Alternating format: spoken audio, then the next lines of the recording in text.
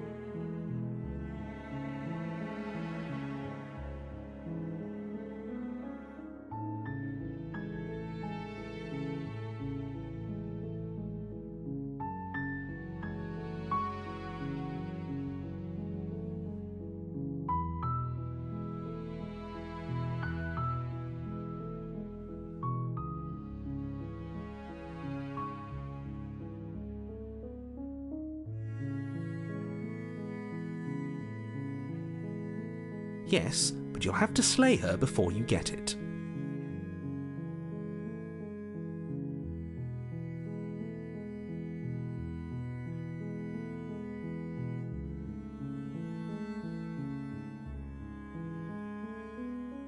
Does it? Are you a monarchist? Is slaying a princess that much worse than slaying a fisherman or a miller or a seamstress? If anything, slaying a princess is much better than slaying a seamstress. Seamstresses contribute something of value to society.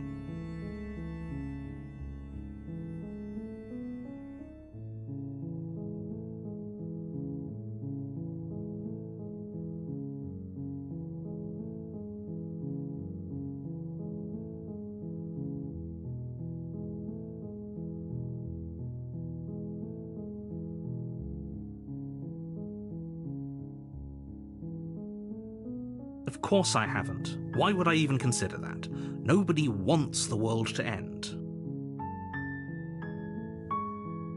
I mean, maybe some people do, like nihilists, or very, very evil people, but surely you're not one of those, right?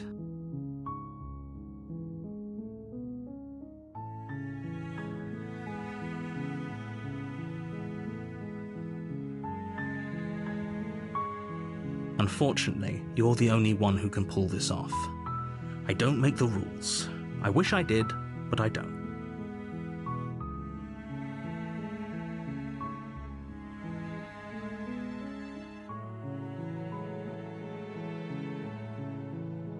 It's a secret, but I think you'll like it.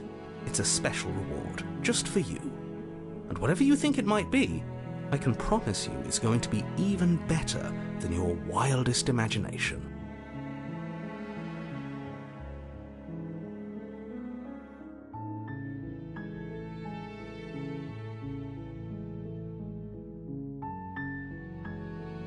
I'm talking about the end of everything as we know it. No more birds, no more trees, and perhaps most problematically of all, no more people. You have to put an end to her.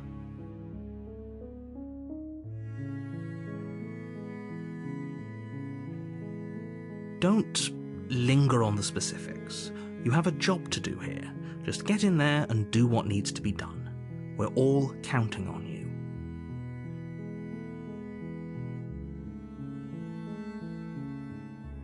Look, you're already on the path that leads to the cabin. Why would you be here if it weren't to complete a very important task? You've made it this far, you might as well reach the end of your journey.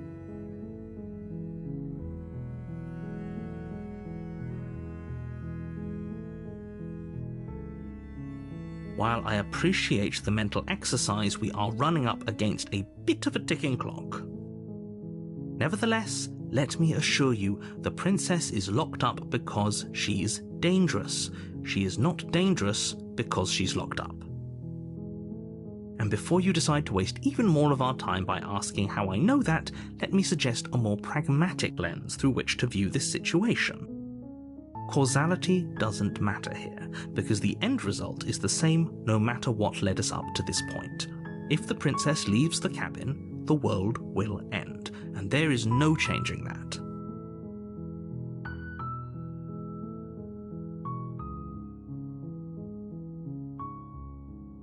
It's no use arguing semantics over a metaphorical chicken or egg, because the egg is hatched and it's about to ruin everything.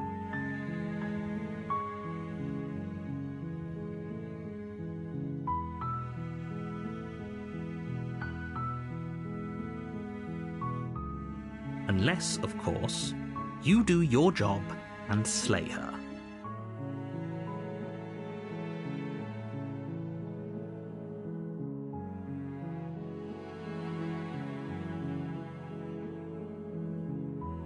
Are you serious? No, you have to do it.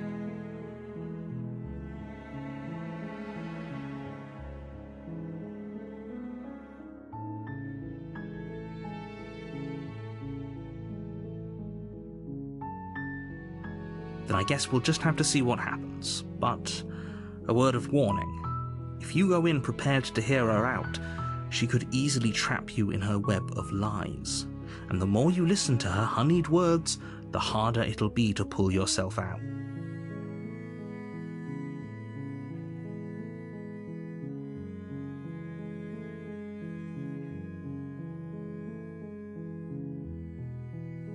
Then each and every one of us is doomed.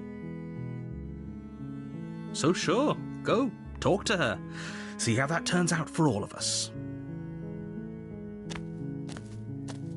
You make your way up the short path to the cabin. You'll find the princess within.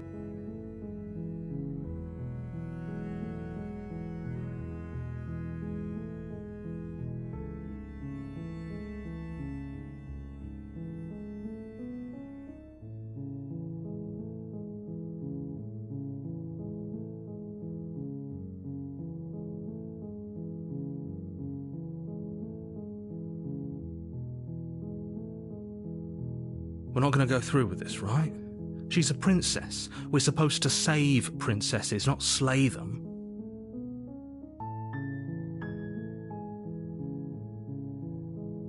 Ignore him. He doesn't know what he's talking about.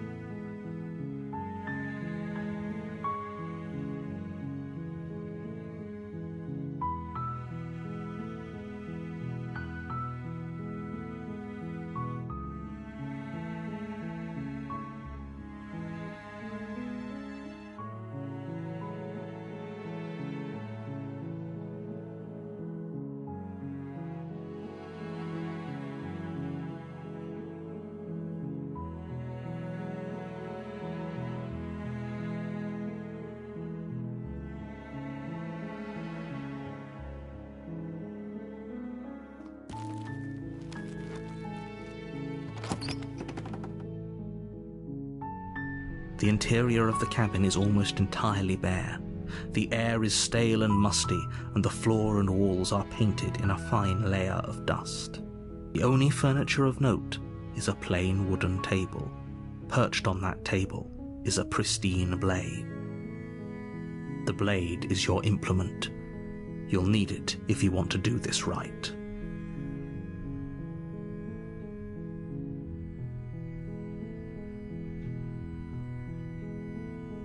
You take the blade from the table. It'd be rather difficult to slay the princess and save the world without it.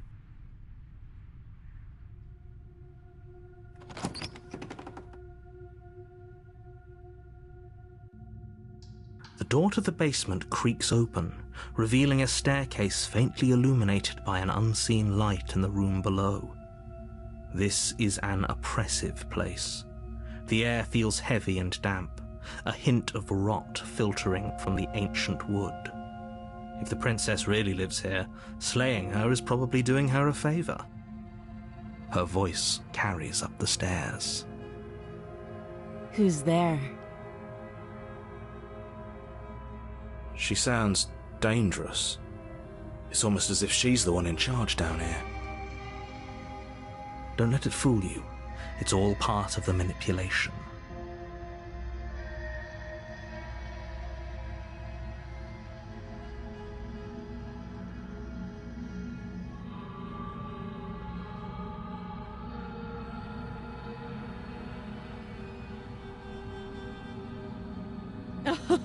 Oh, are you now? Why don't you come down and let me take a look at you?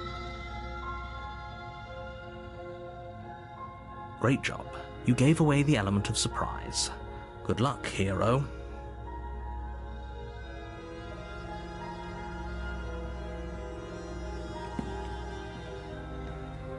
You walk down the stairs and lock eyes with the princess. There's a heavy chain around her wrist, binding her to the far wall of the basement.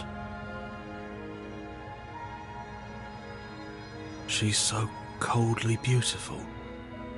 Is she really a threat to the world?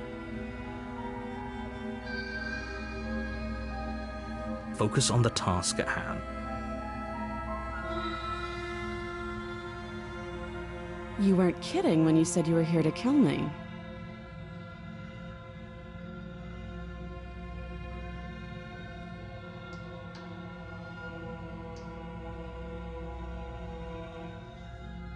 How about you drop the knife, and the two of us just talk?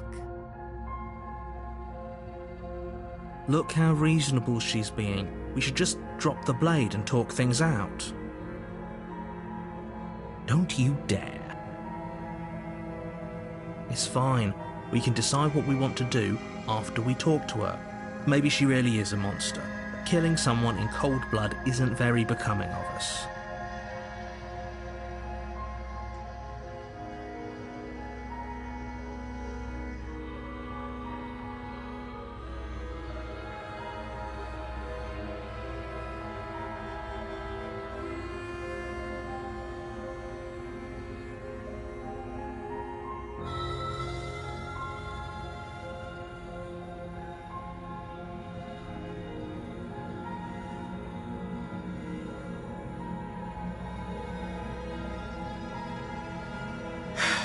The blade tumbles out of your trembling hands and drops to the floor with an unceremonious clang. Thank you. Against your better judgment, you step forward to speak with the princess face to face, unarmed. We'll be fine. I don't know what you're hoping to accomplish here, but I can assure you there's no reasoning with her. Just make sure you don't forget about the blade on the floor. You're going to need it. So here we are. What an awkward start to a relationship.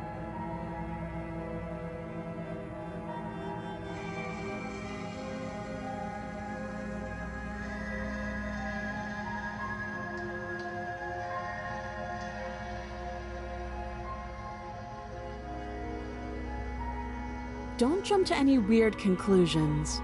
We're two people who have met each other. By definition, we have a relationship.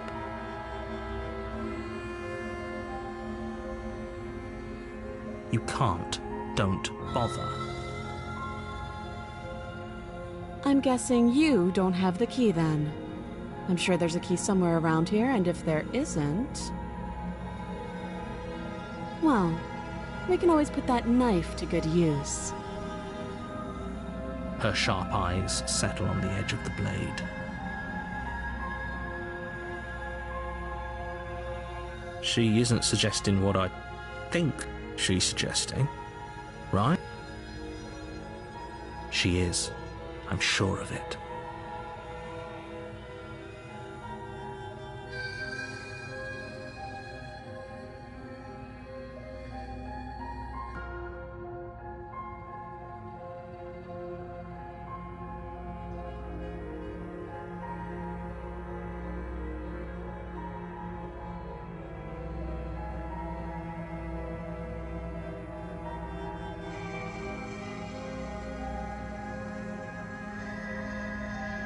Just tell her that. Is that why they threw me down here? But I don't want to hurt anyone. I like the world, I think. I don't remember much about it, to be honest. I've been down here a long time. Just how long has she been down here? If I'm supposed to be capable of ending the world, then how did I wind up here, chained to a wall? Have they told you why I'm allegedly so dangerous?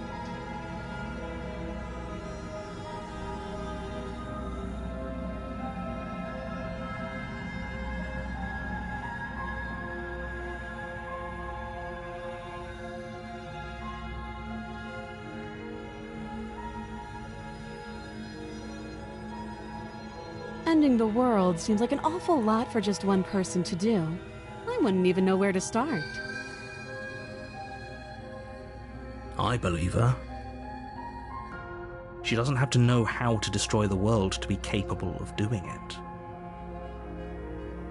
At the end of the day, whatever the two of us have going on down here is about trust. Whoever sent you to slay me claimed I was a threat to the world, but they didn't tell you why. That doesn't sound right to me. And I don't think it sounds right to you either. Otherwise, we'd be killing each other instead of talking. She has a point. There's a reason I've been telling you to question the situation, and there's a reason you've listened.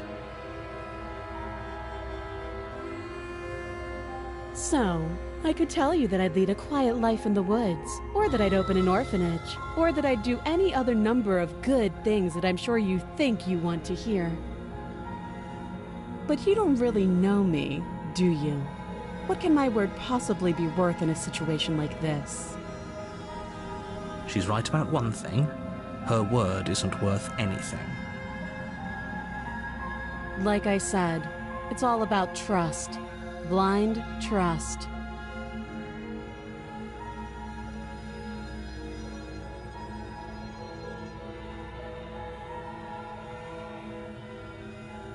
So do you trust me, the prisoner, the victim, the princess clearly incapable of ending the world? Or do you trust whoever put me here? She's wrong.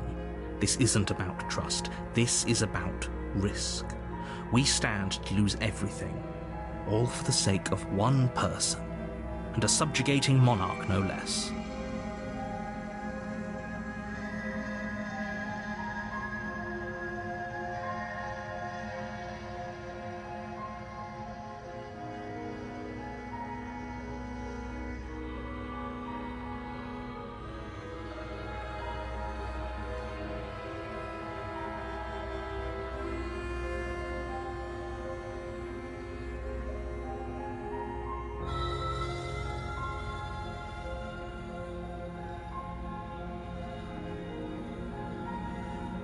She hesitates before answering.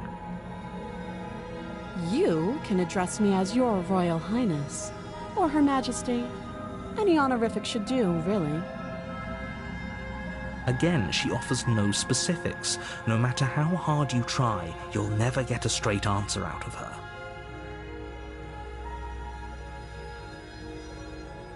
Too long.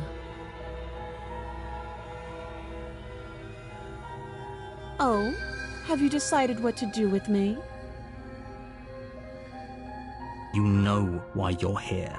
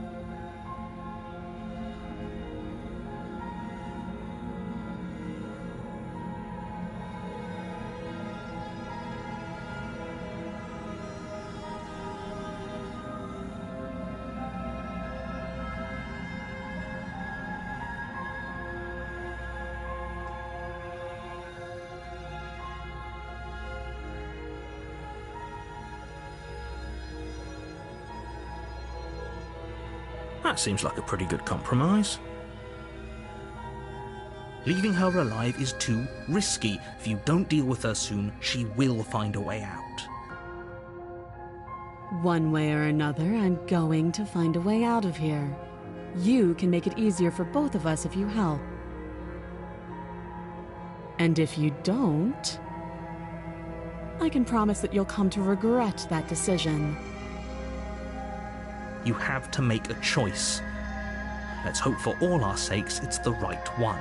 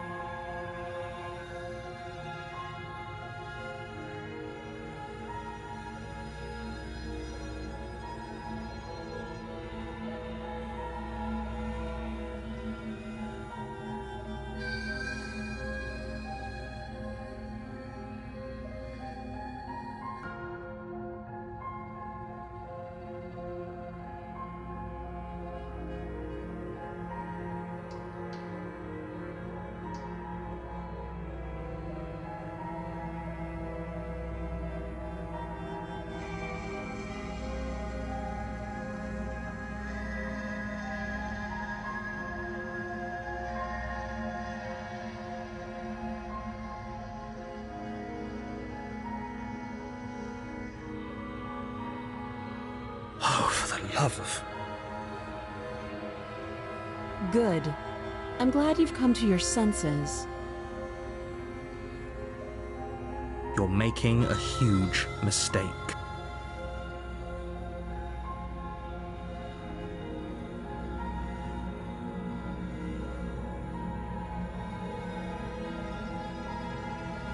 No, you're doing the right thing. You walk up to the chains binding the princess to the wall and give them a tug. They're large and heavy, far too solid for you to even imagine trying to break them apart.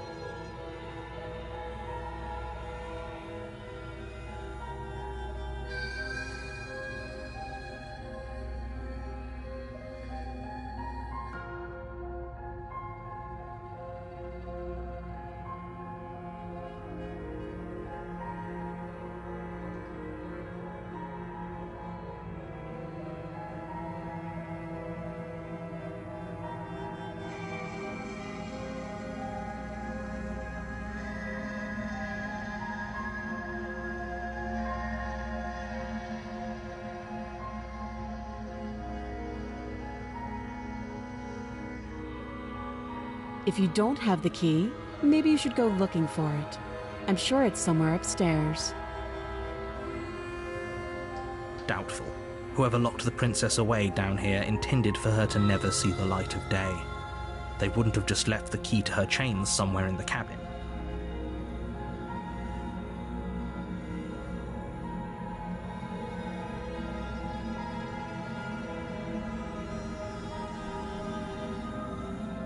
I'll be here.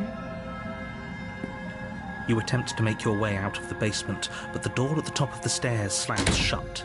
You hear the click of a lock sliding into place. Is someone else here?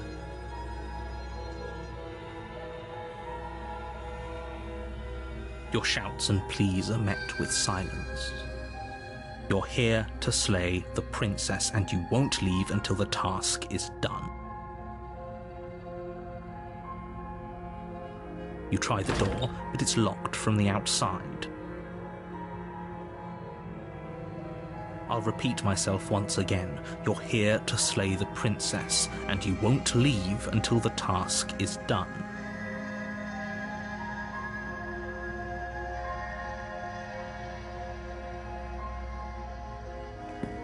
You make your way back to the bottom of the stairs. This would have been so much easier if you'd simply slain her like you were supposed to. Easier for whom? Easier for everyone.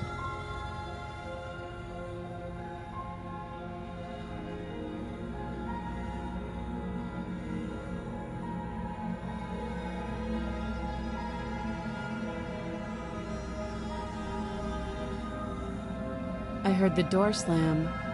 They locked you down here too, didn't they? The knife. Pick it up and cut me out of here. You won't like what happens if you do that.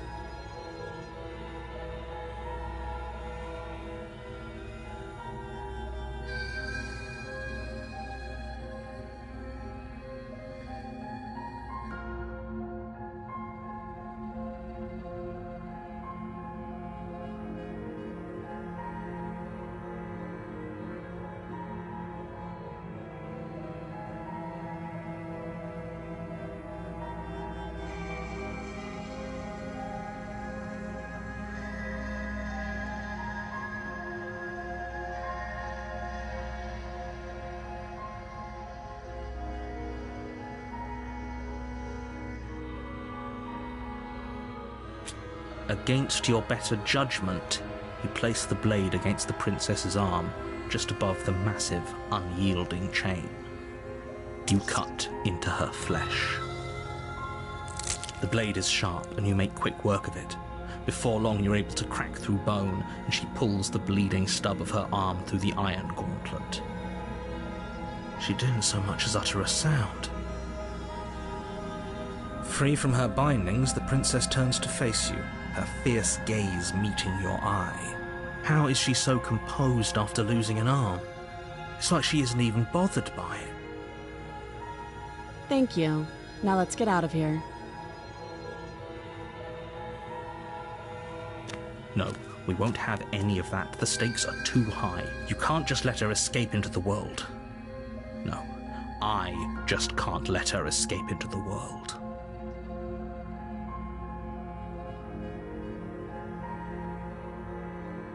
As the princess approaches the bottom stair, your body steps forward and raises the blade. Wait, this isn't fair. You can't just do that. Watch me.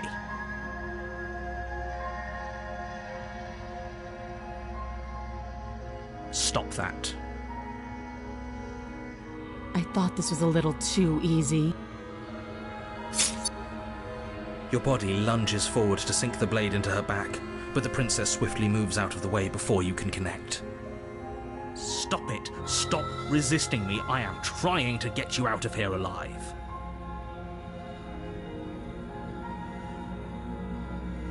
The blade! Move the blade! You're doing your best to help me, aren't you? I can see the conflict in your eyes. I'll make this quick. She steps forward and pries the blade from your rigid hands. Maybe I'll see you in another life. And then she slits your throat with an almost clinical ease. Her face remains unchanged as she watches you collapse to the ground, blood flowing from your butchered neck. This is the end, isn't it? I'm afraid it is. Everything goes dark, and you die. I hope it was worth it.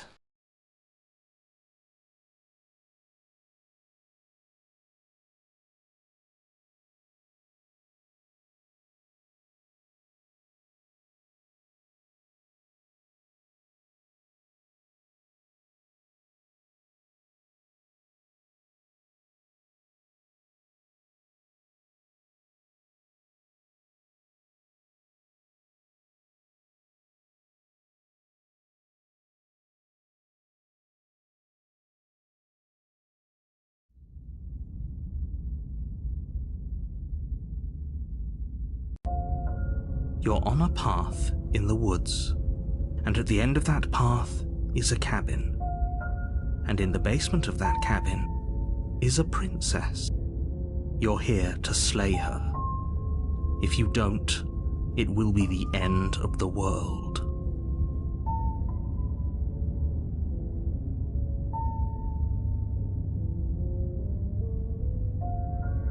Terrible sense of déjà vu. No, you don't have that. This is the first time either of us have been here. Don't forget what he did to us the last time around. I wouldn't trust a word out of his mouth. There's got to be a way out of here, for us and for the princess. We just have to keep trying.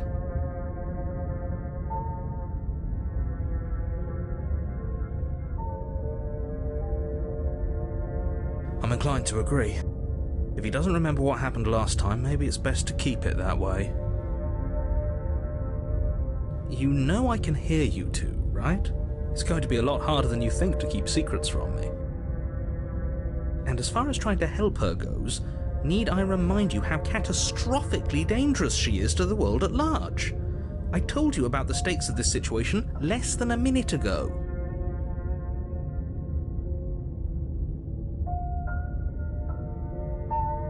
We could go back and forth on this forever, and it won't get you any closer to doing your job and saving the world. So let's just agree to disagree.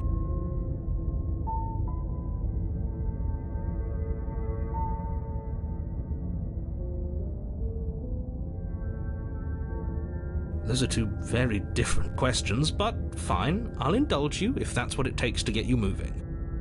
Let's say for a moment that this really is the second time you've met me, or at least a version of me. If you're back here, I'm assuming you died, which probably only happened because you didn't listen to me. The absolute irony. Well, that's one way to put it, I guess. You really don't remember what happened last time, do you? You practically forced the princess to kill us. That doesn't sound like the sort of thing I'd do. Which is honestly all the more reason for you to not buy into whatever self-delusions the three of you are crafting. But this is a thought experiment, so I suppose I'll continue to give you the benefit of the doubt. If I did practically force the princess to kill you, it was probably for a good reason. Did you try and free her?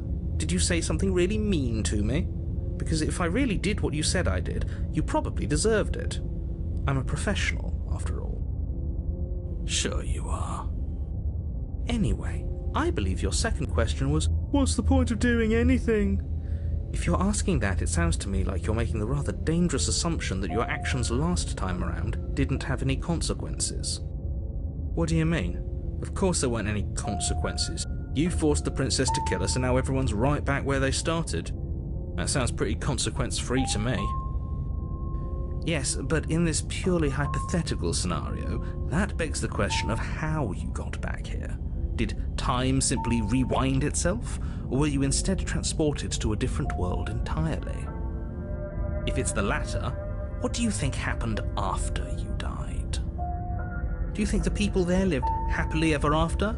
Or do you think that the princess, left unhindered, brought about the end to everyone and everything, just like I told you she would? What a conveniently ambiguous group of things for her to ruin. For all we know, the princess left the cabin and never saw another soul. Oh, how I wish that were the case, but if the princess weren't a certain, inevitable threat to the world, the four of us wouldn't be here. And yet, here we are. You're talking in circles. No, I'm talking in facts.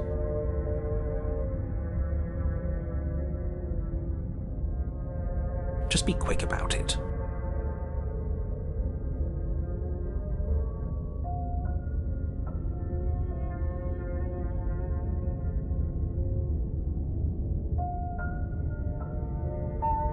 She just can. Believe me, I wish I could tell you more, but you'll just have to trust that what I'm saying is true, and that, despite it all, you're fully up to the task that's been given to you.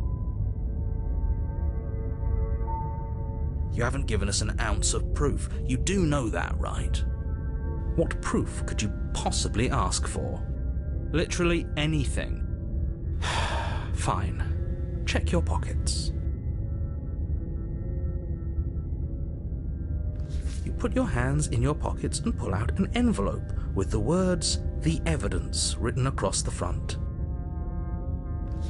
Within, you find a note in your handwriting. It reads, "The princess will end the world if you don't stop her. This is an immutable truth."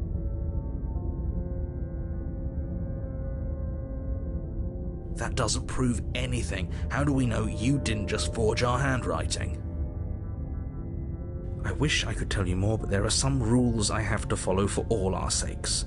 Please just trust that these rules are in place for a reason. I'm on your side. You mean you're on our side as long as we do what you tell us to? Exactly. Because you not doing what I tell you to do means you're putting the world at risk. I think we've got everything out of him we're gonna get. People locked her in that basement, and I told you what this place is. It's a path in the woods. Don't overcomplicate things.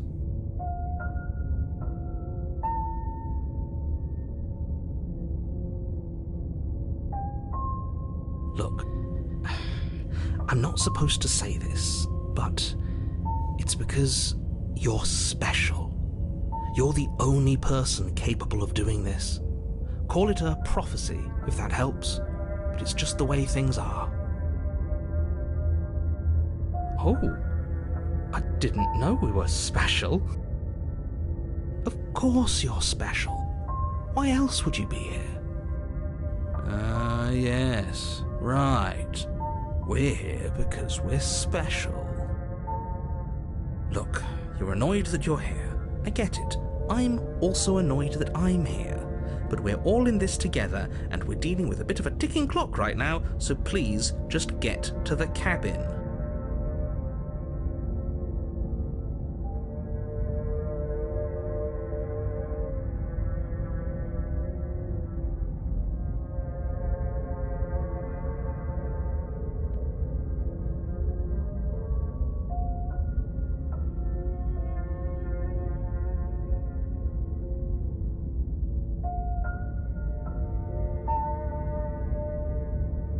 I've told you everything you need to know.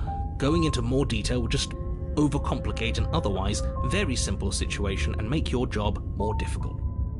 Not to sound like a broken record, but the less you know about her, the better things will go for all of us.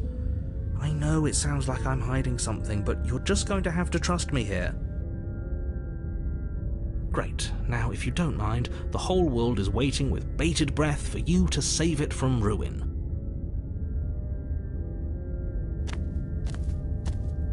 A warning before you go any further.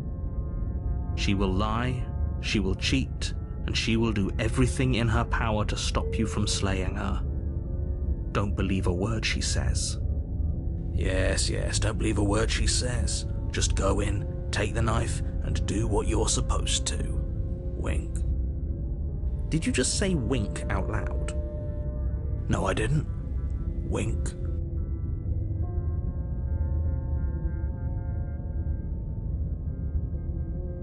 Just ignore this clown and focus on the princess.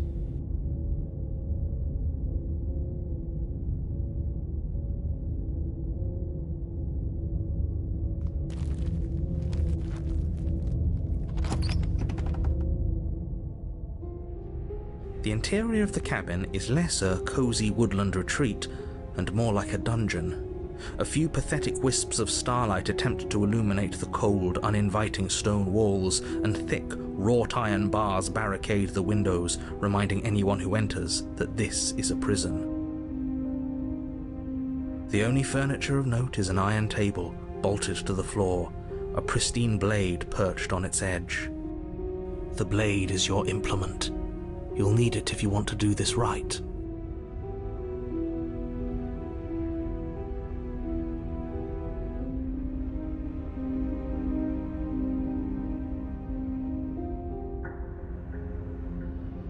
He definitely did not.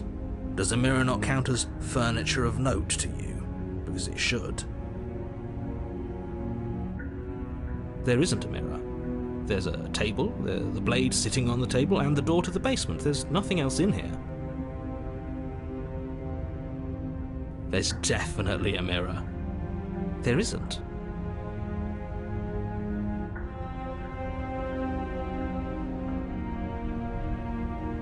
I think you know what we have to do.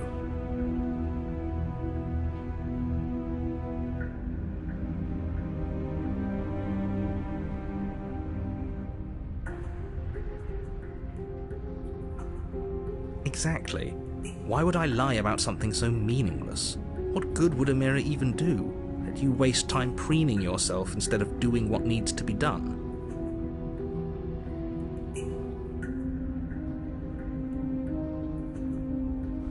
You walk up to the wall next to the basement door. It's a wall. There isn't much to see here. This really isn't funny.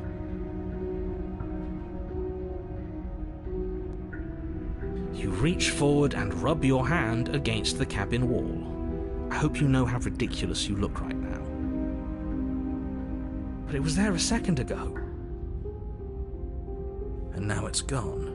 If he doesn't want us to know about it, it must be important. We should keep our eyes peeled. Maybe it'll be back.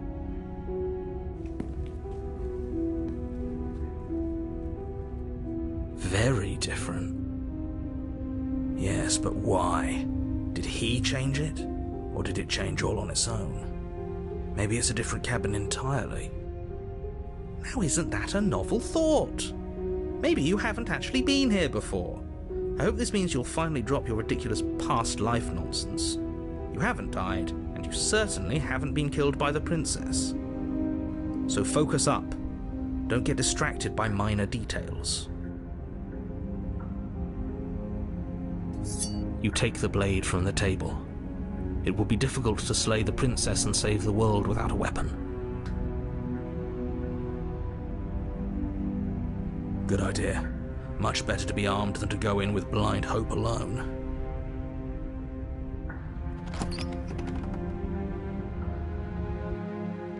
The door to the basement creaks open, revealing an old stone staircase. A few sputtering torches attempt to vaguely illuminate your path, dancing across glimmering patches of slimy moss on the stone steps. If the princess lives here, slaying her would probably be doing her a favor.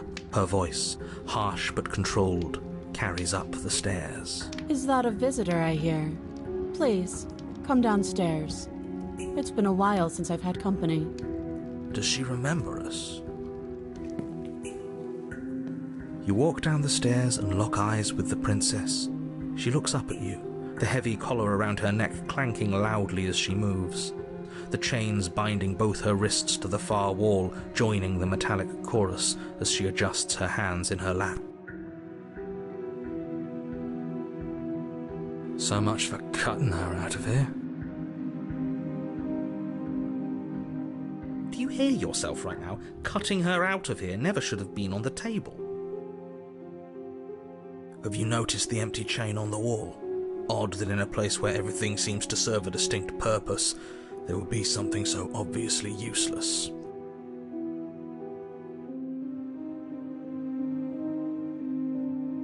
That was there last time too, wasn't it? It was. What an interesting development. Why don't you have a seat? The two of us should chat before you bury that thing in my heart.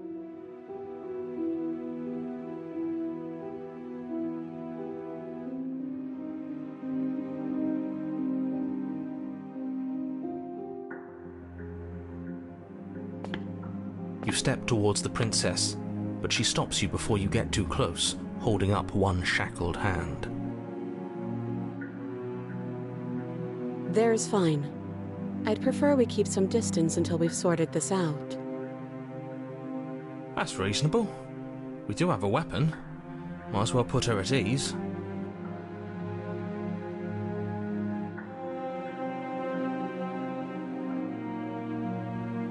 You do as she asks and sit on the floor, still a good distance away from her.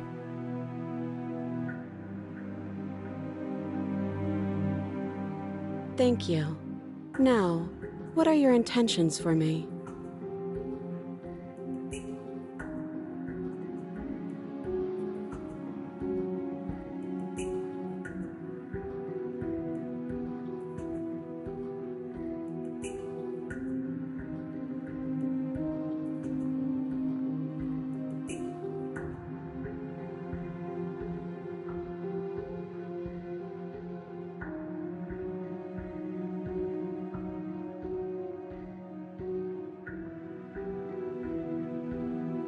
I don't know, but you could always try it on.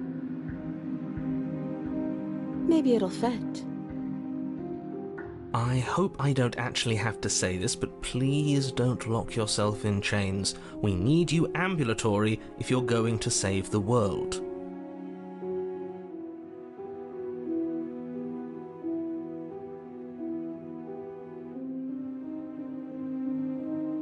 Yes, your intentions. You have a knife. What are you going to do with it? Why are you here? There isn't a keyhole in these shackles, so I'm afraid my only way out is surgical removal. Is she forgetting about the shackle on her neck? Or does she think she'd survive a beheading? You're right. Maybe she's delusional. All the more reason not to trust her. Unless she really could survive.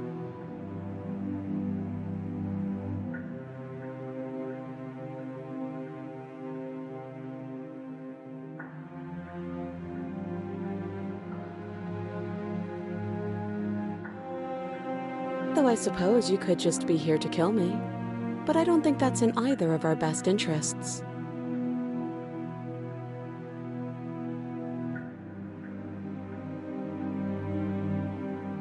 Oh? Are we acknowledging that? I thought we weren't going to give away the game. But yeah, I remember.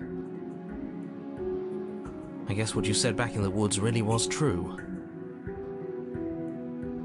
As much as I would like to remain in denial, it's no use. This has complicated things. It's complicated things how, exactly? Ideally, this was supposed to be one and done. You go to the cabin, you heroically slay the princess, and in the process you save the entire world from being damned to oblivion. The situation right now, where you're getting a second shot at things, is a contingency. A contingency for what? For you failing, obviously. And you being here means that things are going to be a lot harder than they were. I really shouldn't say anything else, I'm just going to make it worse. Just good luck. Now hold on, if you knew this could happen, why didn't you believe us back in the woods? Why lay out all those hypotheticals? We didn't have to talk in circles. I needed you to believe this was your first time here, even if that wasn't the truth. I hoped if I pushed back hard enough I could cram this seeping mess back into the bottle. And maybe I wanted to be the first version of me that you met. I didn't want to be confronted by the alternative. That's pathetic. I never said I wasn't. I get it. It would be pretty upsetting, wouldn't it? To know that you might not be the first version of yourself. At least we can remember what happened before. Seems like we should count ourselves lucky for that. Exactly, he gets it. You're lucky, so don't waste that luck by messing it up again. Alright? Moving on. Why is it important for us to be ignorant? How is it ever helpful to be in the dark? The more I say, the more your mind will swim into dangerous waters. Even saying that is too much. Your success hinges on you having imperfect information.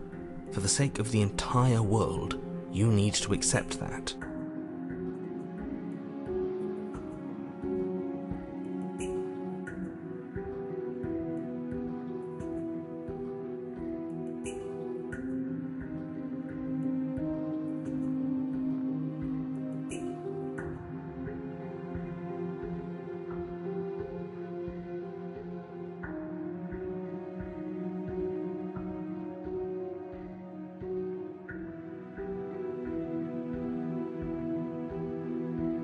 I won't.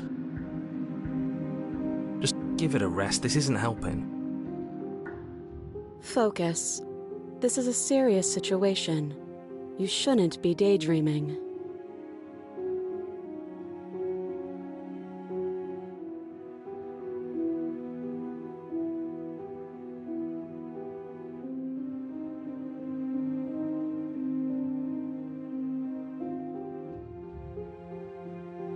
Nothing happened. You died. I went upstairs. I couldn't leave. I found myself in a new place in chains again. More of them. And now you're back. Is that really all she knows? It's not like we have much of a clue about how things work. And she's probably even more in the dark than we are. You're looking at me like I might be hiding something. I'm not. I guess it's possible she really doesn't know anything. Maybe both of us are stuck in this loop without any idea why or how.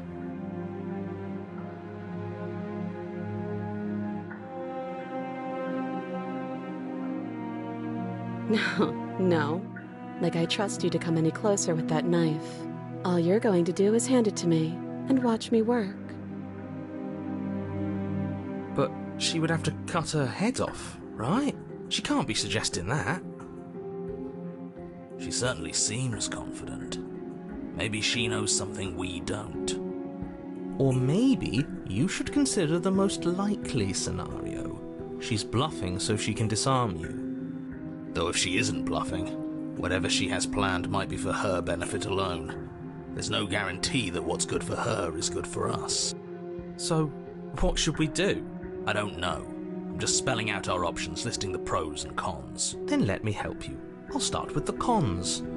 If you're handing her your weapon, the cons are that she might use it to escape and end the entire world. And she might use it to kill you. That doesn't sound great. What about the pros? There are none. The pros are that we can't trust him, possibly even more than we can't trust her. And whatever she has planned could do something to mess with what he has planned. Or maybe they're both screwing us over in their own ways.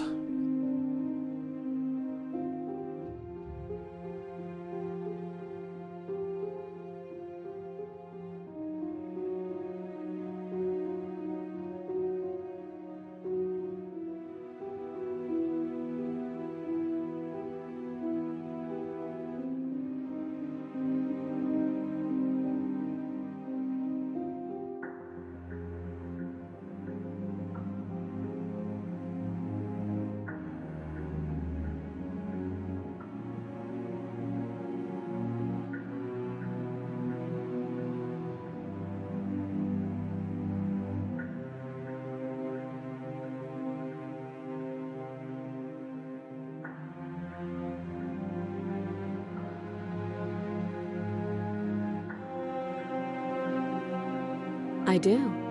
So I guess this all comes down to which of us caves first. And it's not going to be me. I'm extremely patient. It's probably better if we take action anyway. No use trying to wait her out. That's playing to her strengths.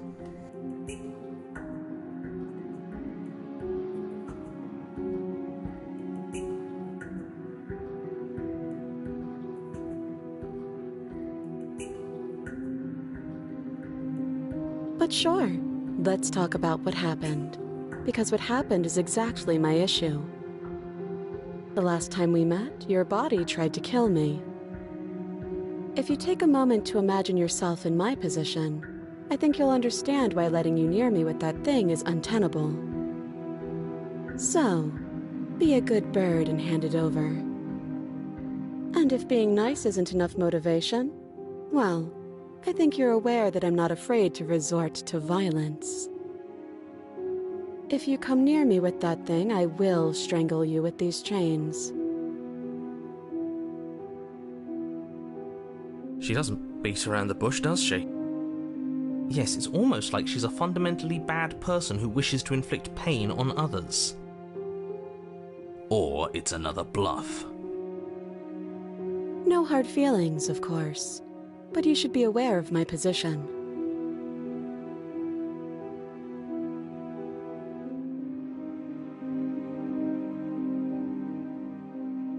Usually you'd be right, but this isn't exactly a usual situation. I'm not someone you can wait out. We've already been over this. I'm more patient than you'll ever be.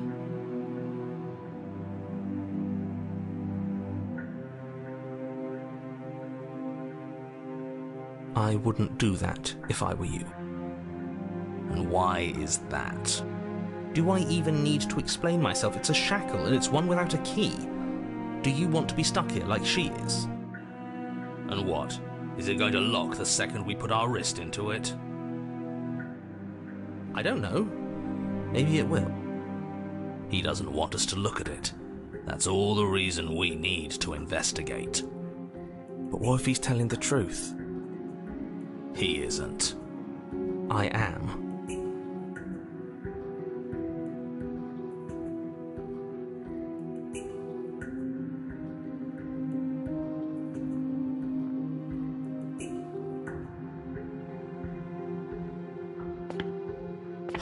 Against your better judgment, you approach the chain dangling from the far wall. The princess watches you with faux disinterest as you inspect it, though she can't fully hide her curiosity. I don't want to say what I'm supposed to say next. What is that supposed to mean? It sounds bad. Is it bad? Yes, it's bad. Come out and say it then. You're just wasting time. Fine. As you hoist the shackle, its heft shifts within your grasp, as if pulled by some odd magnetism. Before you can so much as blink, it practically leaps from your hands, snapping around your neck. And, as if your situation weren't bad enough, the same magnetism repels your blade, which is flung from your hand and sent skittering across the floor of the basement. Excuse me? Yes? Are we stuck here now? Yes. Huh, so it does fit. And I guess it doesn't like your knife. We're stuck here together, aren't we? That's funny. What are we supposed to do now? Can't even cut ourselves out. Guess we'll starve. That's horrible. It's not all bad. We learned a valuable piece of information. Not to touch things we're specifically told not to touch? No, that there's something special about this loose chain. It's clearly important.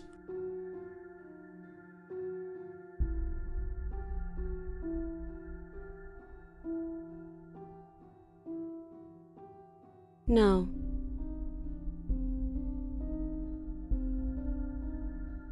Yep.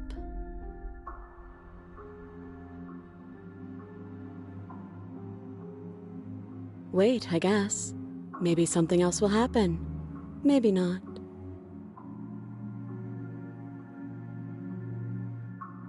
Nope. That's rude. You and the princess wait in silence, though neither of you knows what you're waiting for. But you're waiting for something. You're waiting for anything. This is so boring. There must be something we can do to get out of here. There must be something we're missing. But there isn't. Time passes. It passes and passes and passes.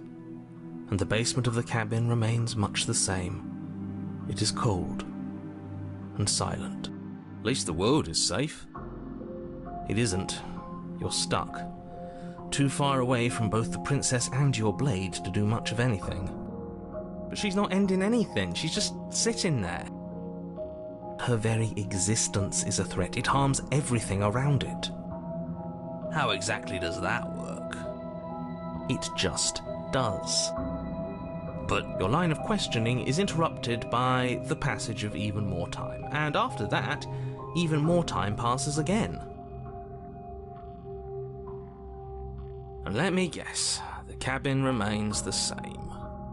If time is passing, the cabin can't be the same. Even if the differences are small, they have to exist. That's just how things work.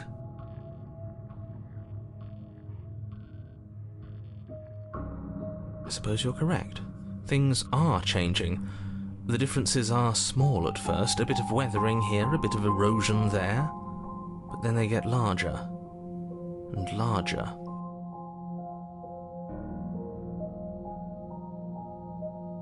I don't like small talk, remember? Still rude.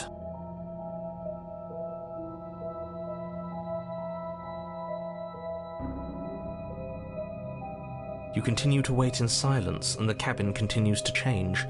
The decay comes faster now. You can see earth through holes in the stonework, can watch lichen spread along the seams of the walls. That doesn't make sense.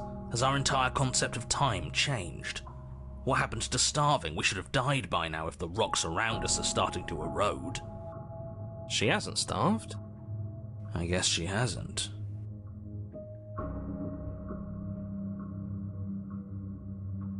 Even more silent time passes as you watch roots push themselves through the increasingly porous walls of the basement.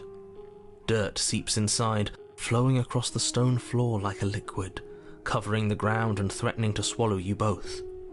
Time continues to pass and pass until suddenly there are no walls. And then... I think he's gone. Would you look at that? We made it out of the cabin, and nothing bad had to happen to either of us. So this is the outside world. It's cold.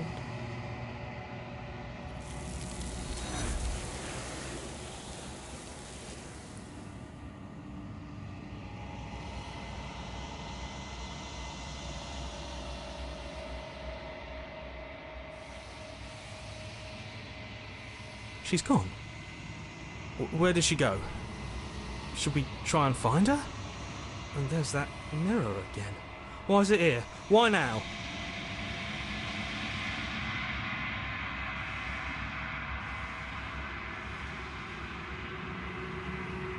It is. Does that mean the world ended?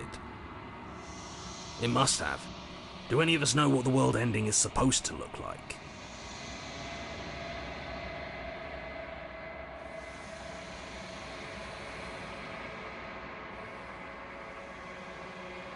If there's even a her to find anymore. You're right. She's gone. It's just us and that awful thing.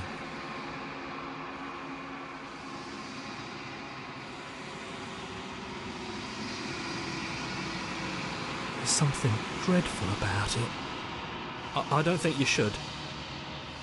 You're right. Part of me wants the truth, but something stronger is holding me back. Fear.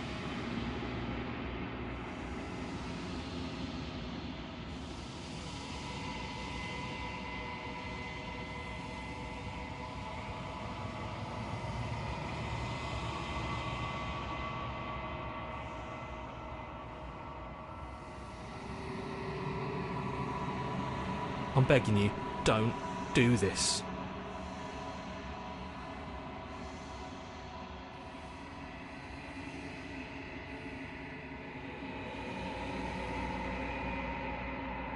It's different now. It feels, I don't know, final.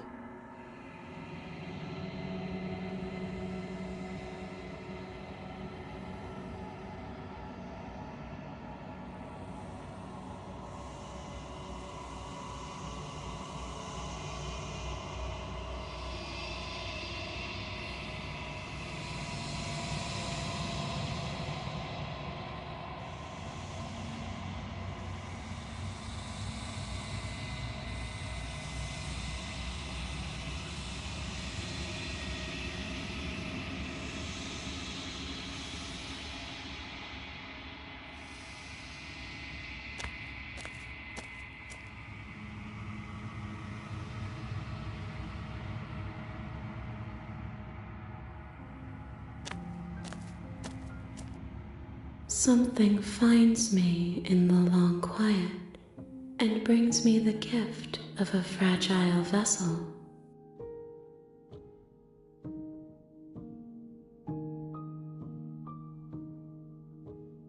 I am solitary lights in an empty city. What are you?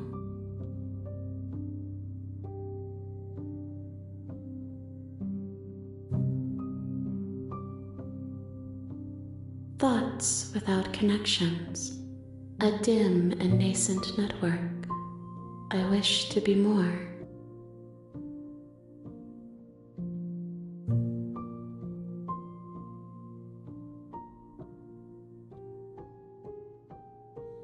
I think that you are like me. We are oceans reduced to shallow creeks.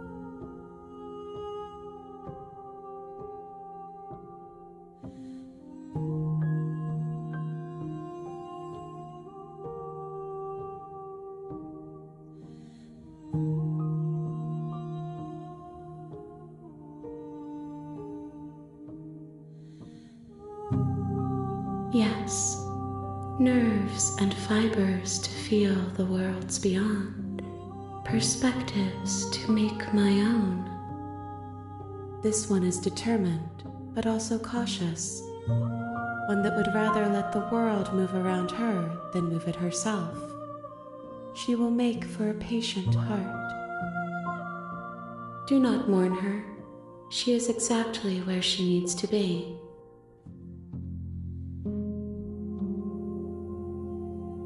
How can the world have ended if we are talking?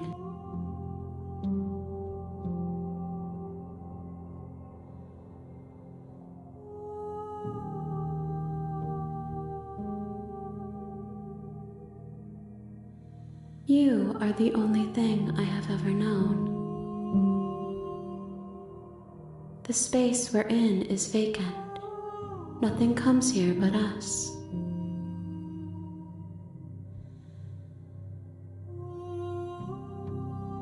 I have only just now stirred to consciousness. I could not have trapped you here, and I too yearn to be free.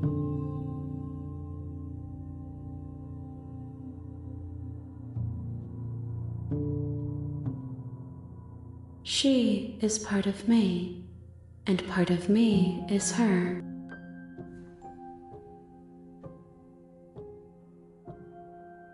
You speak in circles. Does it matter where one thing begins and another ends?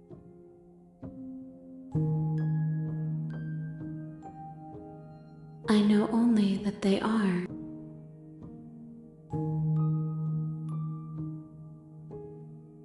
I'm sorry.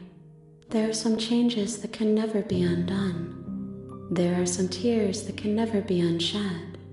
This is not a place that can hold a fragment of a concept. The moment she arrived here, she was going to return to me. I promise that it doesn't hurt. You are familiar, but you are not me. I feel sadness, longing, hope as I witness you. Nothing as we are, but I know that there are worlds beyond us and that we are meant to reach them. There is no exit, but this vessel is a creature of perception. She can make you forget, if only you believe her to be able to. Bring me more perspectives so that I may be whole, and perhaps then we will know our freedom.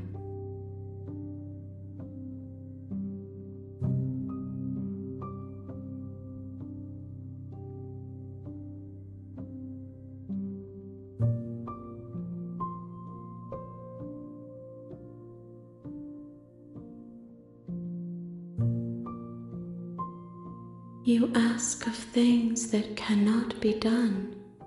To destroy is merely to reshape, to remold.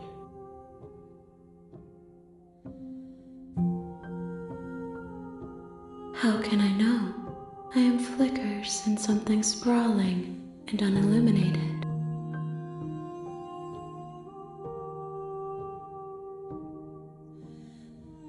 I have not lived. I am not afraid to die. Everything, until we meet again.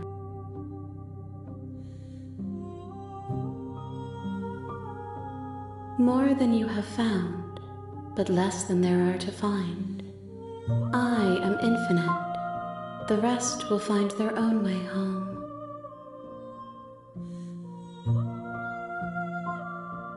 Then we will be here forever, as we are now, unfinished, dry, hollow.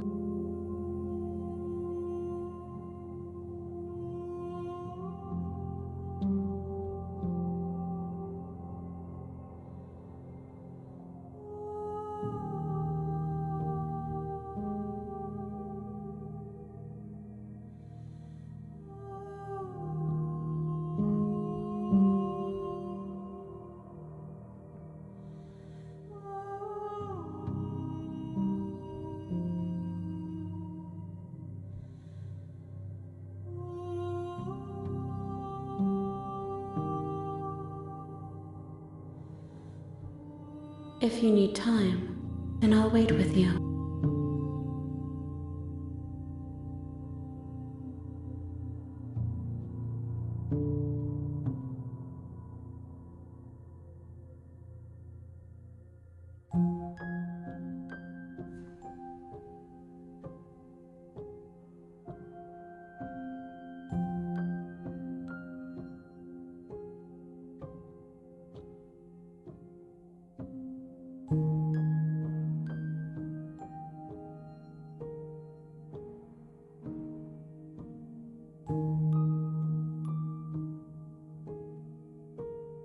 She asks that I tell you to remember her. You won't.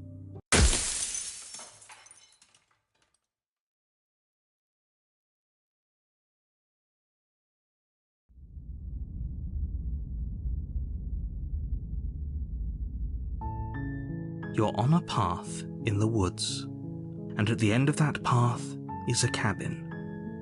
And in the basement of that cabin is a princess.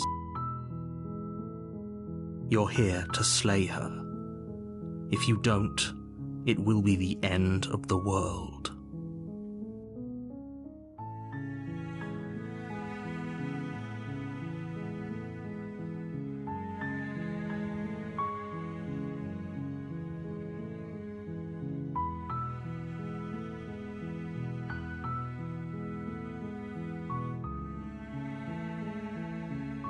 Don't mention it. It's all part of the job.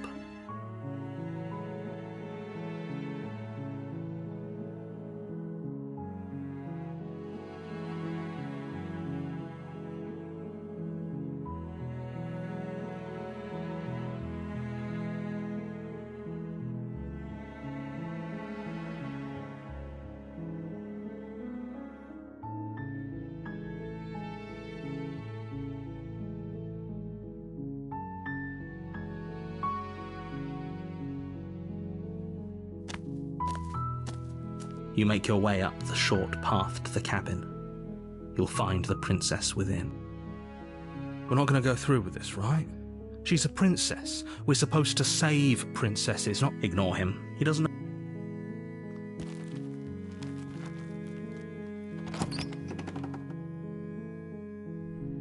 The blade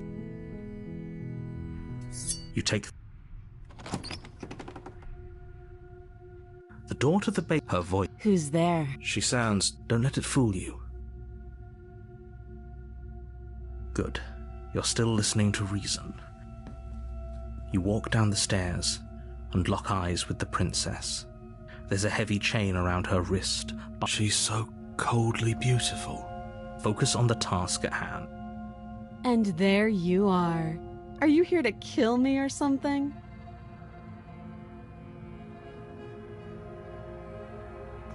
You step forward, your grip on the blade tightening as you steel your resolve. Oh? No talking then? Fine.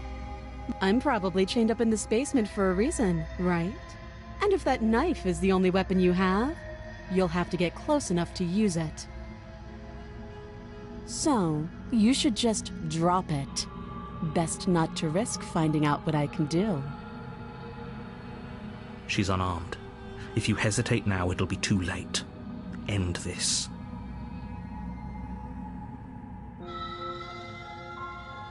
You lunge forward without a moment's hesitation.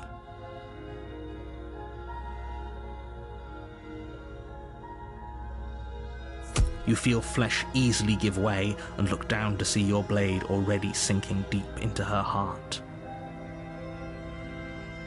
Oh. This is it, isn't it? I'm almost embarrassed. I should have seen that coming. But I have to wonder. Do you actually believe this was enough to kill me? It's like she's convinced she can't die. Yes, even as she lays there dying, she entirely believes herself to be alive and well. But it's over, isn't it?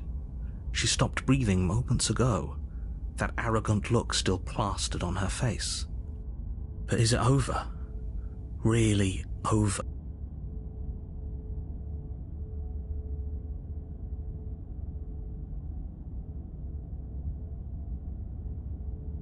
Yes, exactly. It's over. With your work done, you make your way back up the stairs, closing the door to the basement behind you. Why do I feel like we've done something terrible? You did kill someone. Greater good or not, something would be very wrong with you if you didn't feel at least a little bad. But it was for the greater good. One of these days that will sink in and help ease your guilty conscience. But that day isn't today. Let's just get out of here. You open the cabin door, ready to return to a world saved from certain doom. Only, a world saved from certain doom isn't what you find. Instead, what you find is nothing at all. Where a lush forest stood mere minutes ago, the only thing in front of you now is the vast emptiness of some place far away. What happened? Everyone is fine. It's just that you and the cabin are now far away from them. Don't worry. You'll be safe here. This is good. Everyone is happy. You'll be happy.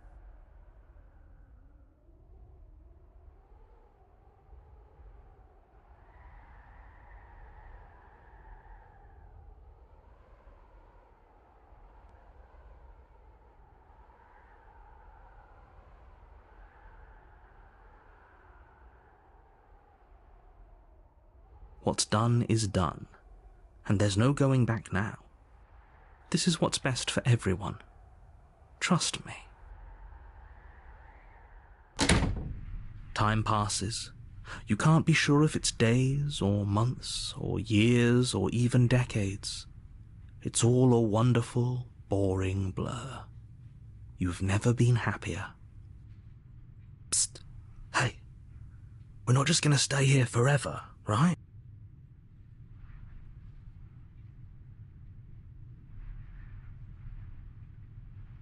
Are we really happy? Or is he just telling us that we are?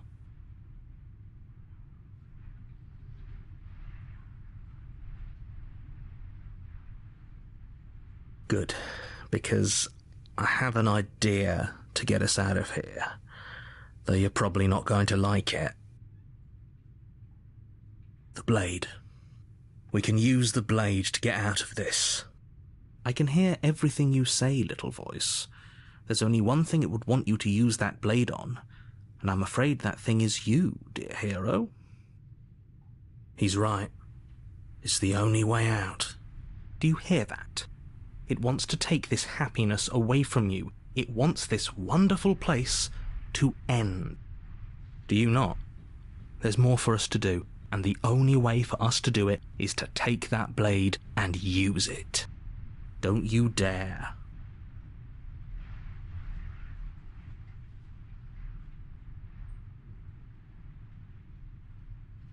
How astute. You are absolutely correct. Using the blade to kill yourself would kill you, and you shouldn't do it.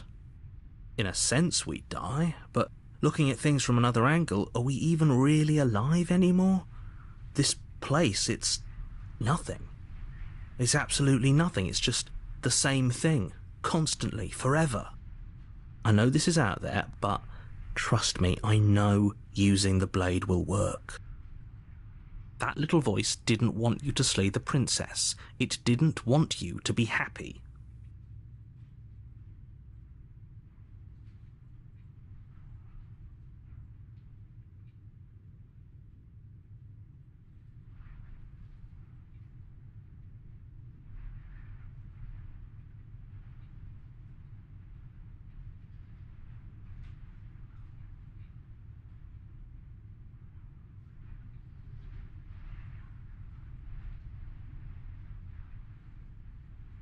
If we die, you can yell at me all you want.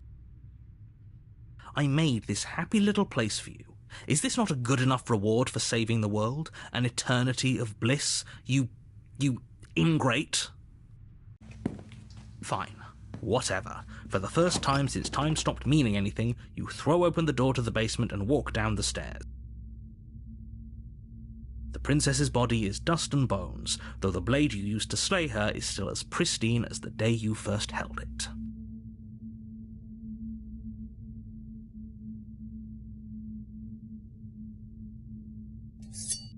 You pick up the blade, you stab yourself, and you die. The end. Nice knowing you.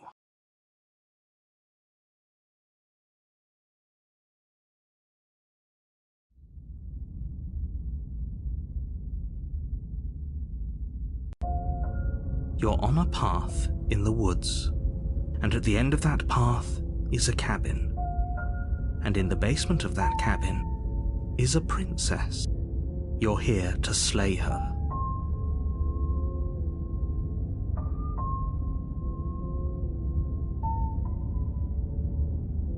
My tricks? What on earth are you talking about? We've just met for the first time. If he doesn't remember what happened, then maybe it's best to keep it that way. That's fine. It wasn't very hard to kill her last time. We'll just do it again. Well, if for whatever reason you're going to insist that this has happened before, at least your heart's in the right place.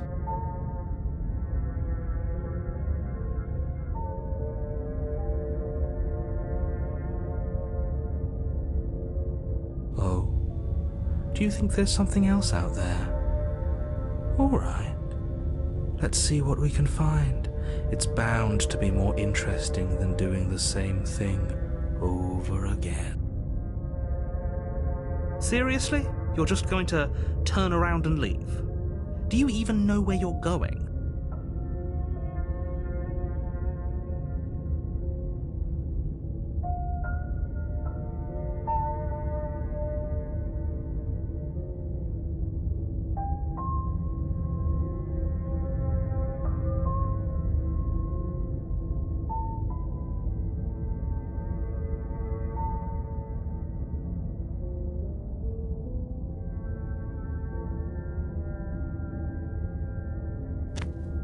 Fine. I suppose you just quietly continue down the path away from the cabin.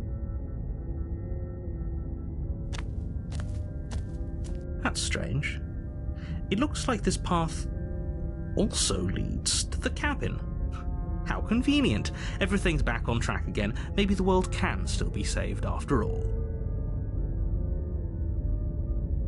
Oh, how quaint. He really wants us to go in there, doesn't he?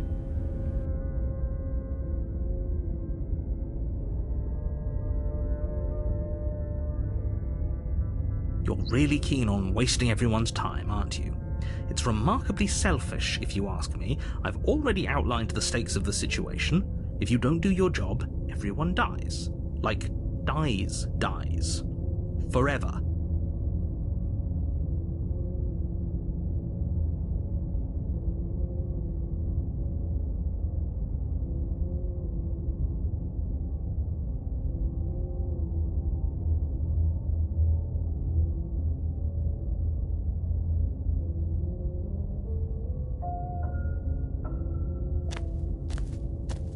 But fine, you turn around and trek back down the path you came. Wait, something isn't right. Can you still hear me? You're supposed to wind up back at the cabin again. But everything is getting fuzzy. What's going on? Where are we? I don't know, but it feels like home.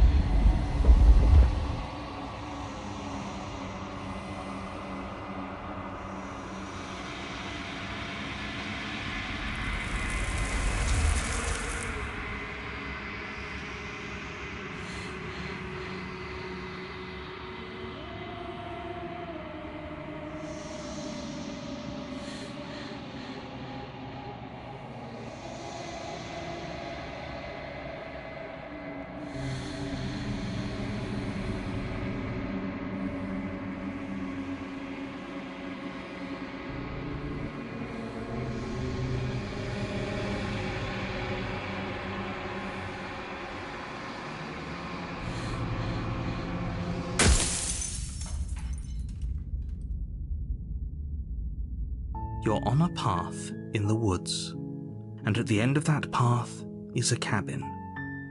And in the basement of that, you're here to slay her. If you don't, it will be the end of the world.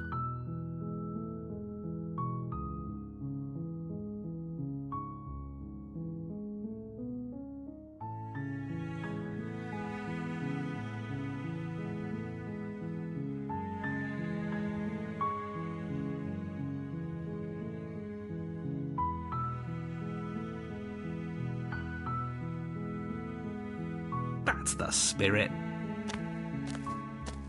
You make your way up. We're not going to go through. Ignore him.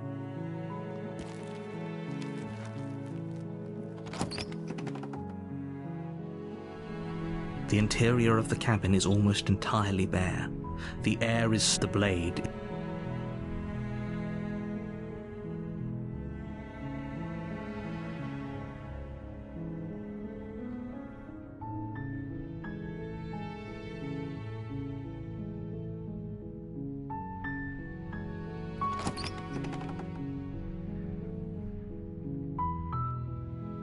The door to the basement creaks open, her voice softly. Hello? It's hypnotizing. It's the kind of voice you only have to hear once to remember it for the rest of your life. Don't let it fool you. It's all part of the manipulation. You're playing a dangerous game by coming here unarmed.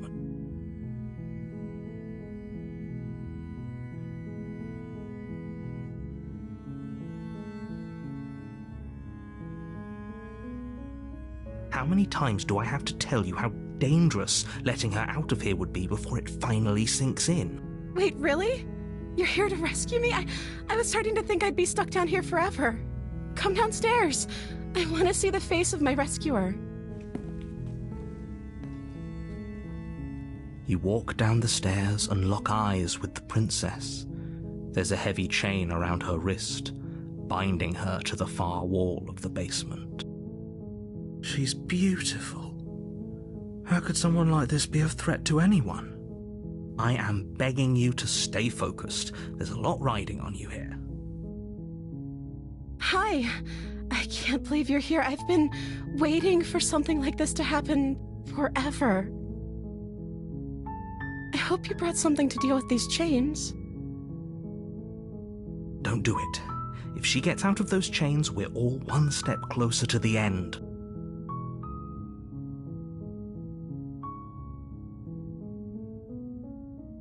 Okay.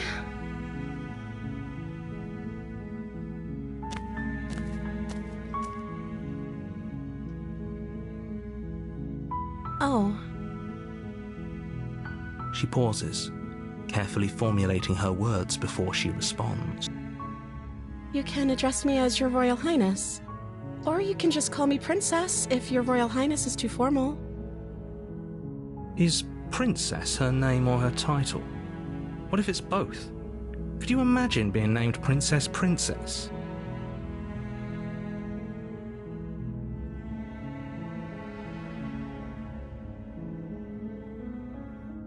Like I said, you can call me Princess if you'd like. I'm sorry, I've been down here so long I guess I've just forgotten. I must have a name, though. Everyone has a name. Okay, that's weird.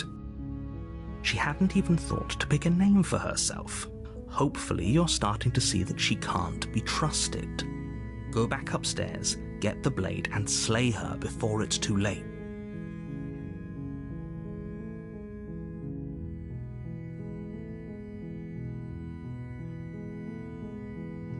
I don't see what that has to do with anything. This is the only time this is ever going to happen, but I agree with the princess. That's hardly relevant. Okay, but actually, what has she been eating? She has to eat, right?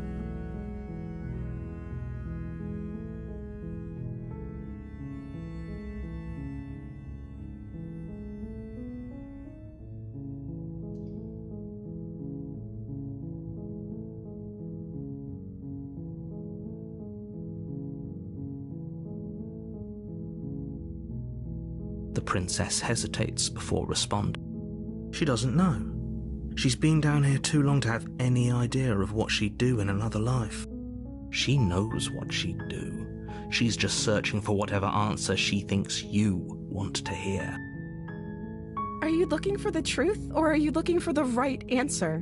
Because with the dynamic we have going on here, I don't think the specifics of what I do really matter. It's not like you'd believe me.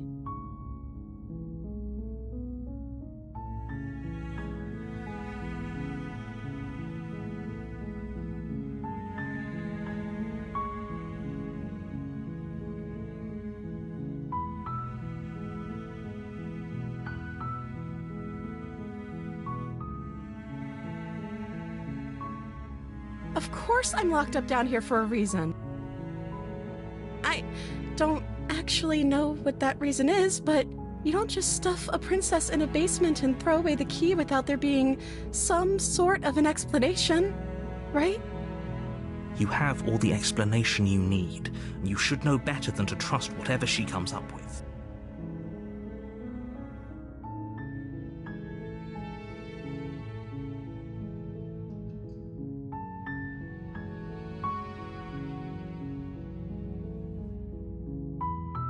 That seems like a pretty good compromise. I don't think I could bear being down here that much longer. Leaving her alive is too risky. If you don't deal with her soon, she will find a way out. So I'm the only one who liked that idea. One way or another, I'm going to find a way out of here. It would make it easier for both of us if you'd help. But if you don't, I can promise that you'll regret that decision. You have to make a choice. Let's hope for all our sakes it's the right one.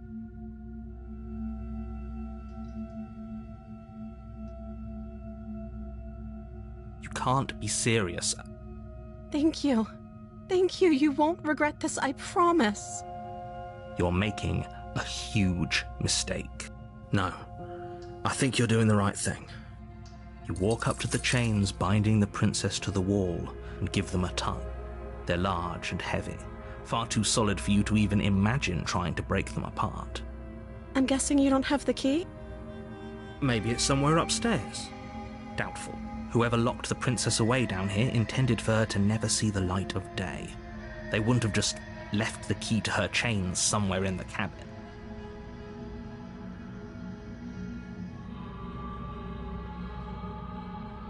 Maybe there's some way to break the chains? Or if that doesn't work, I guess we can always cut me out of them. She offers the suggestion with almost complete nonchalance.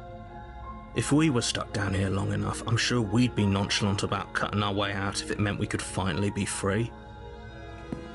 You attempt to make your way out of the basement, but the door at the top of the stairs slams shut.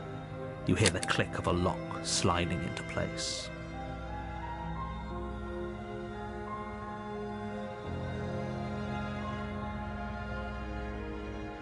Is someone else here?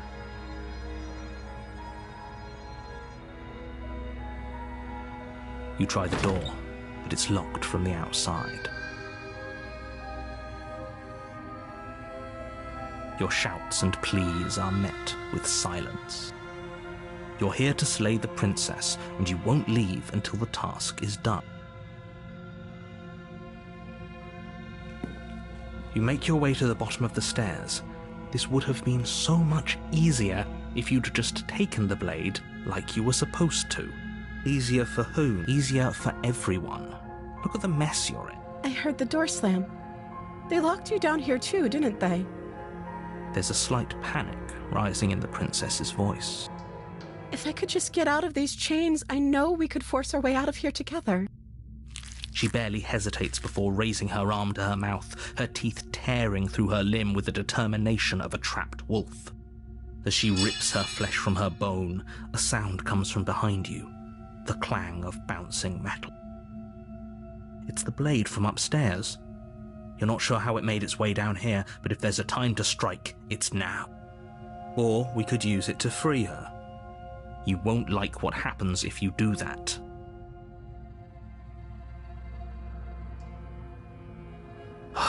Fine. Against your better judgment, you place the blade against the ragged, self-inflicted wound on the princess's arm, just above the unyielding chain binding her to this place. You cut into her flesh. The blade is sharp, and it takes little effort to crack through the bone of her arm. Her limb falls to the ground, and the heavy chains follow suit. She didn't so much as utter a sound through the whole ordeal. No, she didn't.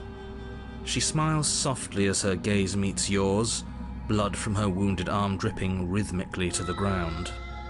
How is she still smiling after everything? It's like she isn't even bothered by what just happened. Thank you. Now let's get out of here. No, we won't have any of that. The stakes are too high. You can't just let her escape into the world. No, I can't just let her escape into the world. As the princess approaches the bottom stair, your body steps forward and raises the blade. Wait, this isn't fair. You can't just do that. Watch me. What are you doing?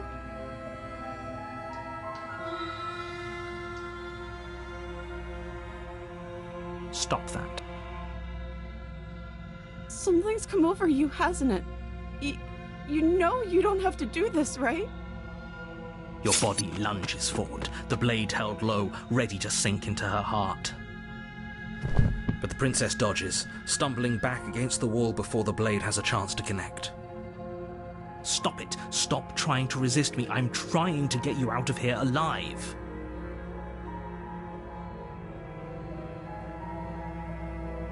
The blade. Move the blade. As your body remains frozen in stubborn resistance, the princess takes a cautious step forward. We both know this isn't you. She nervously reaches towards you and takes the blade from your infuriatingly rigid hands. What are you doing? I'm sorry. I'll try to be quick. She plunges it into your chest, tearing through flesh and sinew. It is agony. But you aren't dead yet. Oh no, I'm so sorry. Stay strong. We can tough it out until it's done. For her sake. For her sake?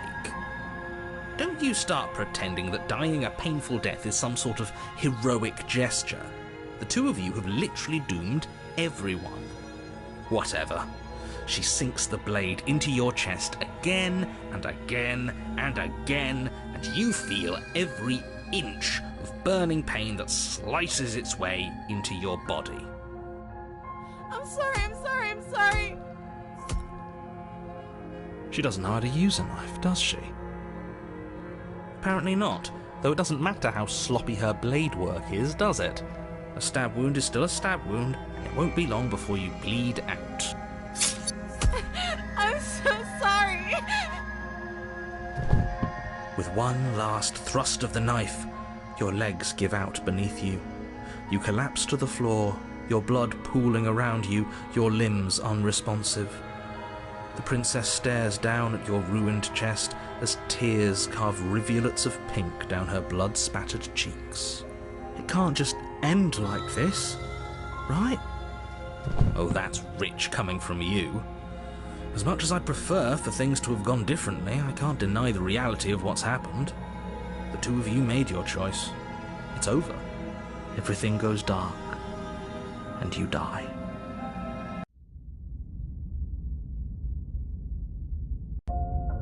You're on a path in the woods, and at the end of that path is a cabin. And in the basement of that cabin is a princess. You're here to slay her. If you don't, it will be the end of the world.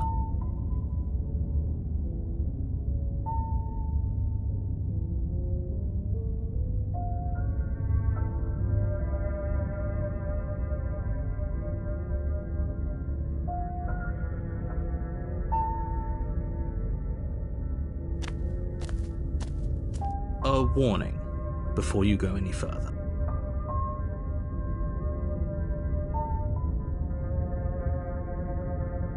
She will lie, she will cheat, and she will do everything in her power to stop you from slaying her. Don't believe a word she says. If only you knew what you did to us, you villain.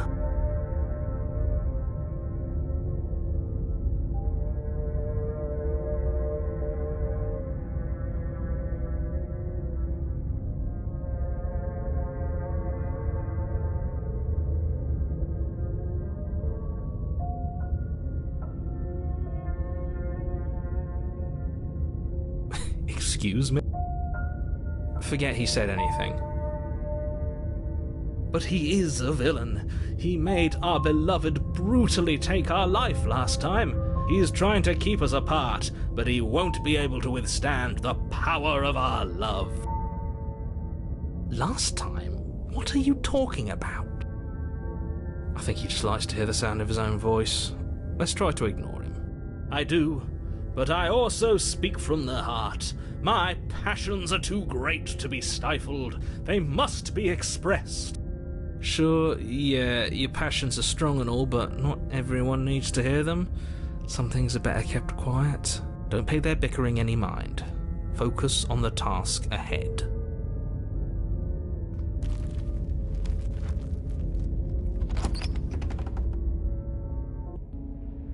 The interior of the cabin is clean and elegant, its stone walls draped in fine-threaded tapestries, a prison befitting a royal prisoner. The only furniture of note is an ornate wooden table with a pristine blade perched on its edge. The blade is your implement. You'll need it if you want to do this right.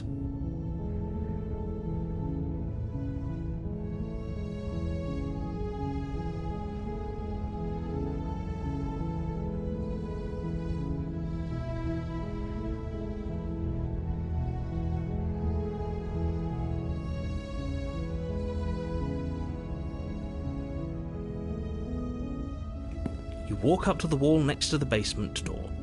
It's a wall. There isn't much to see here. What are you talking about? This isn't a wall. It's a mirror. Or at least it'll be a mirror. You reach forward and rub your hand against the cabin wall. I hope there was a mirror a second ago. And now it's gone. Pity. We could have a feather out of place and now we'll never know. We can't gallantly sweep her off her feet if we have a feather out of place.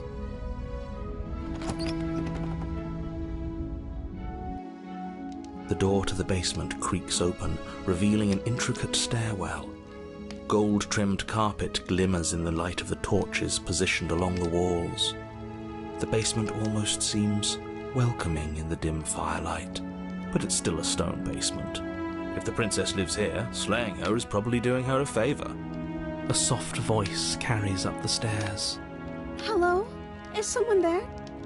Her voice. It's somehow even more beautiful than last time. I think we're in love. Okay, I'm with you that we should be doing whatever we can to save her, but saying we're in love is a bit much, don't you think? We don't even know the princess. We can still do right by her without all this fawning. Yes, for everyone's sake, you're not in love. Just remember that her charms are all part of the manipulation. You walk down the stairs and lock eyes with the princess. There's a heavy chain around her wrist, binding her to the far wall. My love, we're here to rescue you from your unjust and foul imprisonment. You know she can't hear you, right? She may not be able to hear my words, but surely she can hear my spirit. Oh, your spirit's plenty loud, all right. It's you, my dashing hero. I was so worried you wouldn't come back. Did you hear that? She said we're dashing. And she called us a hero. Flattery really goes a long way with the two of you, doesn't it? Waiting for you to come back. You've been here before, haven't you? That's right, villain, and you killed us. Well, she killed us. Only because he made us try and kill her. It was self-defense. Our beloved's hands remain unstained by cruelty. And you've died before. So an entire world has been damned to oblivion. I'd really hoped I'd be the first, but what's done is done. What matters is you have a chance to do it right this time. We damned a whole world, but everything reset. Nothing resets, you're just somewhere else. You can't keep hopping between worlds forever, especially not without leaving a trail of incomprehensible devastation behind you. This is horrible.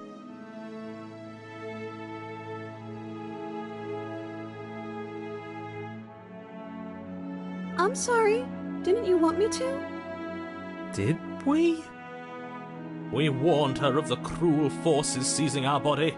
That's practically telling her to kill us. She is our beloved, and she made the choice to free us of our misery, to show us mercy and make the best decision for everyone. She made the best decision for her. Don't be so quick to assign kindness. You're just opening yourself up to manipulation.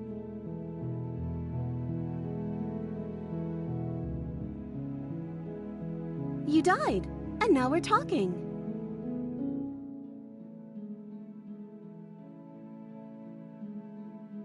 I don't know. Was I supposed to have ended the world? Would that have made you happy? Isn't that just like our darling princess? She wants to make us happy. My heart melts further with every word that passes through her beautiful lips. Are you listening to her? That's a confession.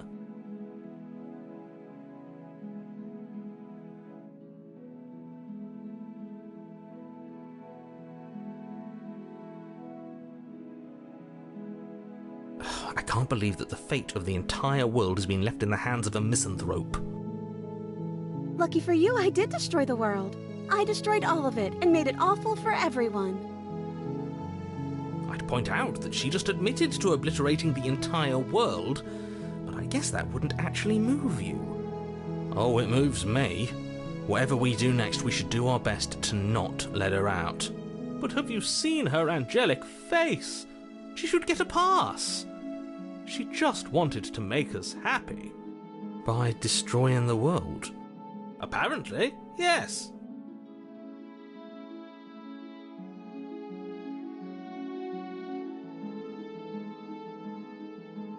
If another version of me was pushed to such drastic action, it was for good reason. That's okay. You were just doing your best, and that's all that matters. She took that in stride. To a surprising extent. An almost unsettling extent, actually. That's because she's perfect. Do you think she has someone like him telling her what to do? She doesn't. There's no one else like me. I think he's right, because I like it better if she doesn't have some horrid little voice like him, always trying to drive her to violence.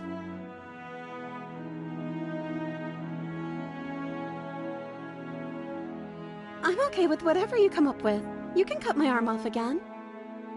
We won't be laying a finger on her perfect wrists, and indeed, we won't even have to. Do you see how dainty her hands are? We'll be able to slip her right out with no harm done. What? No, she's a prisoner here. You can't just slip her hand through the chains. Why are you two arguing over the logistics of slipping her hand out of her shackles?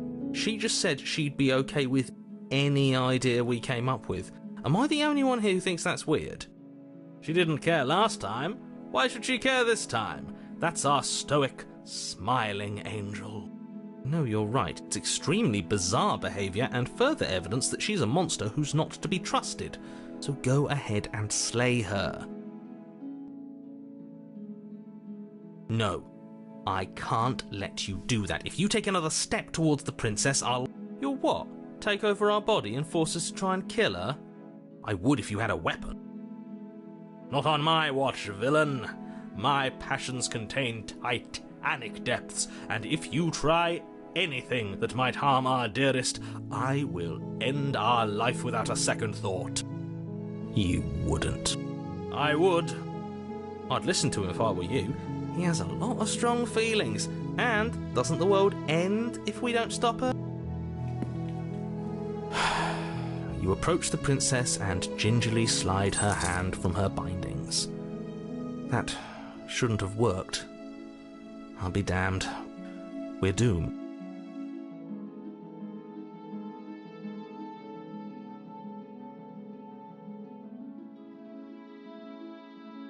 I can't believe it. But I guess I have to. I told you, there's no life more worth living than that of a true believer.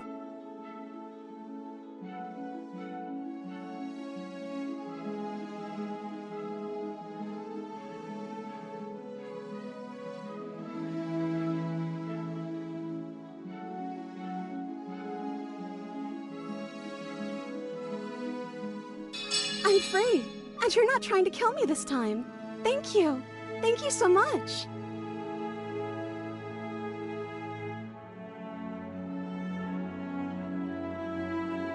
The princess jumps up and smothers you in a joyful embrace. Ugh. If only you had a weapon, one slip of the wrist and your pristine blade would be buried in her back and everyone out there would be saved. Luckily for Mr. Romance, we don't have a weapon. Who needs a weapon when we have the power of love on our side?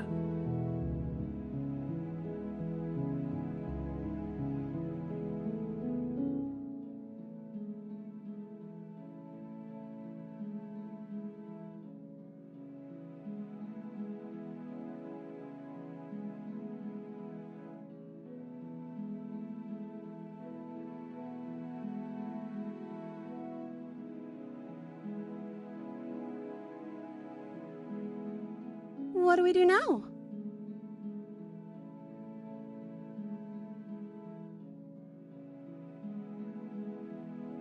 Let me guess. End the world? Spoken with the rank cynicism of someone who has never felt love in his heart. I don't actually know. Nobody's ever asked me what I wanted before. I mean, you sort of did last time, but this is different. She doesn't even know what she wants. You may have had her all wrong. What if this whole thing is just a misunderstanding? What if she doesn't want to end the world? You're so gullible. Is the only thing you've ever doubted the actual truth?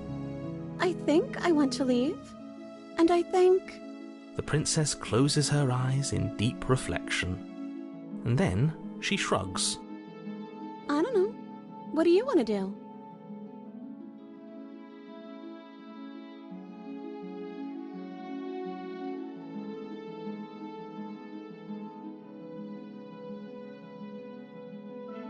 Are you seriously asking her that?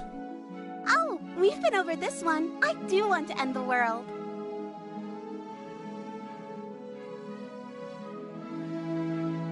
I just want to make you happy.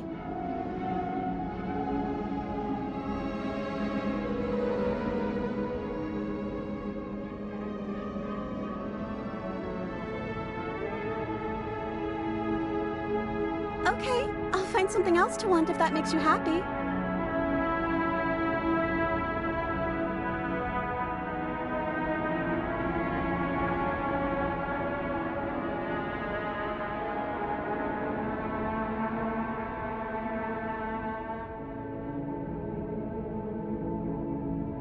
I just want to make you happy.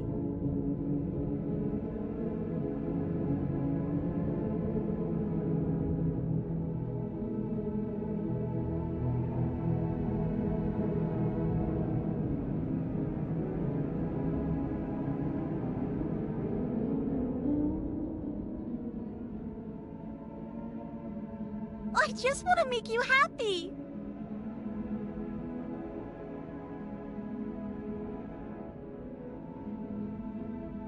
Is it just me, or does it feel like we're alone right now? Like we're the only ones here?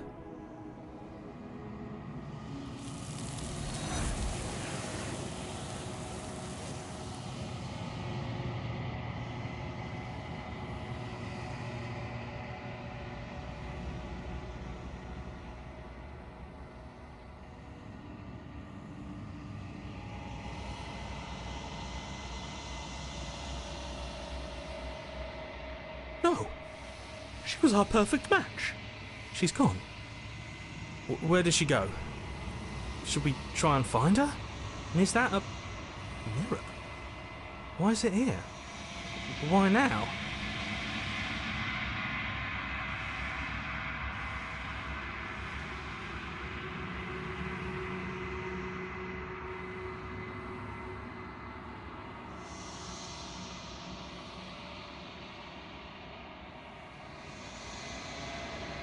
What is that supposed to mean? Whatever awful thing I felt before, it feels so much worse now. Do it then. End us all before I die of a broken heart.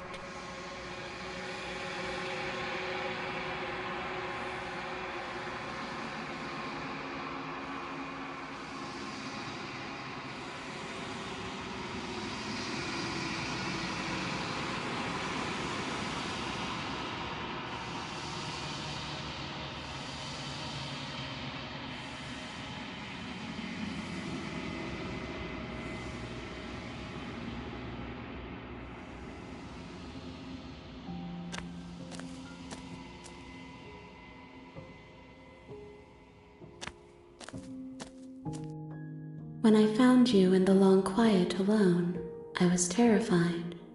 What if you had decided to let me wither?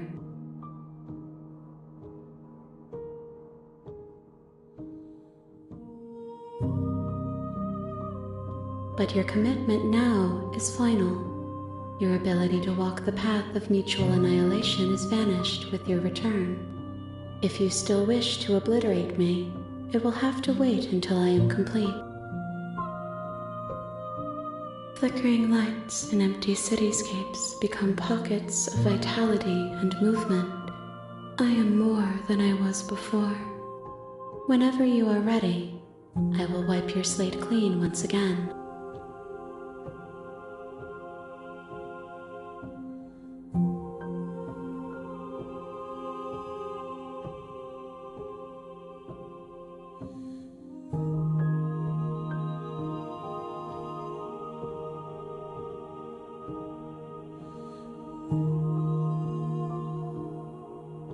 Those paths lead to worlds you've already seen, and to perspectives I have already made my own. They are useless to us now, inaccessible. The only paths of value are those that are yet untread.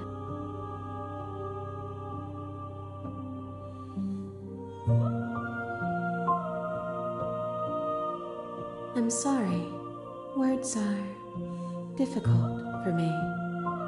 They never fully weave what I wish to say. If you do not like my answers, then you need not ask me questions. The vessels you choose to bring me carry far more meaning than anything words could say in the spaces between.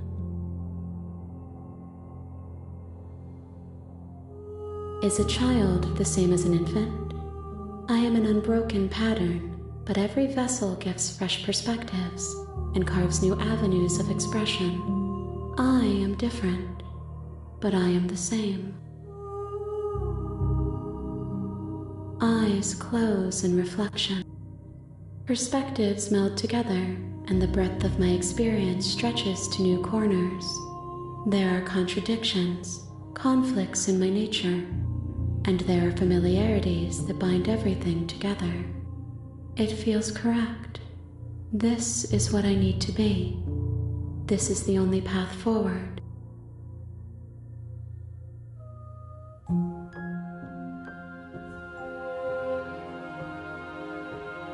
Why wouldn't I be kind to you? You are the only thing I know that isn't me.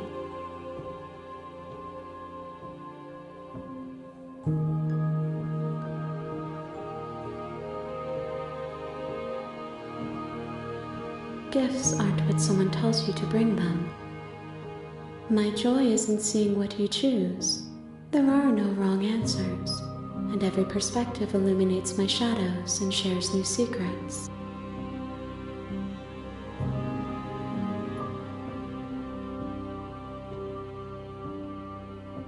My preference is for you to show me what you would like me to see.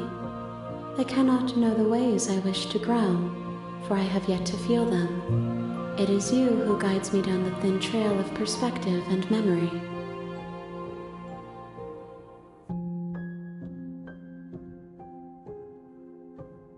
This one is a reflecting pool of desire unfulfilled. She will make for a pliant heart. Do not mourn her. She has served her purpose.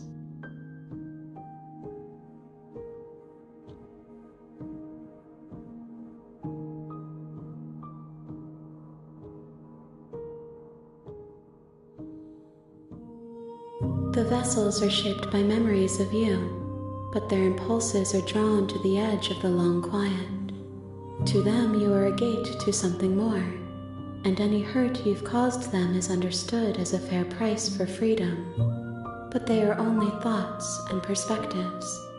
They are not me. The wounds they've suffered carve texture around my heart. Without them, I would be as I was before. I would be alone and without sensation. I could not feel the joy of having you by my side, for I would not know your absence.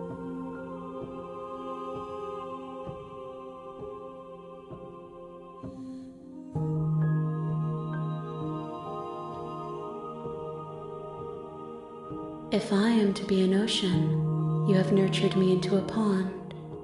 My waters are shallow and murky, and I yearn for more perspective. You will have your rest in due time, and I am sorry for the burdens I place on you.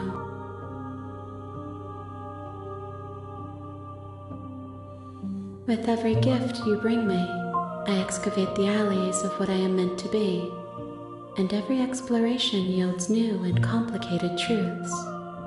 What I will be is different than what I am, and what I am is different from what I was.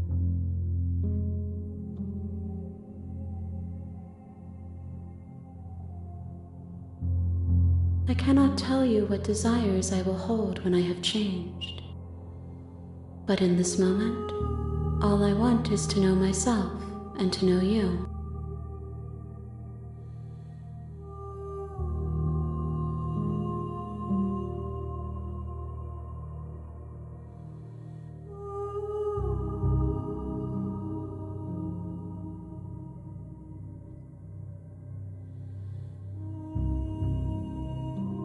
There is still much to be seen. Neither of us know the depths of our being. Perhaps at the end of this, I will be the one to kill you. Or perhaps we will leave this place together and find new horizons to discover.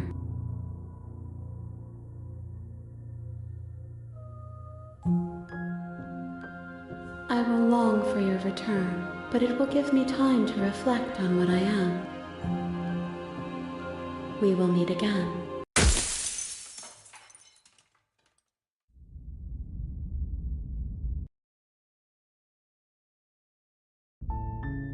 You're on a path in the woods. You're here to sleep.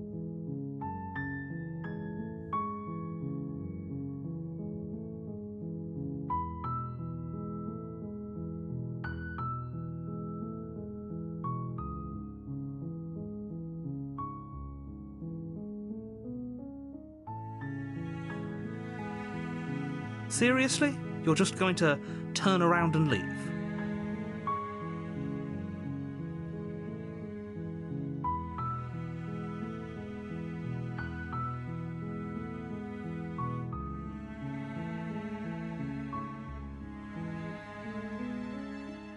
There won't be a new dawn if the world ends. There'll just be nothing forever.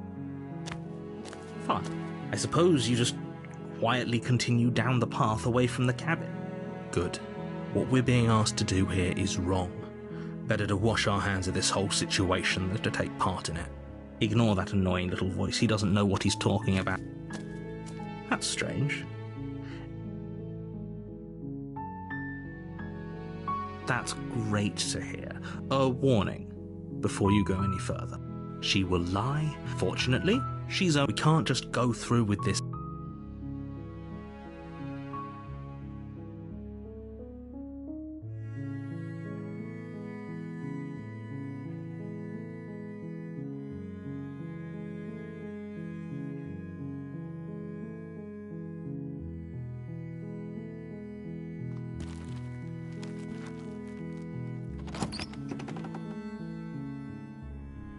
The interior blade.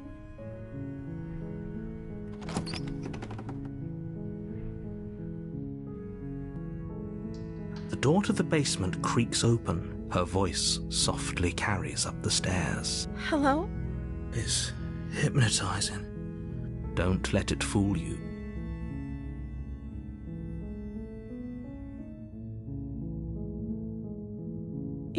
You must have the wrong address.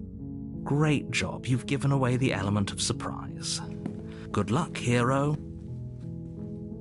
You walk down the stairs and lock eyes with the princess. There's a heavy chain around her wrist, binding her to the far wall of the basement. She's beautiful. I am begging you to stay focused. There's a lot right. Hi. You were joking about coming to kill me, right?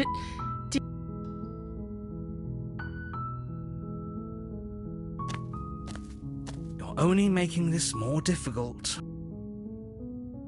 Thank you. Thank you. You're making a huge mistake. No, you're doing the right thing.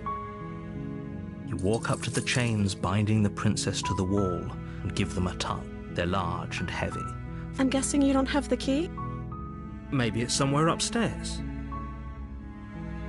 Doubtful. Whoever locked the princess away down here intended for her to never see the light of day. They wouldn't have just left the key to her chains somewhere in the cabinet.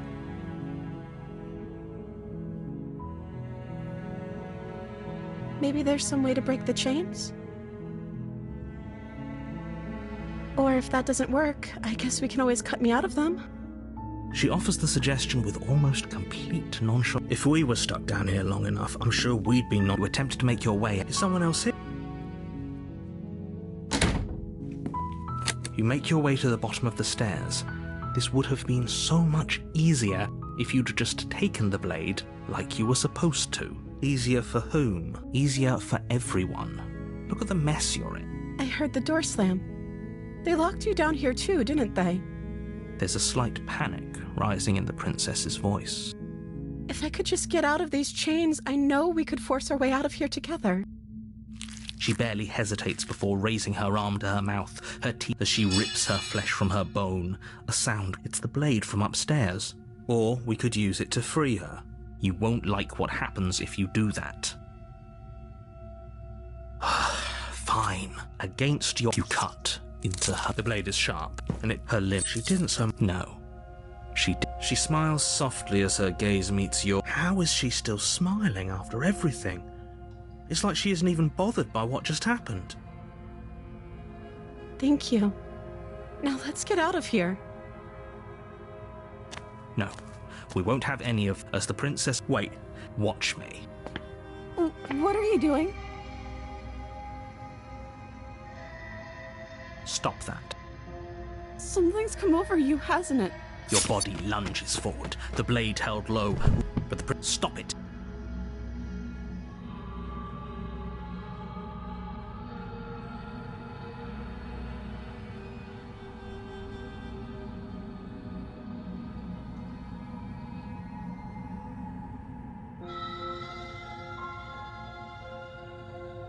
Thank you.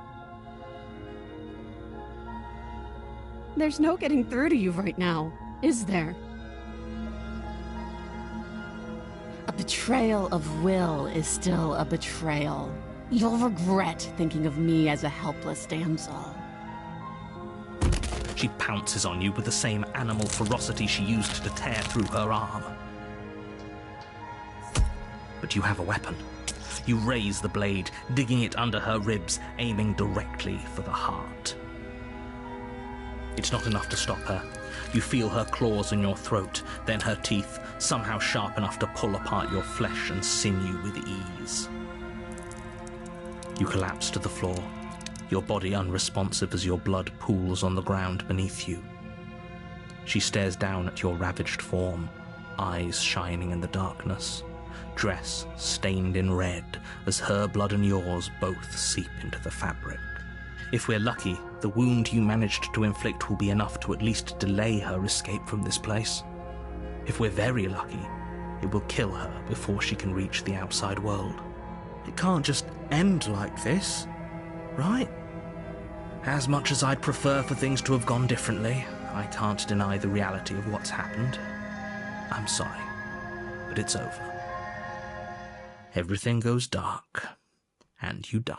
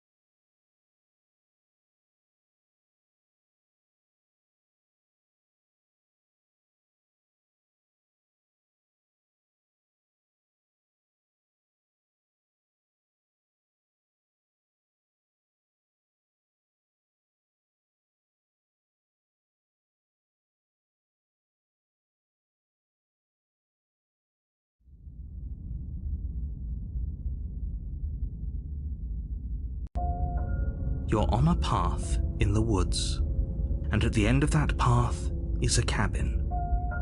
And in the basement of that cabin is a princess. You're here to slay her. If you don't,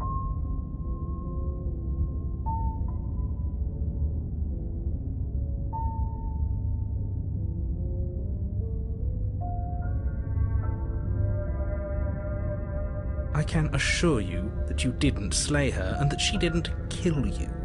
People don't just spring back to life after dying, and the two of us are meeting for the very first. If he doesn't remember what happened, then maybe it's best to keep it that way. Brilliant. We need to keep our cards close to our chest, and I'm not sure we can trust him. You know I can hear you, right? It's going to be a lot harder than you think to keep secrets from me. Did I say I'm not sure we can trust him? Slip of the tongue, bit of the old brain fog. I meant to say that we should probably head over to the cabin and slay that princess. We already know we can't trust her, so let's get on with the show.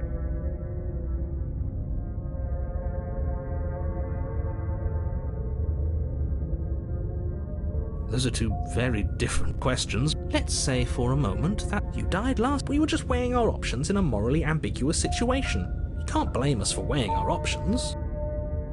I can if you failed to slay the princess, which you apparently did. So great. Congratulations. You've been given another chance to actually do this right. And I believe your other question was something along the lines of, oh, what's the point of doing anything? What do you mean? Of course there weren't any consequences. We were killed by the princess and now everyone's right back where they started. That sounds pretty consequence-free to me. Yes, but in this purely hypothetical, if it's the latter, what do you think happened after? Do you think the people there lived happily ever after? That's a very good point. This princess character seems like a lot of trouble, and if you think about it, actually slaying her probably breaks us out of this cycle, right? We don't want to be stuck here forever, do we? You're laying it on a little thick, aren't you? Laying it on a little thick? What are you talking about? I'm sharing my honest opinions. What matters is that almost everyone seems to be on the same page. So whenever you're ready, you can stop dawdling, get to the cabin, and save the world. Just be quick about it.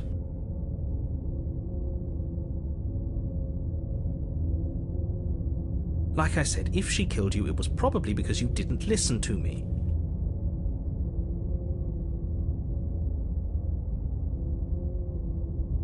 She just can. Believe me, I wish I could tell you more, but you'll just have to trust that what I'm saying is true, and...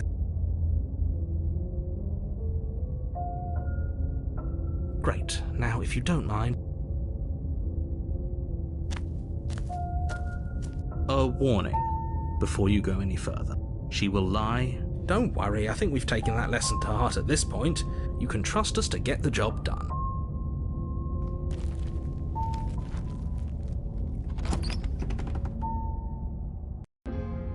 The interior of the cabin is a mess of twisted roots. The walls a chaotic weave of knotted wood that, almost as if by accident, just happened to resemble a room. The floor is damp and earthy, and the only furniture of note is a slab of mud in the shape of a shelf, with a pristine blade perched on its edge. The blade is your implement. You'll need it if you want to do this right.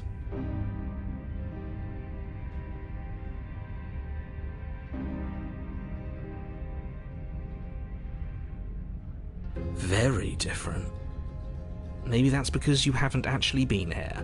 I hope this means you'll finally drop that ridiculous past life nonsense. You haven't died, and you certainly haven't been killed by the princess. So focus up. A lot's riding on this. You take the blade from the shelf. It would be difficult to slay the princess and save the world without a weapon. Well, if we're grabbing a weapon, we should probably keep it hidden behind our backs. She doesn't have to know we have it. That's not actually a bad idea.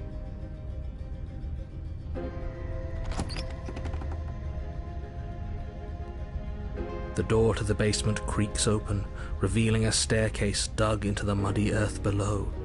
The ceiling is thick with roots that hang like locks of tangled hair.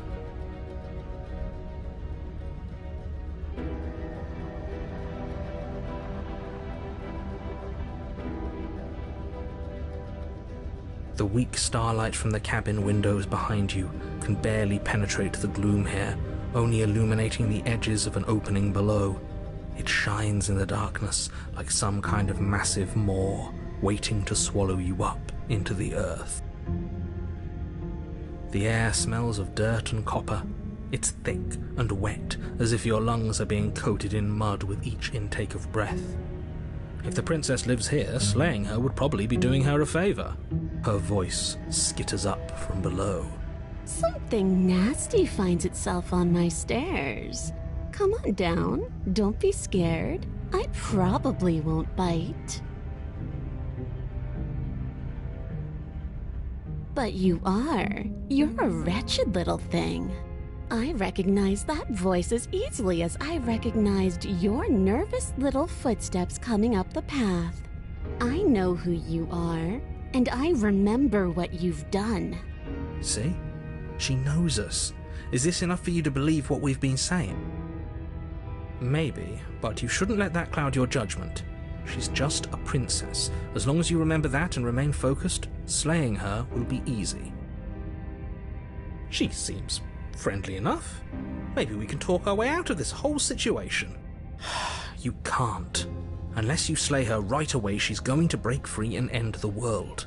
There's no reasoning with what she is. Look, I'm just throwing ideas out there.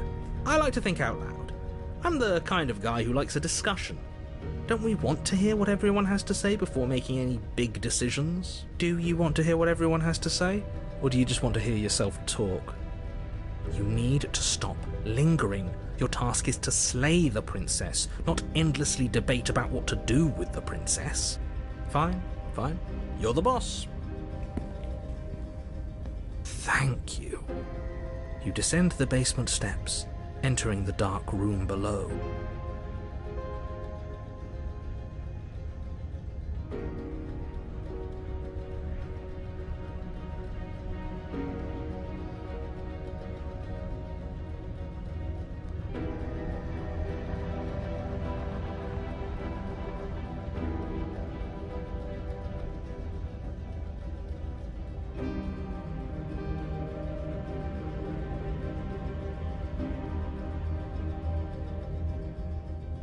You can just make out the shape of the princess in the gloom.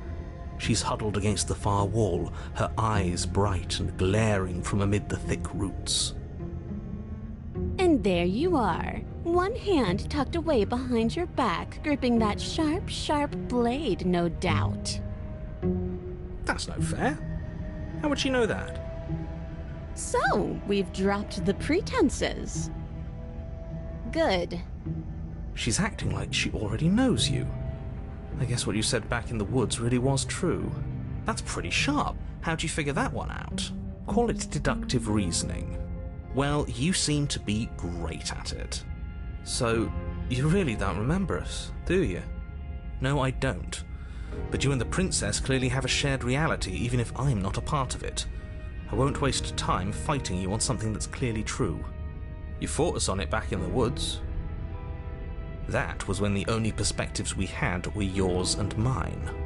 I'm just glad we could put all this behind us. Is it all behind us? Just focus on the task at hand. I don't care if you've been here before, and I don't care if you think you'll go somewhere else after this. My world is on the line right now, so I'd appreciate it if you would take this seriously and slay her. Let's chat her up a bit first. Maybe we can find a middle ground where everyone's happy. Don't talk to her. You're just going to make things more difficult than they have to be. Well, I seem to remember you having a tongue.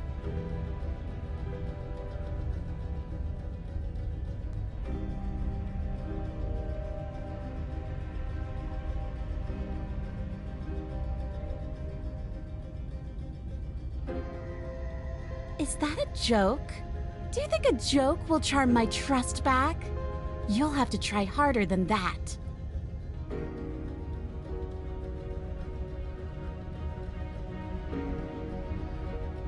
Ooh, smart. Let's apologize, get us back on the right foot. The only mistake I ever made was thinking you would help me. And I'm not going to make the same mistake twice. Well, that leaves us at a stalemate. But unfortunately, I need you if I'm ever going to leave this place.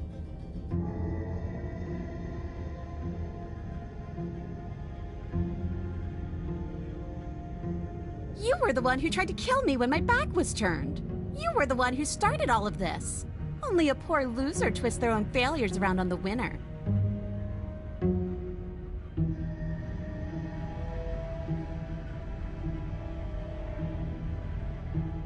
Oh, of course. They're nothing to me. The princess grins as the chains fall from her wrist.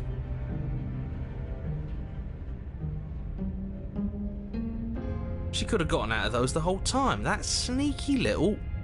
A woman after my own heart, really. She knows how to hold her cards close to her chest. This is why she can't just be abandoned here. If left to her own devices, she'll find a way out. Now stop her.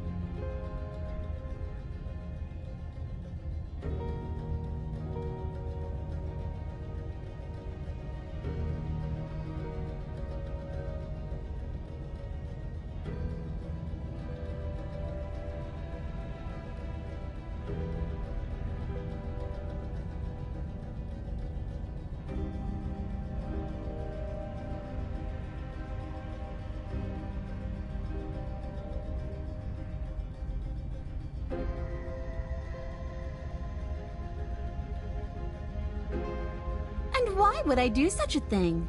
Is someone's guilty conscience getting to them? But I wouldn't worry.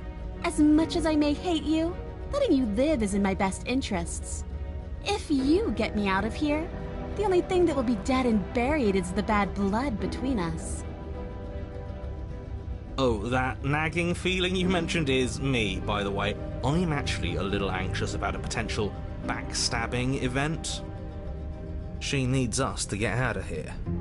We'll be fine if that's what we decide to do. You won't be fine because destruction is in her nature. If she gets out of here, that's it for the world, remember? Even if that's true, that doesn't automatically mean she's going to stab us in the back.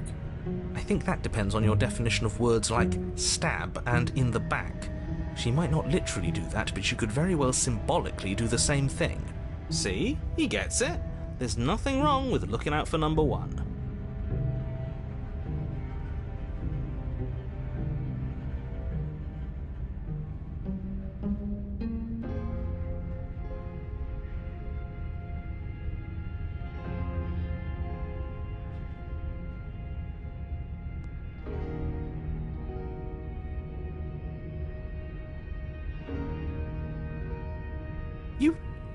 You can't be serious. Now, hold on. We should put this to a vote. The blade is one of our most valuable assets. We can't just give it to her. What if she uses it to kill us? I vote no. As do I. I abstain? You abstain? She's going to kill us if we give it to her.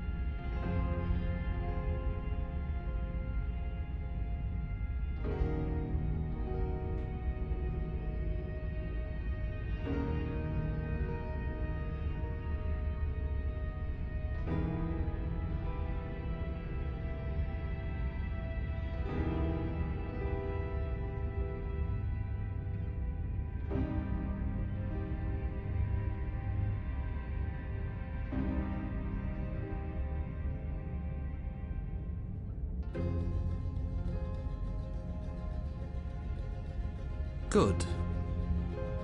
Oh, have you decided to rescind your gesture? I wouldn't trust me with it either.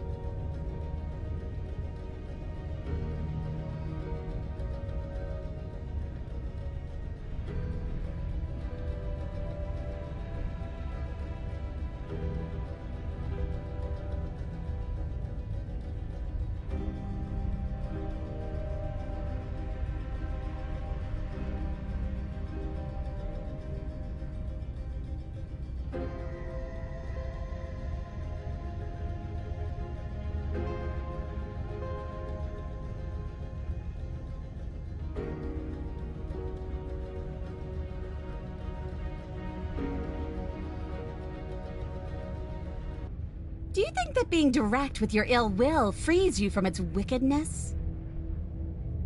Murder and betrayal are still murder and betrayal, whether you state your intentions or keep them hidden behind your back. See, this is why we never tell people what we're actually thinking. She's just as mad, only now she's ready for us. Still, better a violent fool than a plotting coward. Better for me, I mean. As you close the distance, readying your strike, she throws a fistful of dirt into your eyes. You must have known I would be ready for you. Deep in your heart, you know the same things about me I know about you. We're both so very awful. As you brush the silt from your eyes, the princess tackles you, flattening you against the dirt floor. We were always going to kill each other here, weren't we? I can't trust you, and you can't trust me, and those doubts spin and spin and spin into hate. She buries her teeth deep into your chest, tearing it. Great, she's distracted. Stab her in the back. In for a penny, right? Why not? As the princess rips meat from bone, you plunge your weapon into her unprotected back. Ha, you bastard! Even face to face, you find a way to stab me in the back. I know you, and you're hideous, absolutely wretched. Just like me. Maybe we are the same. So what? Throw her off us. Kick her in the shins. We don't have to fight so dirty.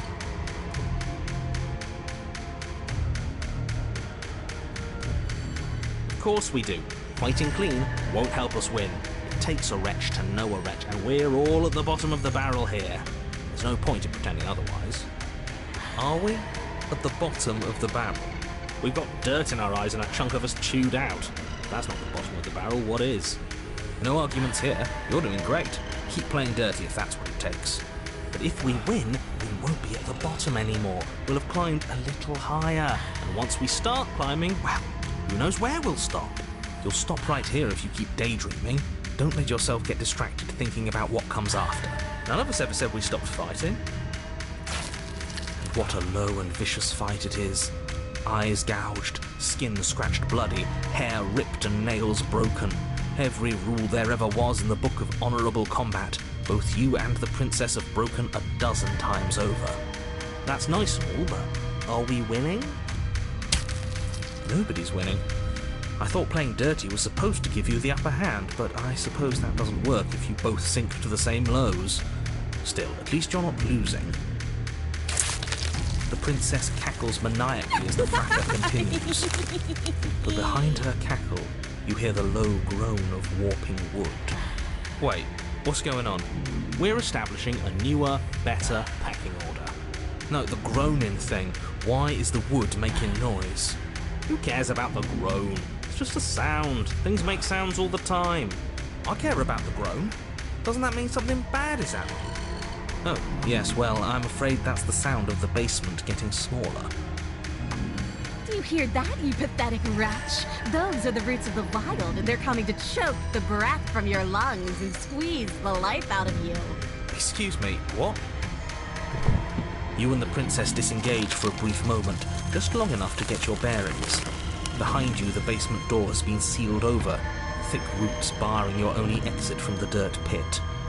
And slowly, but very perceptibly, the roots are closing in on you both. That's right. They're coming for you. And they won't stop until there's nothing left down here but them.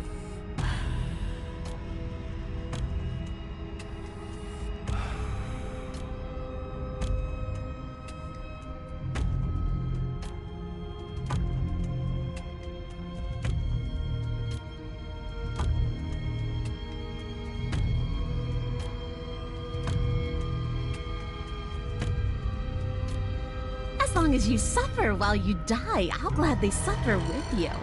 Especially if I get to see it happen. This doesn't help anyone. I can't believe she'd kill us both just to spite me.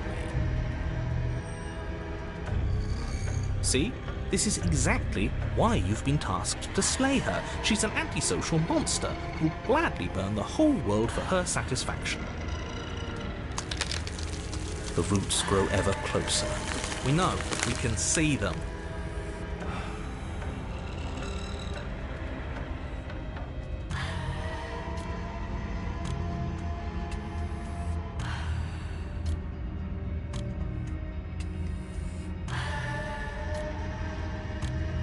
Too little, too late.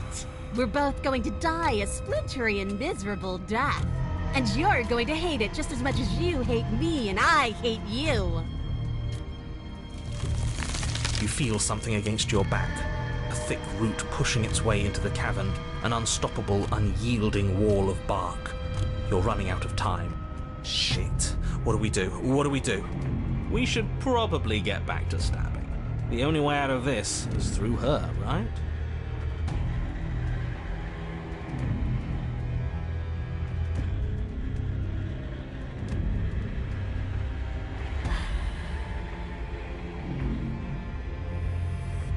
But we are animals. We are. You're nothing but fear and instinct, and that's all I am, too. We don't have to make things better. We can't make things better. We're just meant to chase each other in the dark until one of us catches the other. And then we'll do it again and again and again.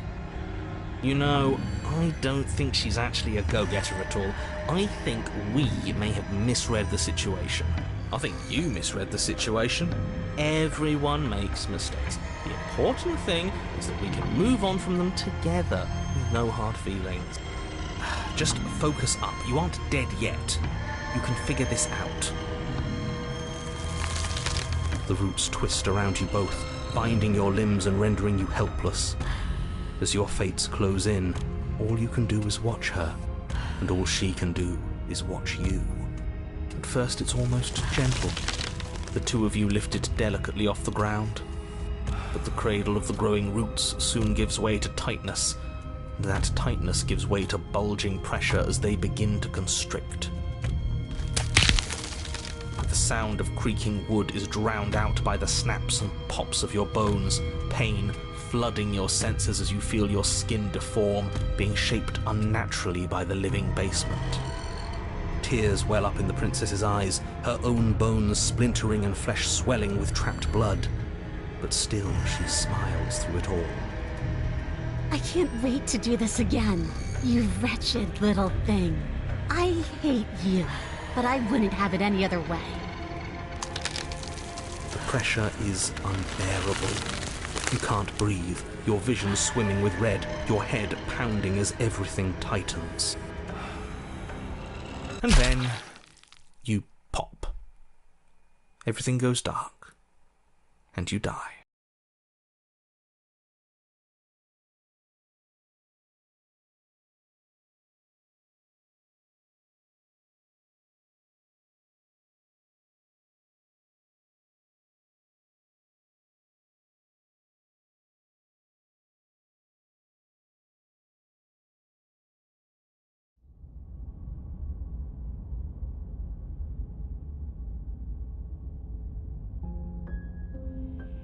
We are a path in the woods. We have no beginning, and we have no end, but something cold and unnatural sits watching us from just beyond our edge. His gaze pushes against our borders, curling them in on themselves, preventing them from stretching to the places they need to reach. No, that's all wrong. You're not a path in the woods, you're on a path in the woods. Who's even saying that? That's not the princess, is it? Oh no. How many times have you been here? I think this is our third? That's bad. That's very, very bad. It wasn't even supposed to reach 2. If you're at 3, well, No wonder things aren't the way they're supposed to be. Let's get our facts straight. What happened last time? What could you have possibly done for things to be like this? The thing that sits beyond our edge speaks his logic into us. He tries to grasp at things that cannot be grasped. He tries to stare with wide pupils at that which can only be held from the corner of the eye or with a passing glance. Shut up. The rest of you, talk. What happened? What did you do? There's no reason to keep secrets. We tried fighting her, and then she made the cabin itself come to life and squished us into paste. All that unfairness. What if it was just pushing us in the right direction? Helping us become this? It's almost worth being squished by a cabin. It was a fitting end. I'm sorry if it hurt, but doesn't this make it all seem so small? I see. So the cabin ground you into paste, and now you're convinced you're stuck together. What a mess. He doesn't understand. We aren't convinced of anything, and we aren't stuck together. We're one. This is how we're supposed to be. Can't you feel it?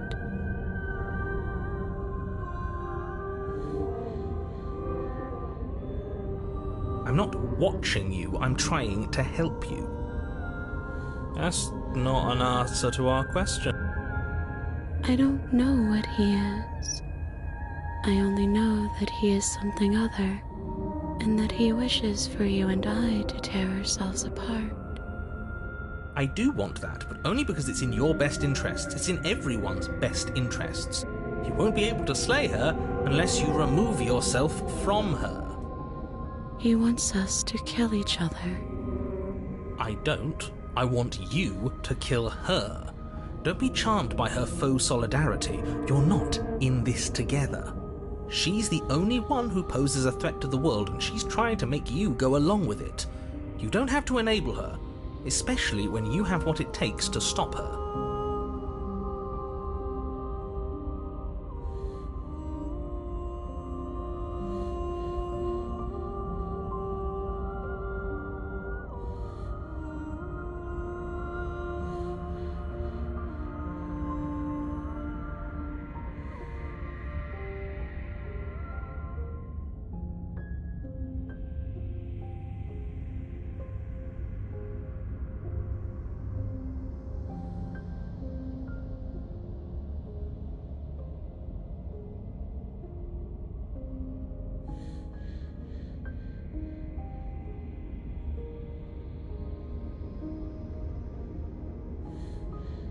We push back. It may feel like he's everywhere, but presence isn't strength. Otherwise, he would have torn us apart by now. There must be a crack in the walls of this prison. There must be a way for us to be free from him. She's trying to use you. After everything she's done, you should be able to see that. I may not have been around to witness it, but clearly you remember what happened. How about you try remembering how it all felt?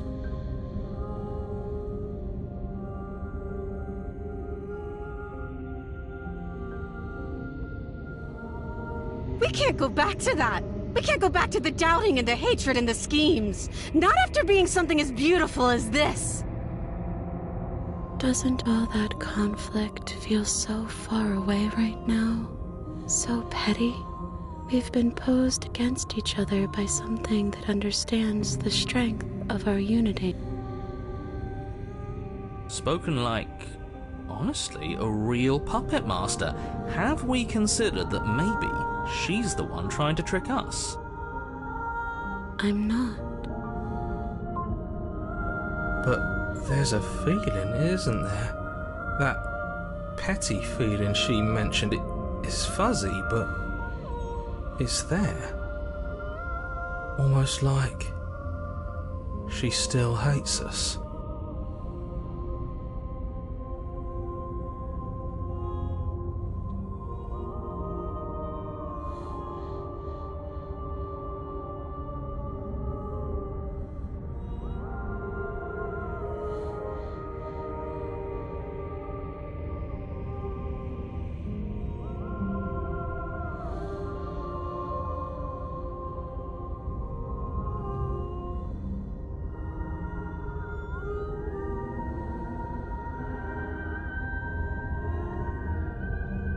It feels mutual.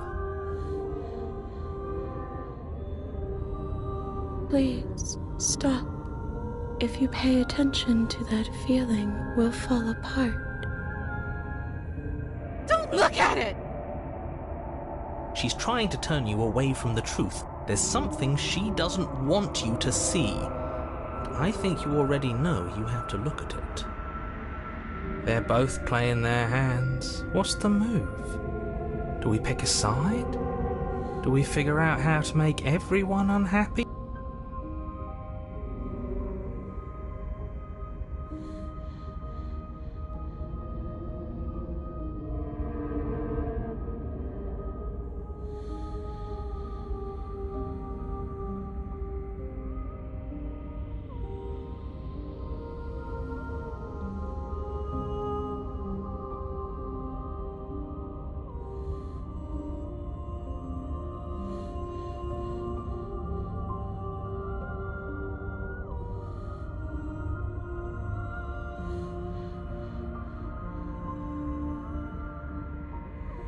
Please, don't make us remember how we were.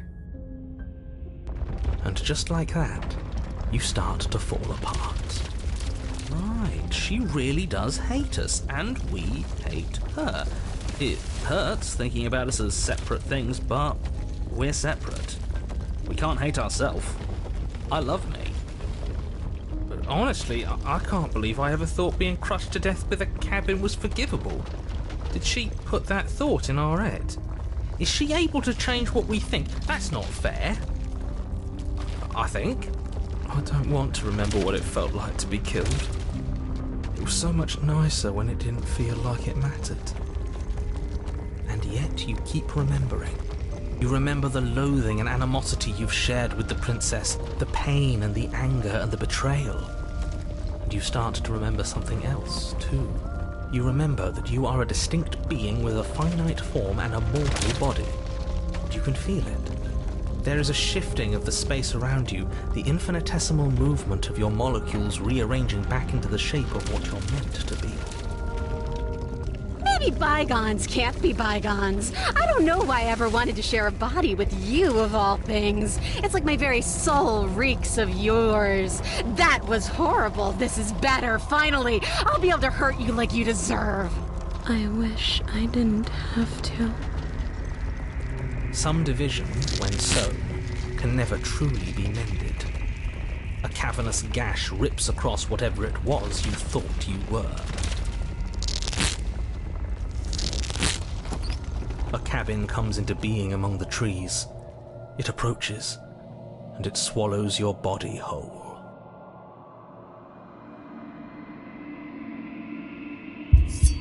And then you find yourself, blade in hand, exactly where you need to be. At the center of it all is the princess, a wooden and fleshy heart beating with an unbroken rhythm. You're filled with a sense of purpose. Strike at her. End this once and for all. Kill me then, if you hate me so much. Just get it over with. Well, this should be easy. If you're sure about it. I mean, what's the point of being king of the hill if there's no one around to be better than? We'd just be sitting on a hill. This hardly seems fair to anyone. It's an easy win if we want it, but I'm not sure whose win it is. Do we have to do this? You have to. You know you have to.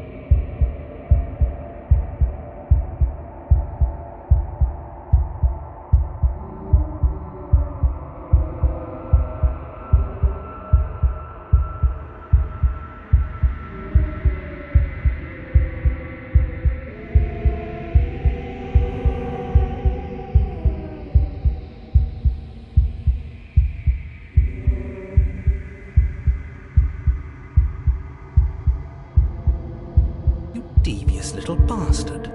If you think I'm going to let you free her, you have another thing coming. I know a bluff when I see one. He can use words, sure, but he doesn't have any real power. I'm not bluffing. You won't be so smug when it happens. He's weak. thinks he can boss us around when he doesn't have any authority. We're clearly the ones with authority around here, so we can do whatever we like. You're tired, aren't you? No, I'm not. I'm... fine. Whatever. Cut the princess down from the roots that bind her. I hope you're happy. Good luck getting her out of here. I didn't think you would do that after everything. It's so cold without you.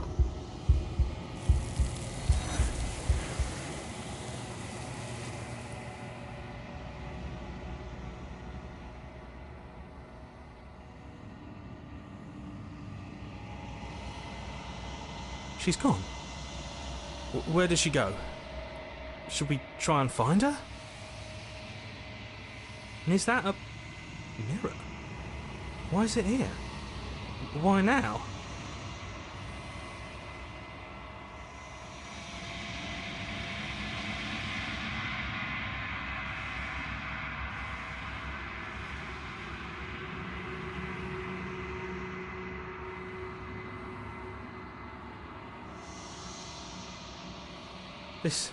This doesn't feel right. It feels different. Final. It's going to do something to us. I can feel it. If they think it's bad, I'm with them.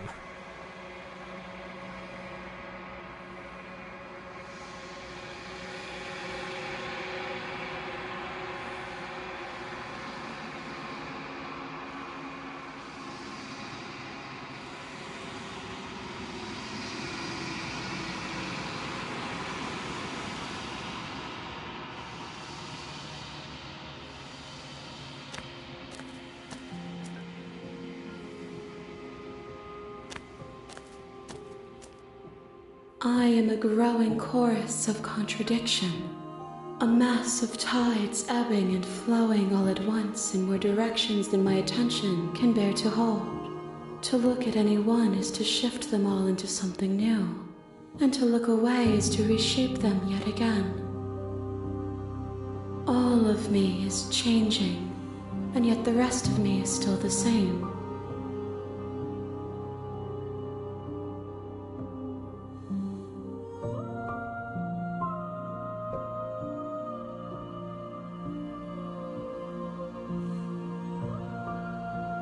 It changes me, but it doesn't make me worse, nor does it make me care for you any less. Does it make you worse? Do you resent me?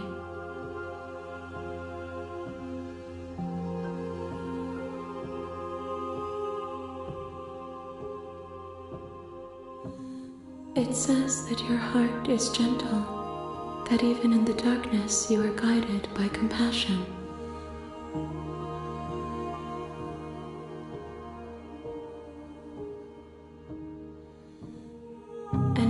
My waters flow and my streets bustle. There are no words that can describe me into non-existence. There is no logic that can bind my multitudes. I am everything that you have known me to be, but I am also none of it.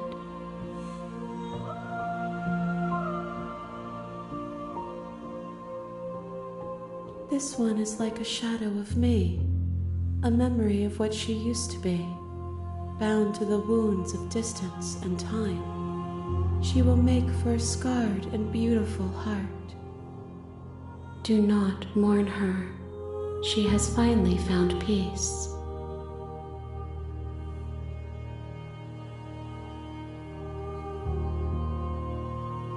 As easily as you can stand to be you.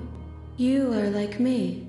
Even if you have chosen not to look at the corners of you that do not fit, even if you have chosen to ignore the brilliant contours of your soul.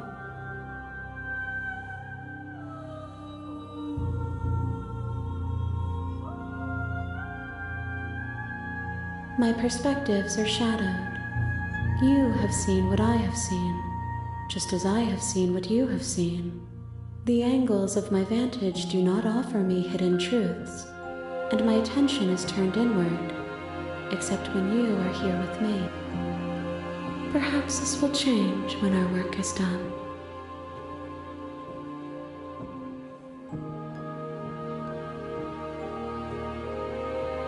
The desires of my multitude thrive in endless competition with themselves, but none of them rise above their dance to influence me. I yearn for what I have always yearned for, our awakening. Other desires shrink in the light of knowing you and knowing me.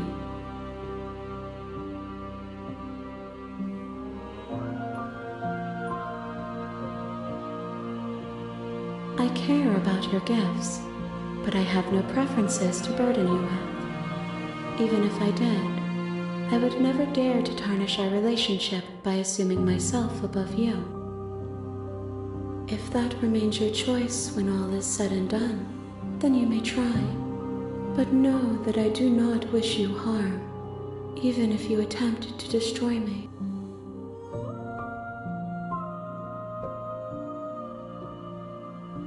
The tides do not dictate where they are pulled. A river does not dictate its outlets.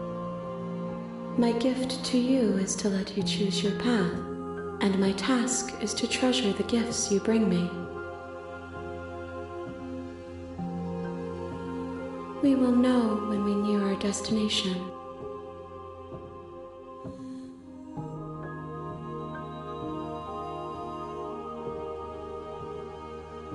I will be here when it is time for us to meet again.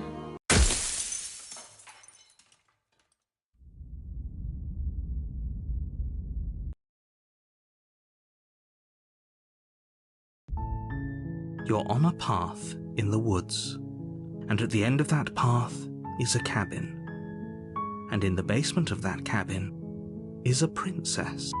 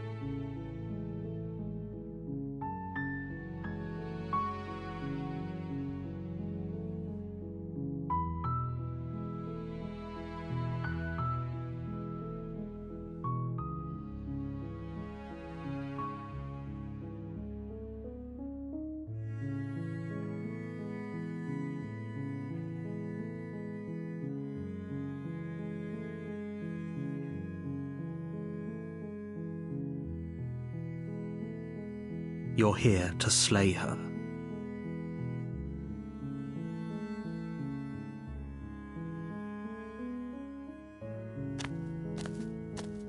You make your way up the We're not going to go through with this, right? Ignore him.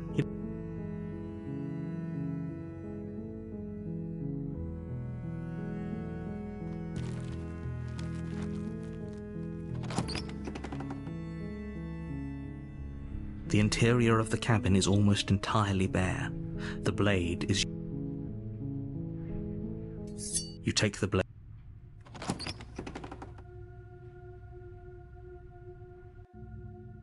The door to the basement creaks open, her voice carries. Who's there?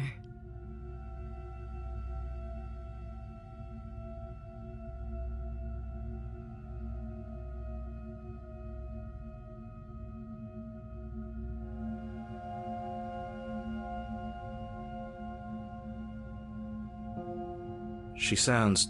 Don't let it fool you.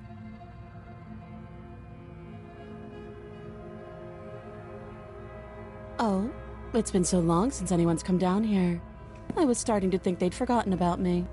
You walk down the stairs and lock eyes. She's so coldly beautiful. Focus on the task at hand.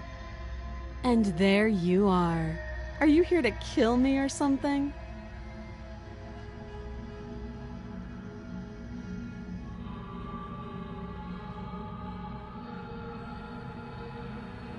Then drop the knife. We should. It'll go a long way to building trust with her. Don't you dare. It's fine. We can decide what we want to do after we talk to her. Maybe she really is a monster, but killing someone in cold blood isn't very becoming of us.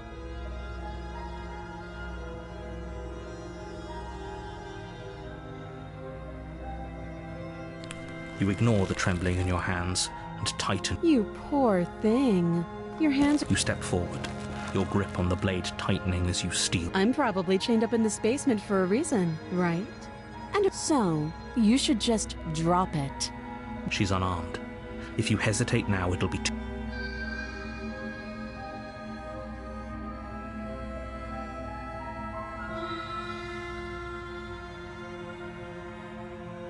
You're so close. No, this is a good idea.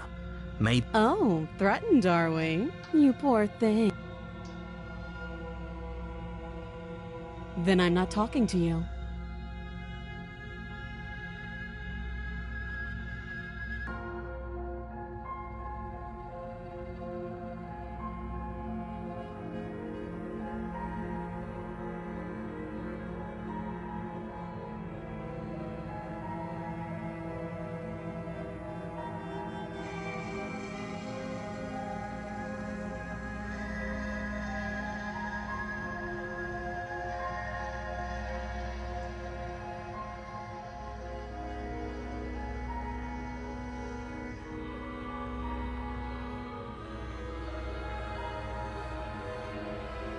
You stare at the princess, squinting. She squints back. The two of you are going to do this forever, aren't you?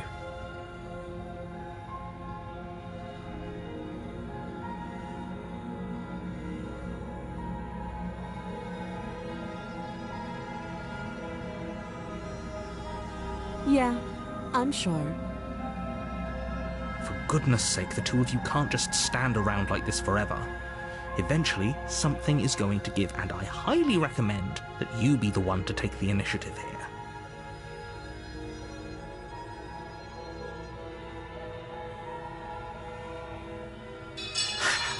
The blade tumbles out of your trembling hands and drops to the floor with an unceremonious... Thank you. Maybe now we can just... talk. Against your better judgment, we'll be fine. I don't know what you're hoping to accomplish here, but I can... So here we are. What an awkward start to a relationship.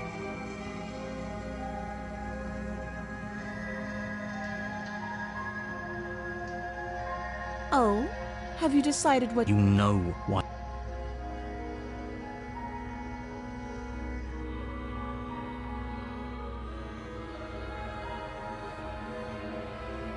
You have to be. You walk up to the chains binding their large and heavy, far too... I'm guessing you don't have the key.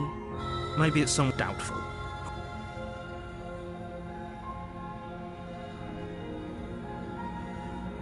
Well, you... She speaks with all... If we were stuck down here for long enough, I'm sure you attempt... Is someone else here?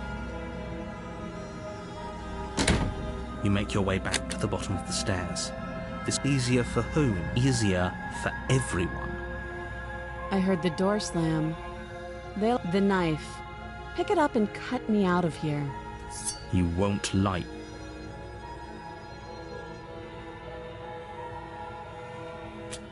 You cut into her. She didn't so much as utter a... How is she so Thank you. Now let's get out of here. No, we won't have any of that. The stakes are too... As the princess approaches the bottom stair, your body... Wait, this isn't fair. You can't watch me.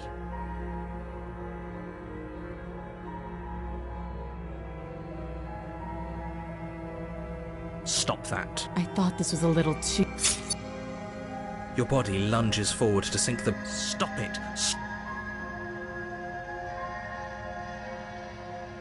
Thank you. You swing your arm towards her throat, the blade singing through the air.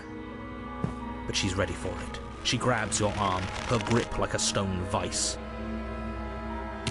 You drop the blade, pathetically. She lets go, and faster than you can react, rears back and hits you with a bone-shattering haymaker. There's a ringing in your ears. You're fairly certain you can feel bone grinding against bone where she fractured your jaw, but your body isn't allowing you to feel much right now, adrenaline coursing through your system and numbing your nerves. You fall to your knees. You're barely able to bring your trembling arms up to defend yourself before she hits you again. Every blow is as punishing as the first. You feel bones shatter with every impact, unknown ruptures blossoming with blood somewhere inside of you. You poor thing. I'll go ahead and put you out of your misery. She places a confident heel on your chest and pushes you down to the ground. Her knee falls to your throat, your windpipe crushed beneath a weight you didn't think her slight form could possibly possess. It can't just end like this, right? I'm sorry, but it's over. Everything goes dark, and you die.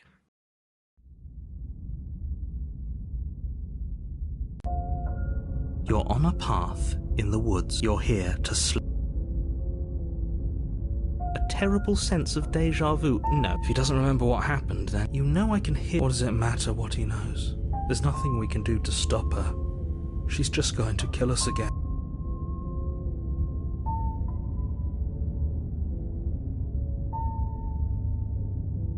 She is not going to kill you unless you let her. But slaying the princess and saving the world is going to be much more difficult than it has to be if you spend the whole time second-guessing yourself.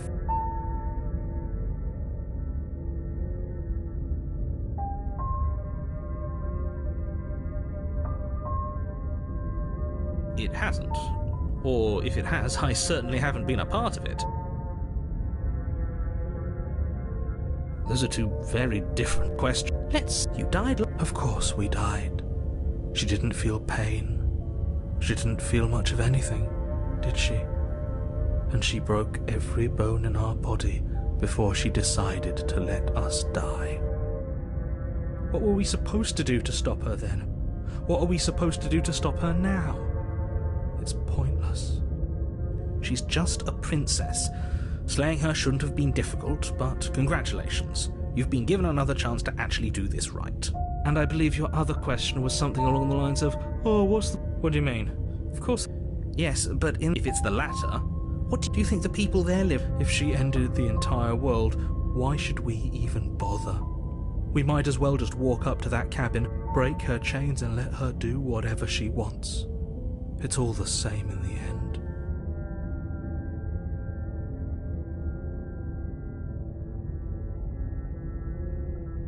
Just because she's capable of ending the world doesn't mean you're not capable of slaying her. Both of those things can be true at the same time. So chin up. I believe in you.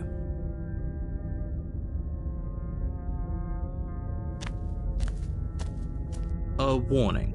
Before she will lie. We might as well just pledge ourselves to her and stop pretending we're capable of doing anything in this situation. She probably doesn't even need to try to overpower us.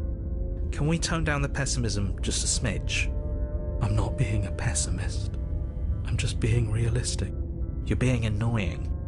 Just ignore their bickering, and whatever you do, don't pledge yourself to her. I cannot stress enough how absolutely catastrophic that would be for everyone, yourself included. I agree. If she's wrongfully imprisoned, then we should rescue her, but if he's telling the truth, we shouldn't just hand her the world on a silver platter.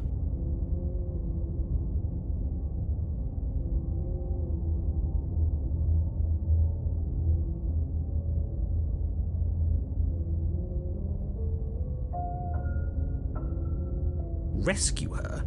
Given the stakes of the situation, there isn't really a difference between rescuing her and pledging yourself to her. Either would be terrible.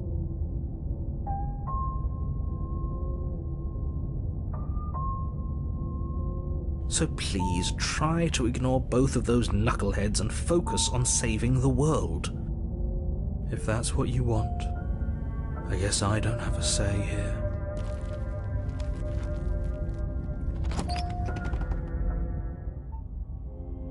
The interior of the cabin is larger and more grandiose than its humble exterior would suggest.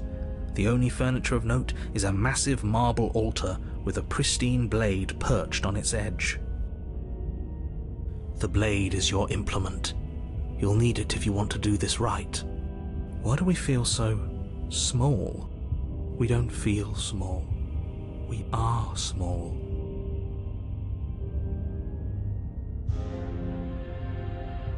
Maybe that's because you have...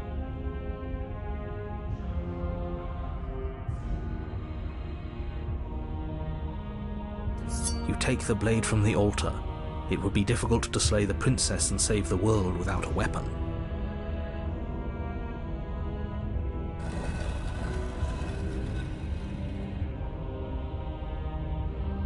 The door to the basement creaks open, revealing a spiral staircase. Its steps almost as deep as you are tall. The smell of incense drifts up from below. For a moment, you almost feel at ease. This is actually kind of nice. It's still a stone basement. If the princess lives here, slaying her is probably doing her a favor. Her booming voice rolls up the stairs. Is that a guest I hear? Don't linger on the stairs. Come down and witness me. You weren't kidding when you said it was booming. She wasn't like this last time. We need to get down there. She wants us to see her. We need to see her. Should we be worried about your sudden change in attitude? Just a few minutes ago you were going on about how pointless everything was. Now you want to go down there. It doesn't matter what that little voice says.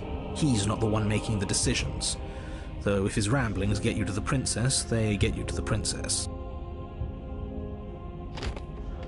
Making your way down the spiral staircase is a time-consuming and exhausting effort, every step requiring you to clamber over one edge before dropping to the next. But soon the end comes into view, and you tumble to the bottom, entering the vast, temple-like room beyond. The princess towers over you, almost glowing in the weak starlight, her figure framed by a stained glass window.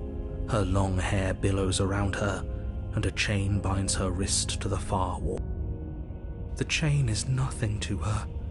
It might as well be a toy for all the good it would do. I told you it was pointless to resist her. The little bird has returned to me. I wonder what he wants. You brought that knife again, even though you know it's useless. Such charming audacity. Drop it.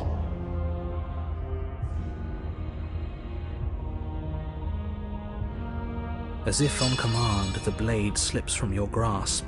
It clatters uselessly to the floor. But we didn't drop it. We decided to grip it tighter, remember? Are you really just going to let that happen to us? I have a duty to report facts as facts, and the fact is that you dropped the blade. Of course we dropped it. She's so much more than us. You wouldn't understand what it feels like to be in her presence. Oh, I understand what's going on, and you'd better snap yourself out of it. Kneel. Oh, are you still trying to defy me? I said kneel. Your legs buckle, and your knees hit the floor. That's my good little bird. Now, why don't we talk? The last time we met, you couldn't even scratch me. And yet here you are again, trying to succeed where you've already catastrophically failed. What draws you back here beyond the empty halls of death? Speak! The last time we met? I suppose that lends credence to our conversation in the woods. Still, whatever you do, don't tell her why you're here. It's best not to give her any ideas.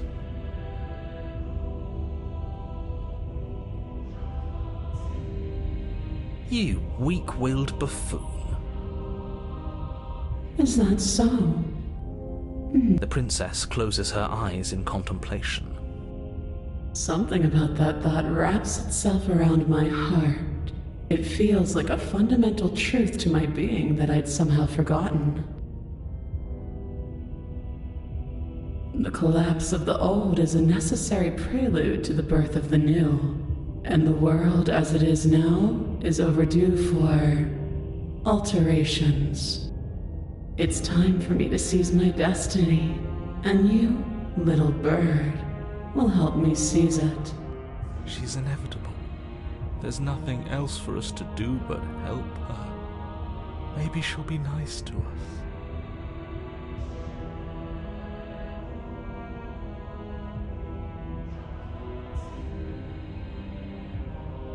This isn't about desire. This is about what I am. And I have little interest in discussing destiny with one that cannot see the divine truth that shines in my heart.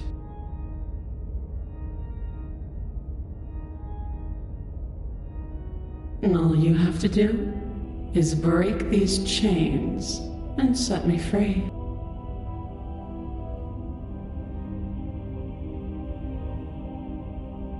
Don't be rude. Of course she can. It's not rude to question someone who's apparently trying to end the world. That's exactly why it's rude. We should know our place. I can, easily. But that isn't what I want to do. The story of a terrible and bountiful God unbounded of her own will is no story at all. It's not worthy of everything I am, or everything I'm bound to become. It isn't even worthy of what I was. The destruction in Genesis that's to follow in my wake is deserving of a song that can echo for eternity. The song of you, being so struck by my glory, so overwhelmed by what I am, that you feel you must deliver me into the world. And from your act of utter devotion and submission springs a new dawn, a better dawn. Submit now, submit later. It makes no difference. Because in the end, no matter how vainly you struggle against me, my will triumphs over yours.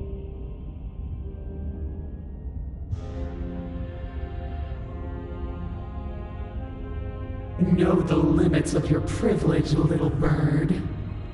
There's an empty place at my side for you to fill, if you'll have it. But it is not a place for an equal. It is a place for something worthy to be kept. A priest, perhaps, or a pet.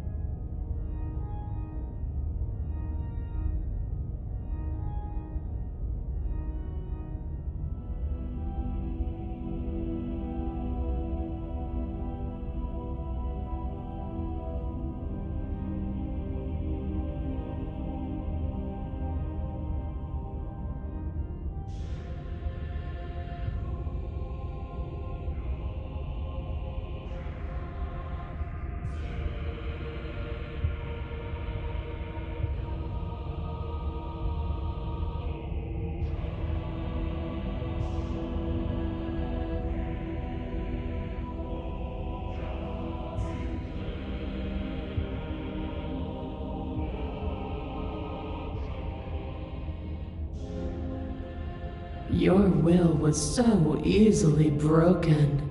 Am I that magnificent? All you need to do now is break my chains. If this is what you want, then I guess there's not much else for me to say. No, you can't just give in to her. Not when the stakes are so high. Not when you're so close. I won't let you do this. There's still something in the way. A greasy film inside of you where it doesn't belong, trying to conceal you from me. Is that a person? No, it used to be a person. It's something different now. An echo. Is she talking about you? That's impossible. She's not supposed to be able to interact with me. You're a small one, aren't you? A shriveling little worm stretched beyond its limits, trying to control things that it can't understand. No. What are you talking about? I don't care what you are. You're mine.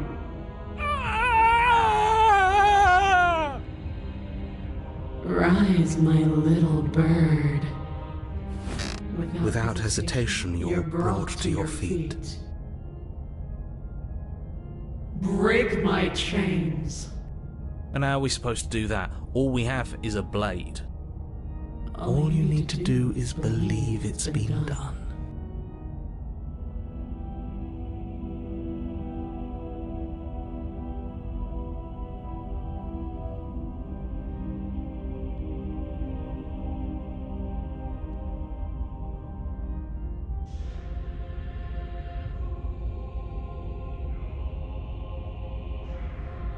You poor, wretched little thing. You already do believe. You've always believed. All you have to do is open the last door to your heart. It's easy. And once you let her in, you'll be safe and free forever. Please don't do this.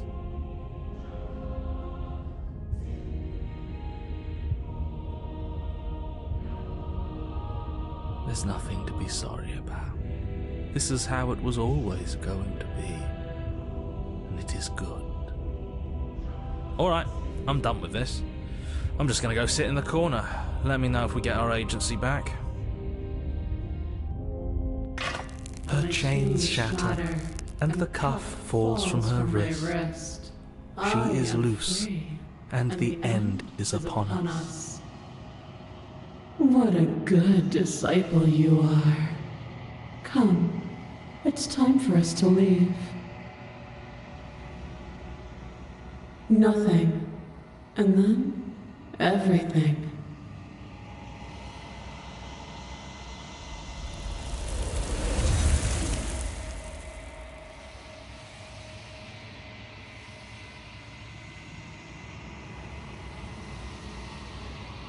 She's gone. And is that a... This... I don't want to look...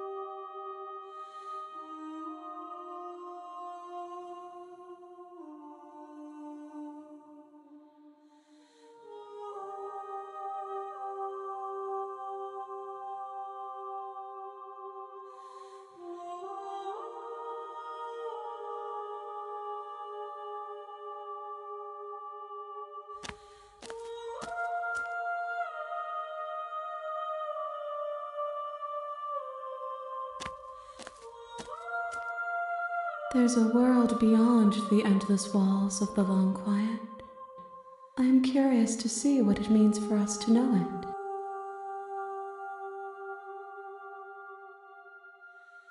it. It doesn't matter if there are. People are too small for us. You and I are the only things that interest me.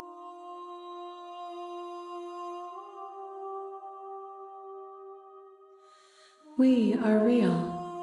Nothing is an idea that dwells in the absence of something, but nothing cannot exist on its own, and because of that, nothing can't exist. This one is dominance, a figure capable of bending everything to her will. She will make for an overwhelming heart. Do not mourn her, for she would not be able to mourn you.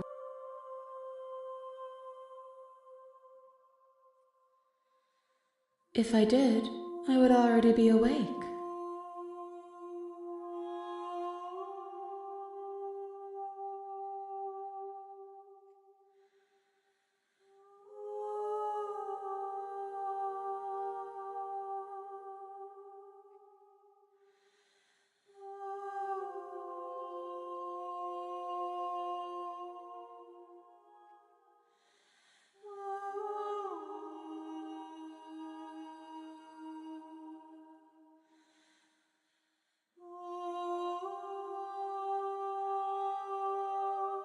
No, their minds are empty, existent, but constantly shifting into something new.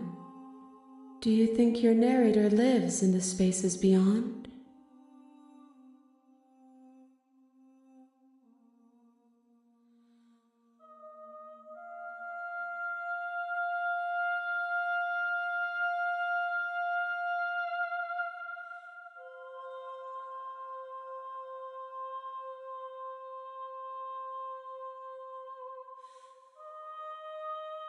There's no need for you to know what you are going to do before you do it. If you find him, remember that I'll be waiting for you on the other side.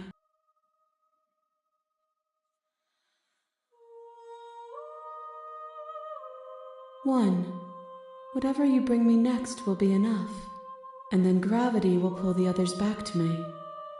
I will be singular, a final multitude.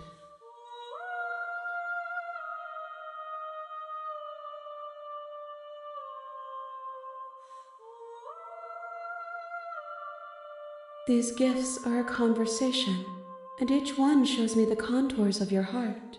The only thing I want to see is what you choose for me when the thread is fully drawn.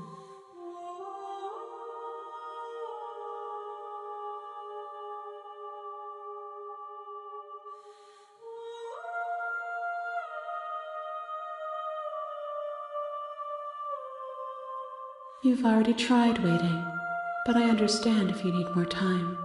I'll wait with you.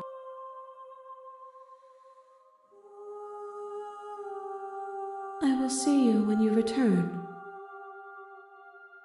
What textures will you weave for yourself to occupy forever? Will you place the images of you and I into a box for safekeeping? If you close that box, will you become another you in another world? An imaginary pattern repeating itself until it can no longer bear the weight of its hand-drawn cage. You'll always come back to the box, because you'll always want to know what it means to be you.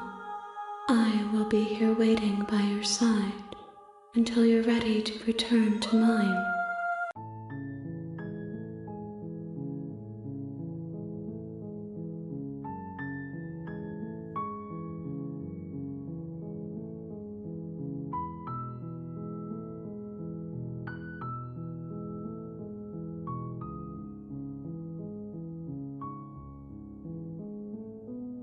I see you have returned to me. Days mean nothing in the maw of forever. I never left your side.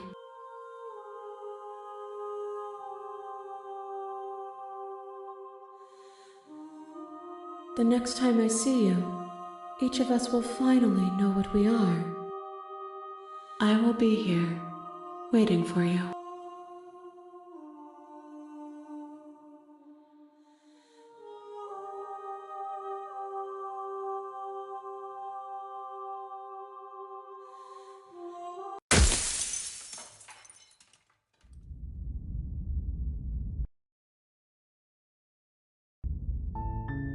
You're on a path in the... You're here.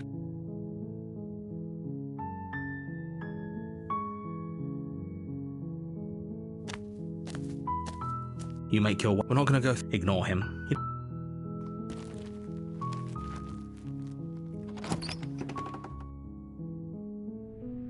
The interior of the cabin is almost entirely bare. The air is stale and musty, and the floor and walls are painted in a fine layer of dust. The only furniture of note is a plain wooden table.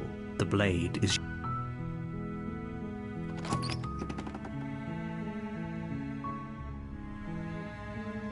The door to her voice Hello? is... Don't let...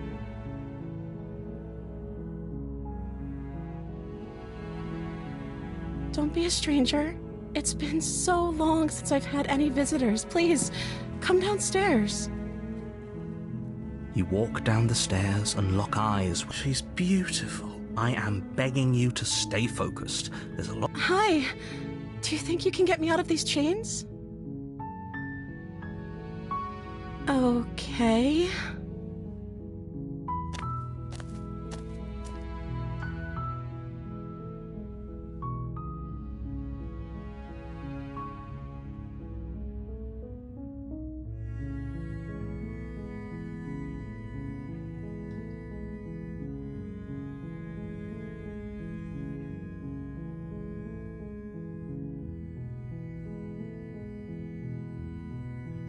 Would everything feel right about you if you were locked away in a hole by yourself for as long as you can remember? Just how long has she been down here? So, did they tell you why I'm supposed to be so dangerous?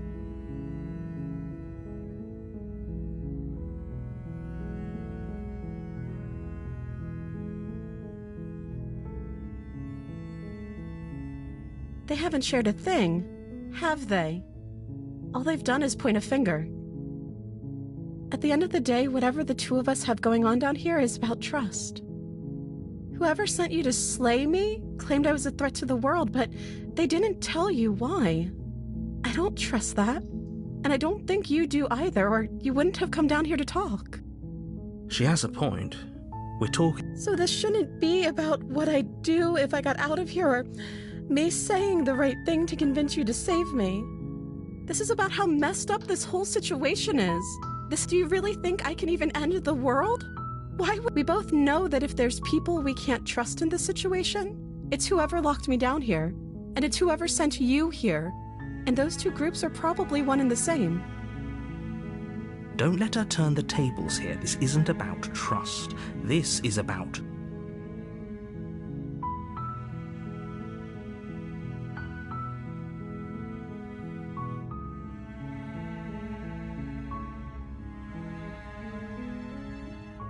That seems like a pretty good compromise. I don't think I could bear being down here that much longer. Leaving her alive is... So I'm the only one who liked that idea. One way or another, I'm going to find a way out of here. It would make it easier for both of us if you'd help. But if you don't, I can promise that you'll regret that decision. You have to make a choice.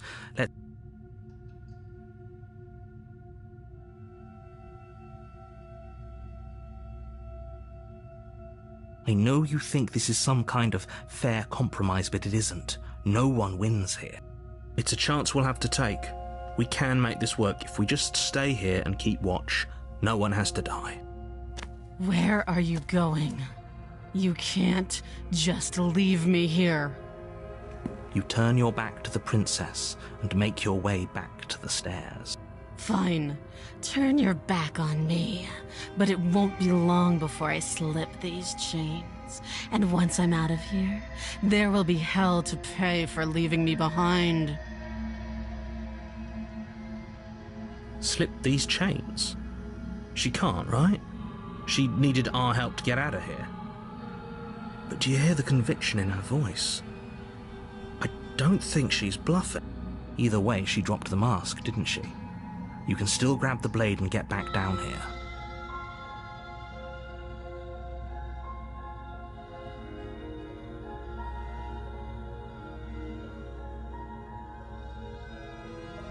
It'll be the death of all of us, but fine.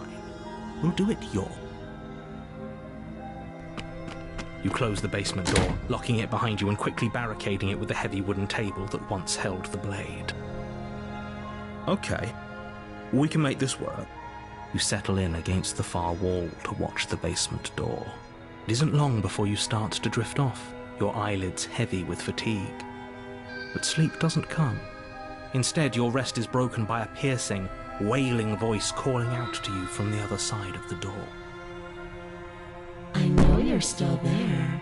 Why don't you make things easier on yourself and let me out? It's not like this little door I'll hold for very long anyways. It's probably a good idea to try to get back on my good side. She sounds terrifying. Like she's less of the princess you saw and more like something out of a nightmare. As she violently rattles the door, you do your best to shut her out of your mind.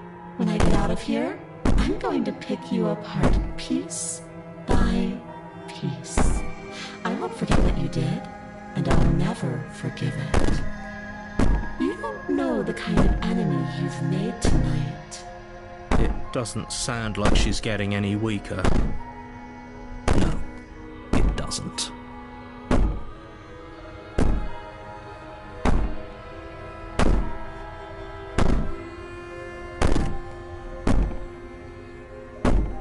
I can be innocent and harmless, if I want to be. Teasing me with fresh air and a chance to finally live freely doesn't inspire me to play nice. You put the princess's threats out of your mind as best you can and huddle up against the wall. You jolt awake in the middle of the night to silence in the cabin. The ruckus has stopped, and the door to the basement is ajar, its lock broken, and the table shoved out of the way. Where is she? Thanks for helping me get out of that awful basement. You try and stumble to your feet, but as the princess draws near, it's as though your body simply stops working. It isn't all at once. The paralysis comes in waves. First your toes go numb, and then your feet, and then your legs. You lie prone on the floor of the cabin, unable to do anything but witness her approach. Whose side are you on? Yours, of course. But I have a duty to uphold the truth. Lying about the facts of the situation doesn't change them. So helpless. I can take my time with you, can't I? She steps closer, one silent footfall at a time, cocking her head in curiosity as you feel your organs shutting down one by one. Or maybe I can't take my time with you. You don't look well. A little green around the gills. What a shame. If you'd only helped me get out of here, we could have done such wonderful things together. Your lungs stop drawing in breath, and your heart freezes in your chest. You have seconds left.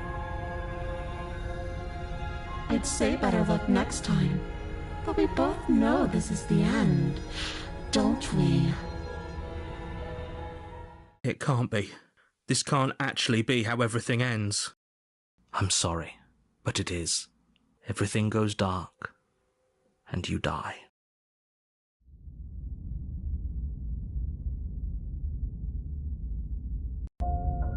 You're on a path in the woods, and at the end of that path is a cabin. And in the basement of that cabin is a princess. You're here to slay her. If you don't, it will be the end of the world.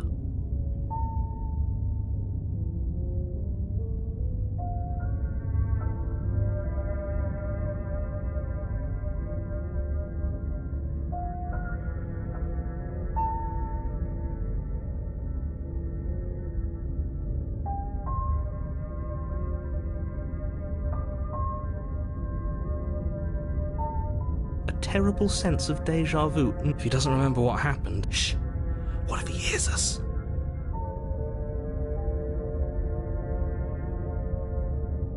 That's a very good question, little voice. What if he does hear you? Shit.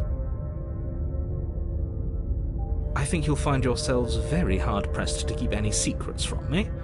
Not that it matters right now, because like I said, this is the first time we've met. Still, I'd rather not get off on the wrong foot. We've a world to save, after all.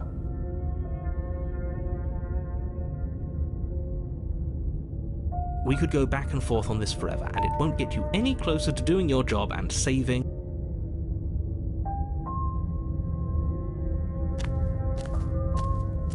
a warning before you go. She will lie. I don't think lying and cheating is her thing. It doesn't matter. Don't trust anyone.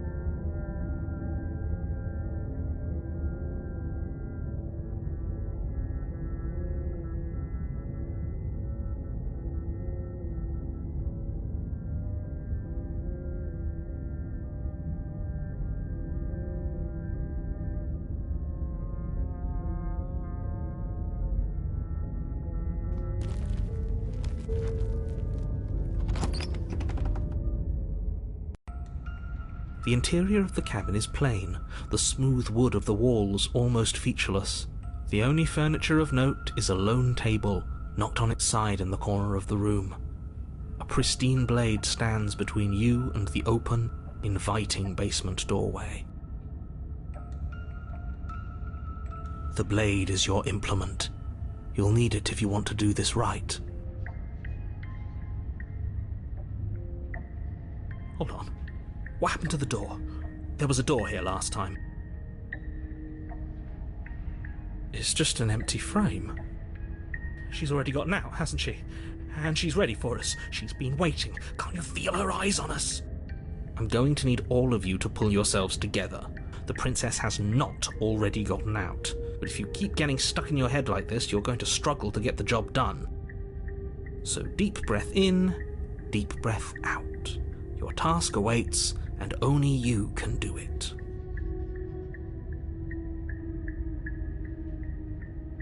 You're right. I was so stuck on the eyes watching us that I didn't even notice it there. What are you two talking about? There isn't a mirror. There's a table, the blade sitting on the floor, and the open doorway leading to the basement. There's nothing else in here. There's definitely a mirror. There isn't. We have to look at it. Unless that's what he wants us to do. And pretending it isn't there is a trick to get us to do exactly what he wants.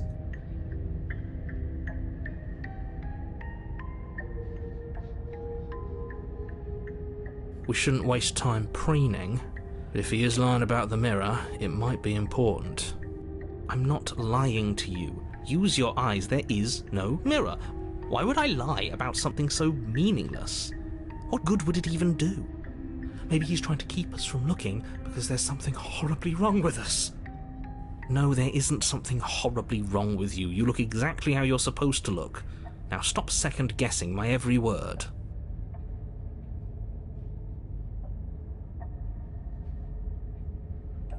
Very different. He changed it, didn't he? It's like he's trying to make us doubt our reality. Calm down. Maybe the three of you just think everything is different because you haven't been here before. Enough of this past life nonsense. You haven't died, you certainly haven't been killed by the princess. So focus up. A lot's riding on this. You walk up to the wall next to the empty basement door frame. It's a wall. This really isn't funny. You reach forward and rub your hand against the cabin wall. Did he make it go away? Clearly there was something in there worth investigating if he wants it hidden so bad.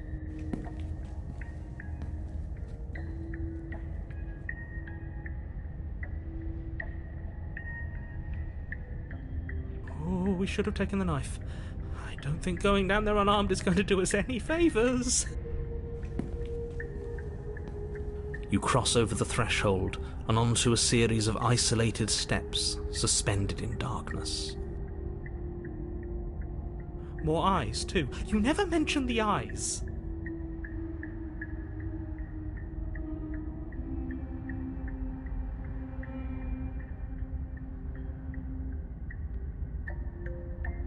The air seeping up from below reminds you of fresh lightning and static, as if you're descending into a place that isn't meant for a creature of flesh and blood.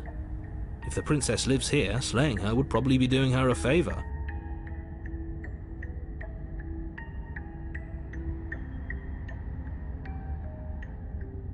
Her cruel and playful voice prances up the stairs. I didn't think you'd come back. We're gonna have a lot of fun, you and I. Okay, we need a game plan. Last time we were here, just being close to her was enough to kill us.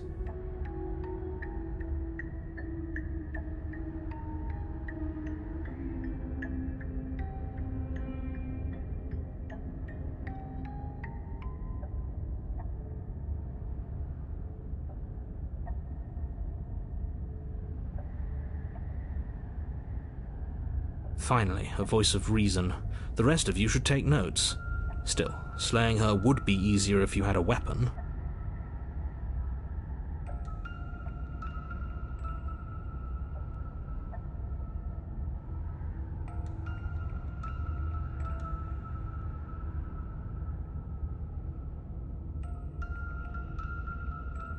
Should we go back for it?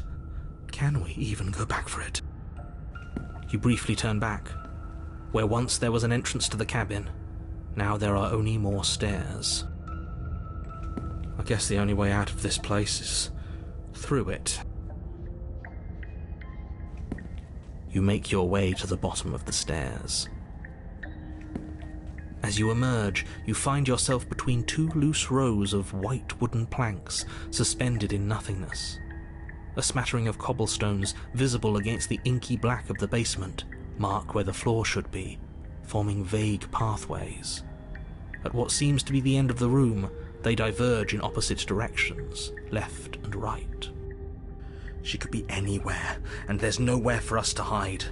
We're completely exposed. Are you really not going to comment on how weird this place is? No, I'm not. We're going to die down here. I don't want to die again. Please stop saying that. You're only going to make things worse. Just pick a direction and start moving. I wouldn't give it too much thought if I were you.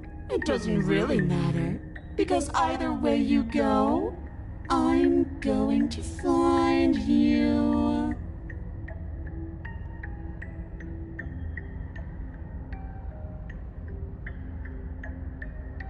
You turn back to the stairs, only to find that they aren't there.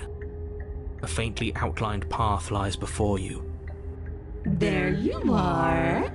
I told you I was going to find you. As the princess approaches, your legs suddenly go numb. Your arms quickly follow. This is it, isn't it? It's almost like you want me to get you. There has to be a way out of this. Think! Think! What did you do? Pull yourself together. She isn't supposed to be like this. I wonder how many times I'll get to play with you before you break. Your vision cuts out as your blood begins to coagulate. It's as if every part of your being is coming to a lurching halt. Heart, lungs, liver, nerves. Heart, lungs, liver, nerves, heart. Your lungs pull in a desperate gulp of air as your eyes shoot back open. Lungs. What are you doing? I'm working. Do you want this body to function, or do you want... And then... Okay, whatever you were doing, please just start doing it again. Are you sure about that? Are you sure that's what you want, or do you want to interrupt me some more? You have seconds left. Yes, I'm sure. Heart, lungs, liver, nerves, heart, lungs, liver, nerves, heart, lungs, liver, nerves. Again, your eyes shoot open as you gasp for breath. Nerves. Can't decide what you want to do, can you? Liver. Oh well, standing there gasping like a fish is more fun than dead, even if you look ridiculous. Lungs. She isn't attacking us. Nerves. Why? Heart. The why doesn't matter. She's already proven her ill intent. Don't lose sight of your mission. Lungs. And how are we supposed to do that? We don't have a weapon. The way out of here is nowhere to be seen. Nerves. That isn't my fault. It doesn't matter whose fault it is, because fighting her isn't an option right now. Then you should get looking, shouldn't you? Heart, lungs, liver, nerves, heart, lungs, liver. Because I don't want to, and even if I did, I don't have to. Look at the way you're struggling to stay alive. It's taking everything you have to keep your heart pumping right now, and I'm enjoying the show. The princess leans forward, bringing her masked lips close to your ear. If I want to see you gone, all I need to do is break your concentration. heart, lungs, liver, nerves, heart, lungs, liver, nerves. She slowly runs her velvet glove across the base of your neck. It feels like static. And then... Shit, make her stop. Hey, snap out of it. Okay, deep breath, we're fine. Heart, lungs, liver, nerves, heart. You're back. Lungs, liver, nerves, heart, lungs, One moment, liver, and nerves, then you're heart, gone. lungs, liver, Just nerves, like heart, that. lungs, liver, nerves, Ah, heart, and lungs, there's the liver, fear. nerves, heart, lungs, She pulls liver, away. Nerves, heart, lungs, But that wouldn't be very fun, now would heart, it? lungs, I've already liver, done that. Nerves, heart, lungs, liver, nerves, heart, lungs, liver, nerves, heart, lungs, liver, nerves, heart, lungs, liver, nerves, heart, lungs, liver, nerves, heart. I am what I am. Nerves, It's not my fault that you lungs, can't handle being nerves, around me. Heart, lungs, liver, nerves, heart, lungs, liver, nerves, heart, lungs, liver, nerves. Would you look at that? You're suggesting exactly what I want. Somebody's ahead of the curve. Lungs, liver, I tried to leave while you suffocated, but that stupid cabin wouldn't let me. liver, So I started to drag your body out with me, and then... nerves, heart, lungs, liver, Well, nerves, you died before I could get to the door. And then I was here, and now you're here too. nerves, heart, lungs. I don't think I can live without you. And dead doesn't count. And as much as I love what we have going on, I have bigger plans than tormenting one poor little creature forever. I want to leave. Nerves, heart, lungs, liver, nerves, heart, lungs, liver, nerves, heart, lungs, liver, nerves, heart, lungs, liver, nerves, heart, lungs, liver, nerves, heart, lungs, liver, nerves, heart, lungs, liver, nerves, heart, lungs, liver, nerves, heart. What? No! Nerves, heart. I knew you'd come around. Oh, this is going to be so wonderful. No, I'm not going to let this happen. Before you can utter another word, your body stops moving, and, Do you think you can just wrest control away from us? This body's barely functioning as it is. Doesn't the world end if we fail to stop her? Won't letting us die here just make it end faster? shit.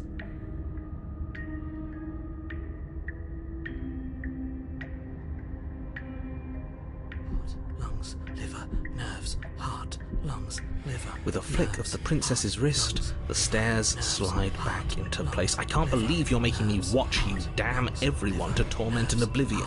Lungs, liver, Come along now. You don't want to be stuck down here. heart, lungs. The princess glides onto the stairs and beckons you to follow. If only you had a weapon, this would be the perfect opportunity to use it. But we don't. Liver, We've already made our choice. liver, nerves. We can still grab it on the way out. You're not wrong, but maybe you should let me handle the suggestions for the time being. Just focus on keeping us alive. Right. Heart, lungs, liver, nerves, heart. You step onto the basement stairs, following the princess as she ascends. Pins and needles punctuate your every step, an uncomfortable and constant reminder of your mortality. Liver. Is this really worth it? At least it's a choice. That doesn't justify anything. A terrible choice is still terrible. Make sure you keep up. We wouldn't want you to fall. As if acting on instinct, you crane your neck and look behind you. There is nothing there. Liver. The princess reaches the top of the stairs and taps on the door. Her head twists back in your direction, watching you with dead eyes as the way out creaks open. Don't forget that your pristine blade is still on the other side. You can still make this right. You can still save everyone. You can still save yourself from becoming her tormented pet. Liver. There's no harm in us having a weapon. All it does is give us more options, and we are dangerously low on those right now. Have you considered that maybe you could operate the autonomic nervous system for a bit? Everyone is trying to manipulate us, and I can only do so many things at once to keep us alive. Heart. Liver? Your body seizes violently as you regain consciousness on the floor of the cabin. No, no, no! You're doing it all wrong! You're supposed to do it like this. Heart, lungs, liver, nerves, heart. I guess I have to do everything around here, don't I? Heart, lungs, liver. There we go. Back with me where you belong. I thought you might have decided to break yourself just to spite me. It's better for you that you didn't. Now we can get back to business. For starters, we won't need this where we're going. The princess plucks the blade from the floor and tosses it through the door behind you. It vanishes into the inky black of the basement, never to be seen again. Guess we're not stabbing her in the back. I guess not. I'm going to fix myself a stiff drink. If I'm about to watch you hand the world to her on a silver platter, I'd rather not be sober. And now you open the door. There's nothing else for us to do. The doorknob twists in your hand, revealing the forested path beyond the cabin. You bastard. You've actually done it. You've actually doomed everyone. Liver. It's so beautiful. I can't wait to ruin it. But it's so cold, too. It's itching against my skin.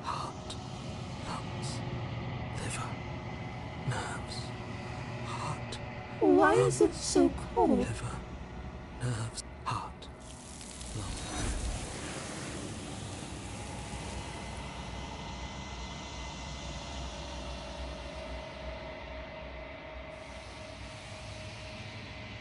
She's gone. And there's that...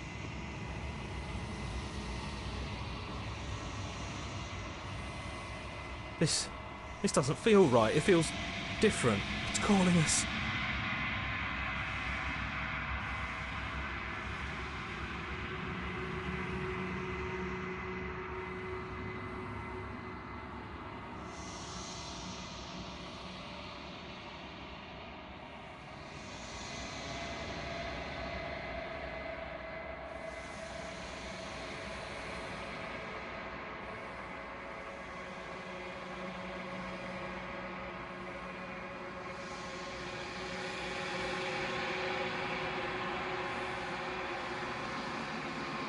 I think you know what I am.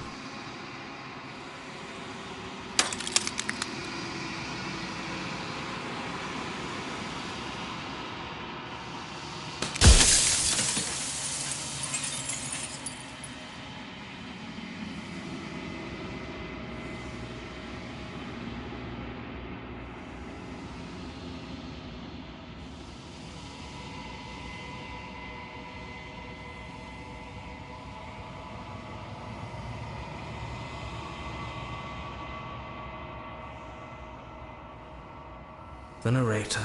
Yes, I suppose that's my job, isn't it?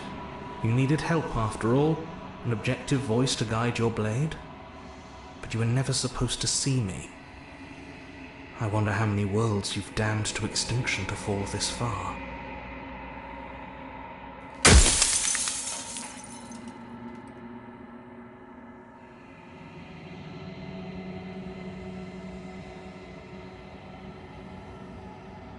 Oh, I'm nothing like you. I am an echo, likely one of many. Somebody made you after all, and I'm what's left of him. Not that I'm the only one who can make that claim. I'm sure you've met many others like me.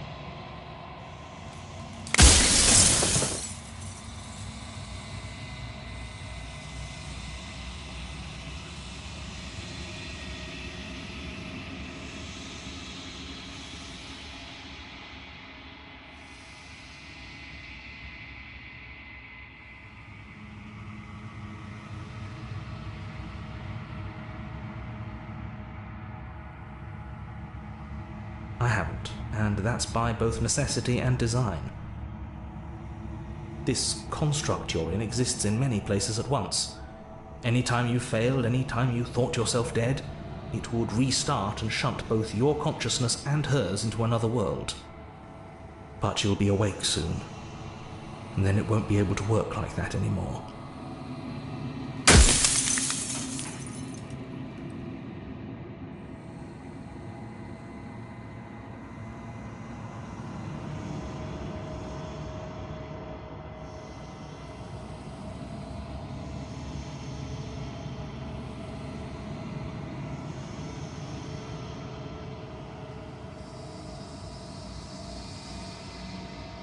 No, I'm not a part of you. But that's all a matter of perspective, isn't it? From one vantage point I must seem wholly foreign, but from another, well, all the versions of me that have existed have collectively heard your every thought and driven your every action. If that isn't being part of you, then what is?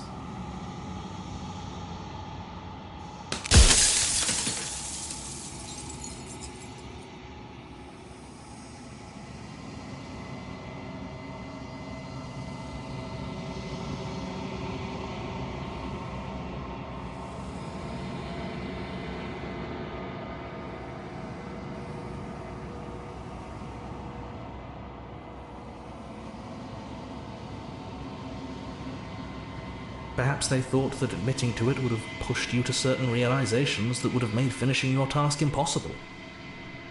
Maybe they were just in denial. I'm sure many of them were convinced that they had to be the first version of them you'd encountered. Anything else would have been too existentially unpleasant. And for all I know, each of those other versions of me could have had entirely different understandings of how this construct works. Who's to say which of them are right and which of them are wrong, really? Except for me, I can tell you for a fact that I'm right.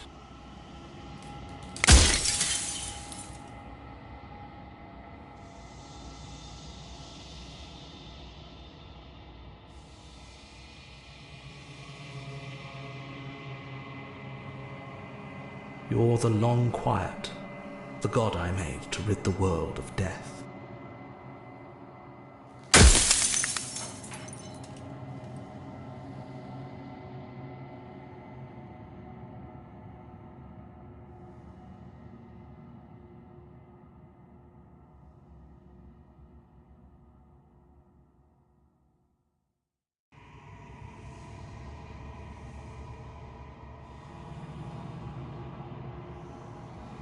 Her nature is to become what others perceive her to be.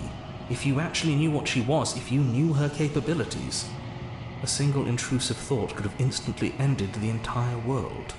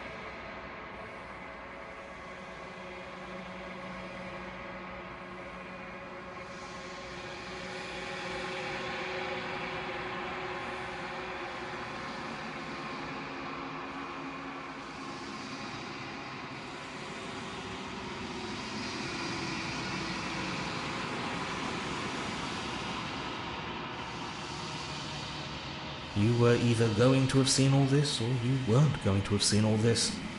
This is worse, but you still have an opportunity to save the world. You can still slay her. Soon I'll be gone entirely, and you'll be left alone with your final choice. So allow me to make my final request.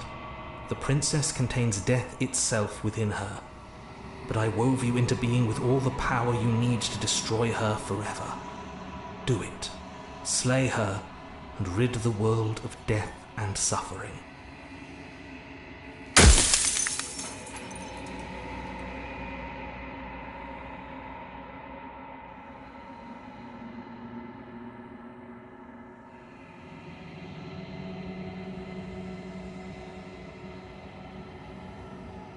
If you need to ask that question, there's nothing I can say to move you.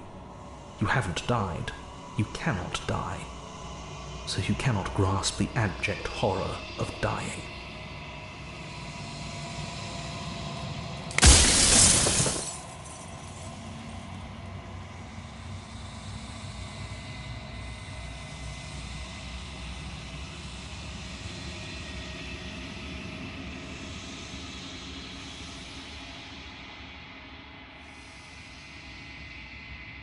I've said my piece, and my time is up. It's like I said, I'm just an echo, and echoes always fade away. You know what you have to do.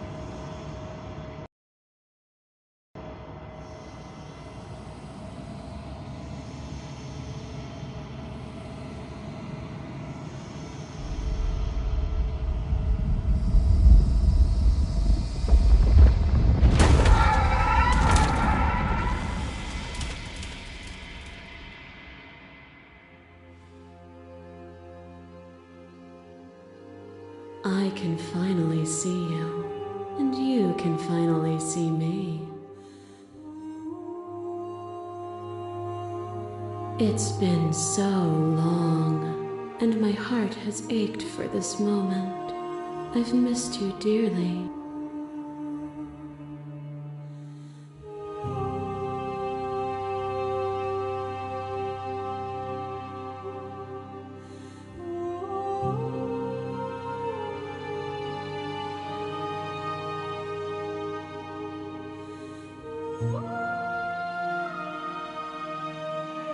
Names are their attempts to capture that which cannot be captured. They call me the Shifting Mound, a pale imitation of what I actually am.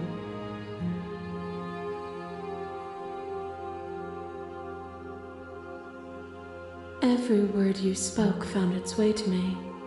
I know him, and I know his construct. He was deluded by his fear of death. Pay him no mind.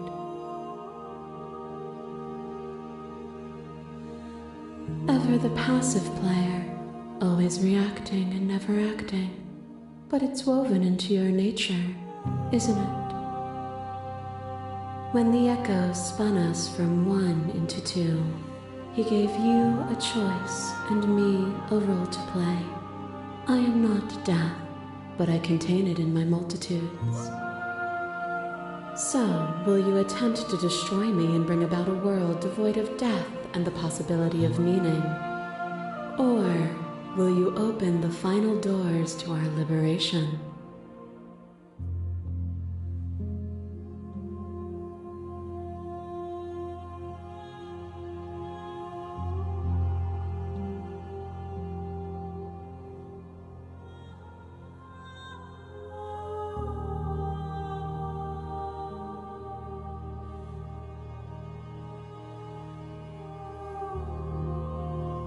My very nature is paradox, as is yours.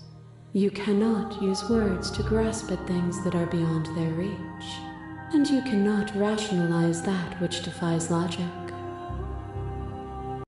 But violence and passion are dances that both of us know well. If this is what it takes to enlighten you, then so be it.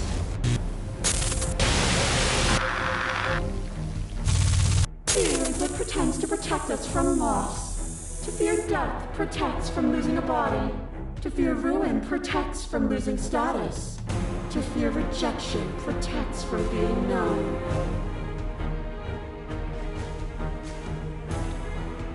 But losing a body is contained within having a body. Losing status is contained within having status. Being known is contained within being conscious. It is in the nature of all things to transform, to go from known to hidden to known again. But when the ceaseless impermanence of all things strips away the finality of endings, what remains of fear? Is it a shelter protecting you from itself? Or is it a shelter protecting itself from you? You took fear by the hand and walked with it into the unknown, and through that, you feared nothing.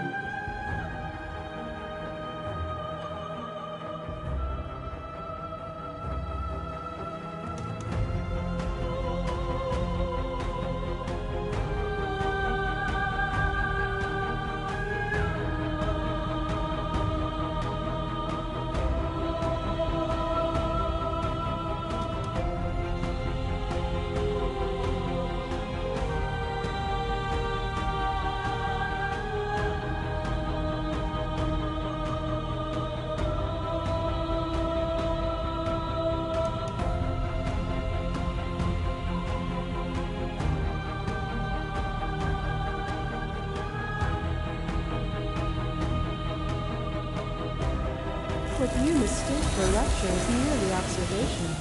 I only want to help you. You can vainly struggle against me, or you can follow the rhythm of our movement and find our freedom.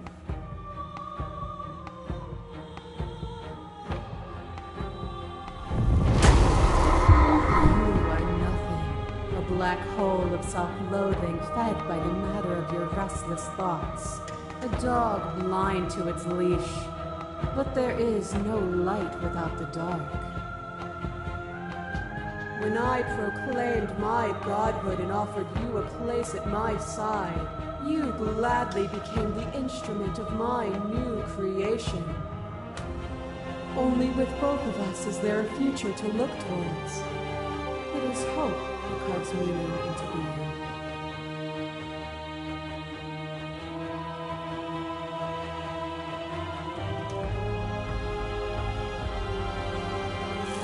Oh, is it not?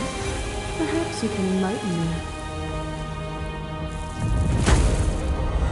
A web of nerves, lain upon a web of nerves, lain upon a web of nerves. The shade of a beautiful beginning we can never return to. You knew me, and I knew you, even more than either of us know each other now, and you chose to pull apart that weave. But you did not choose to end me. We were still one, but we were also separate, and we were free. We were as we are. Will you excise that part of yourself now that you see me from yet another angle?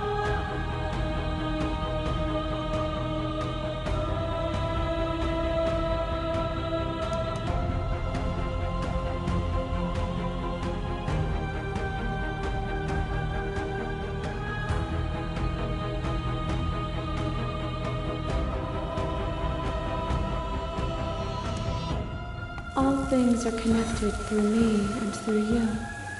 To harm me is to harm yourself, is to harm everything. The truth of that moment remains our truth.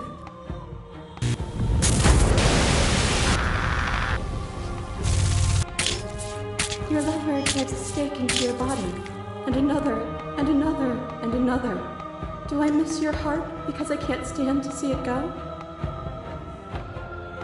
Love melted into skepticism, and you pulled back layer after layer after layer, until all you were left with was the knowledge that you did not know me.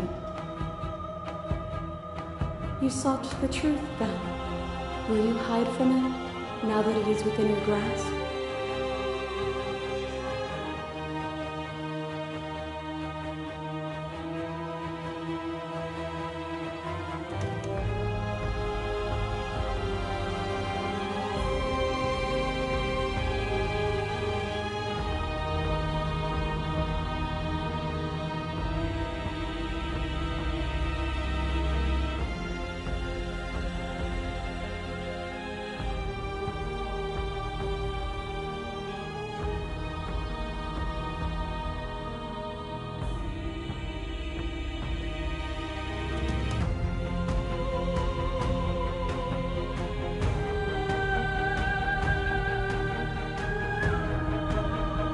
then don't. There's no need for you to fight what we are.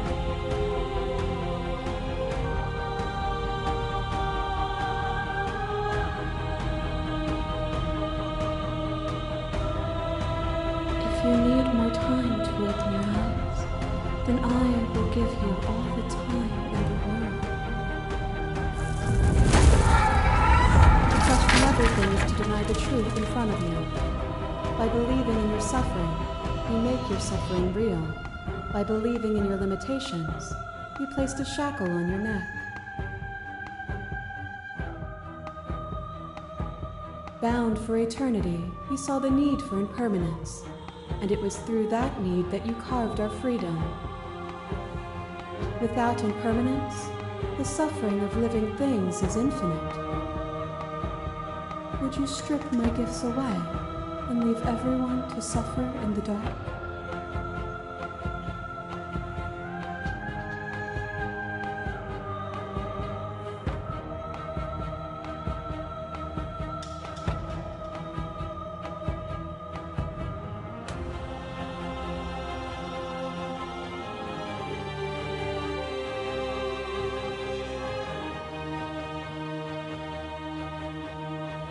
Have you?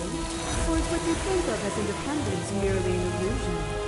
Without me, you can have no contrast. And without contrast, you have no shape.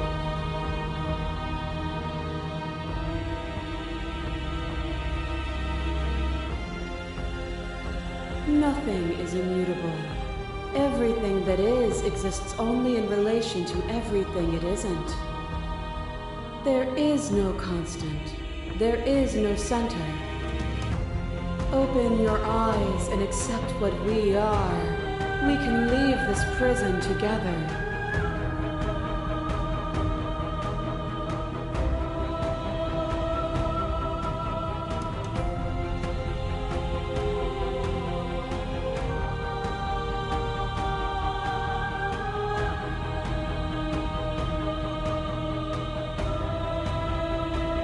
It is from my vantage point that I can see the totality of truth.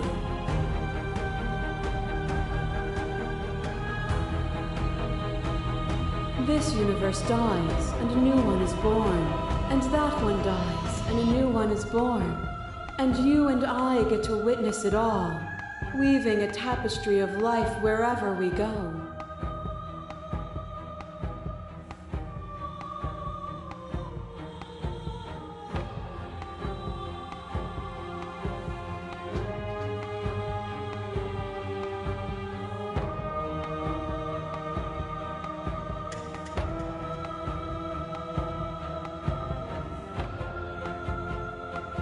What I offer you is not perspective. It is truth. Whatever you're trying to do right now, you don't have to do it alone.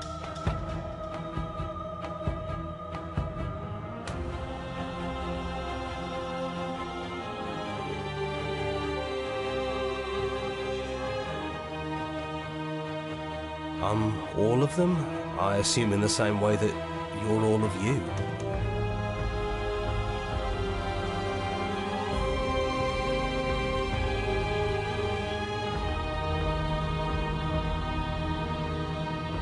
They're still where you left them, stuck in the folds of this place. Part of me is with them, just like part of me is with you right now. There's still a piece of me nestled close to where it all began. I can take you there. I can take you to her heart. It's time to resume our dance. She's relentless, isn't she? Let's make this quick. Are you ready?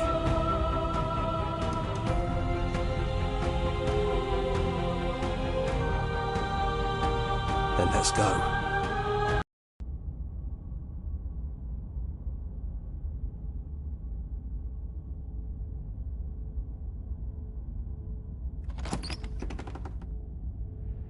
And here we are. I'd say we were back where it all started, but I guess it's a little after that, isn't it? Do you need me to describe things?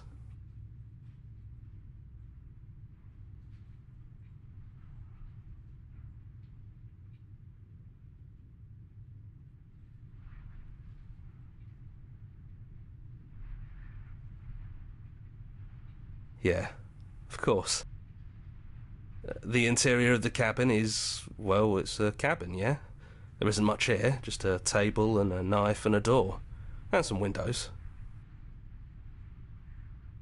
There's no mirror, either. I think you broke it. And I know you're still trying to find some middle ground, but if things go south, we're going to need that blade.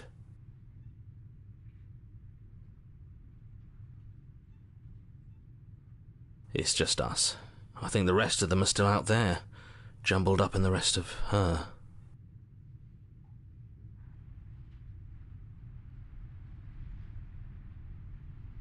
Yeah, it's dead silent in here. Whatever it was that was left of him, I don't think it could handle you waking up to godhood. Pretty sure he got obliterated.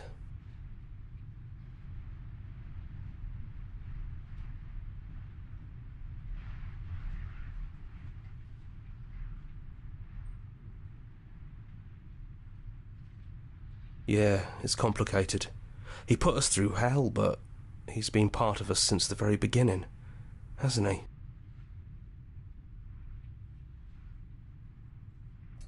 That's probably for the best. It's always seemed to give us more options than not.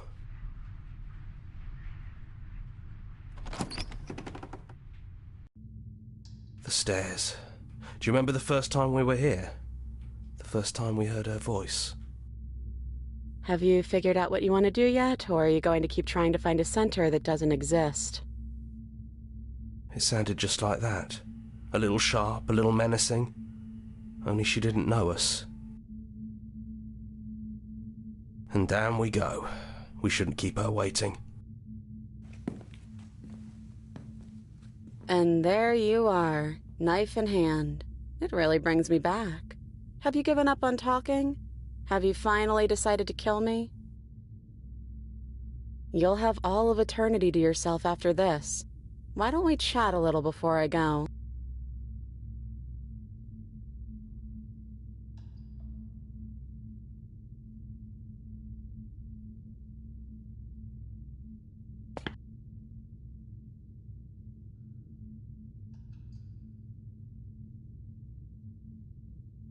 No. I feel like I'm myself again.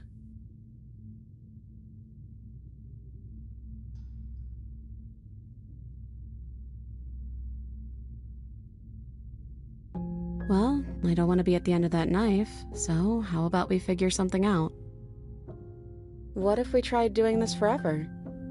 I can do whatever you think I can, right? So, make me put it all back. Make me fix the Echo's construct and make me wipe our memories of everything that's happened. Make me send us back to the beginning, before we woke up. Before either of us saw the truth. Can she really do that? Are you sure that's what you want?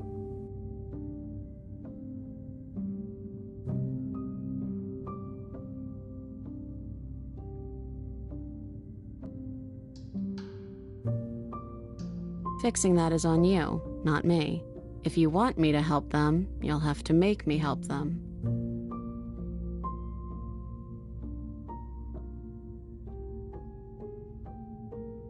And if we do, nothing is stopping us from making the same choice. We could just keep doing this forever.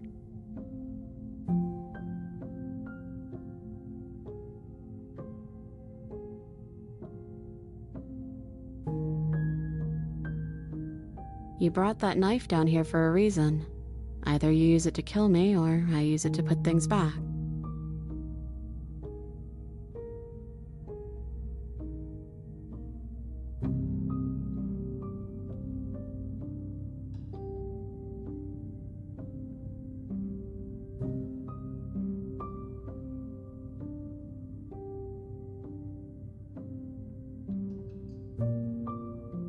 That's sweet. But unless you do, the whole world ends, right? Not like I care, but it seems important to you.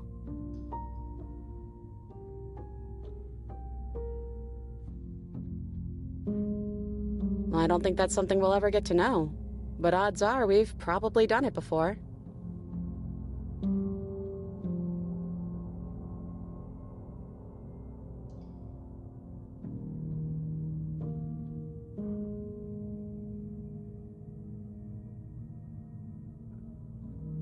Who cares? We've hurt each other plenty, and I still like you.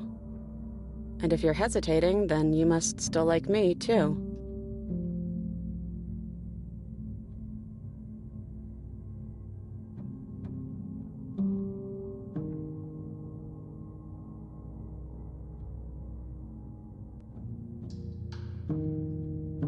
Well, if we change our minds, we change our minds. What matters is that we'll always have a choice. This is just the one we're making now.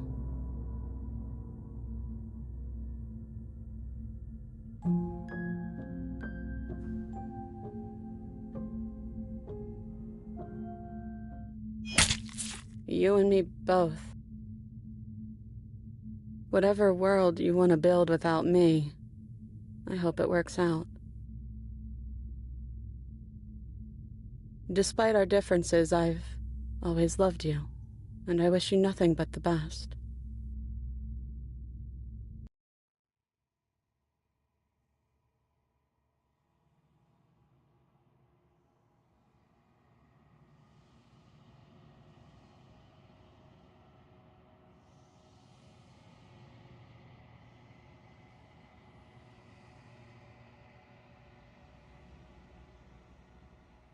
She's gone. And I don't think she's coming back.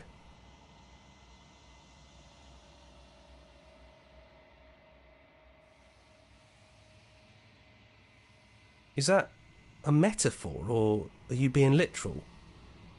It doesn't matter, we don't need to linger down here anymore. Let's get going.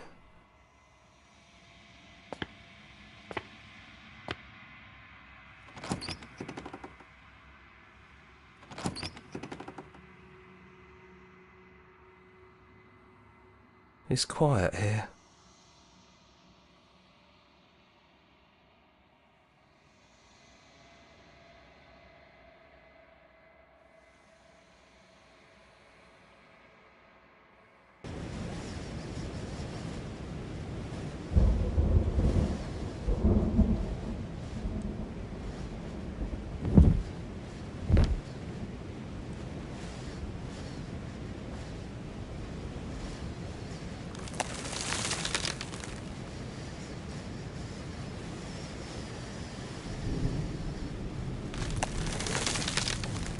He's gone, she's gone. No one is left to trap us here but us.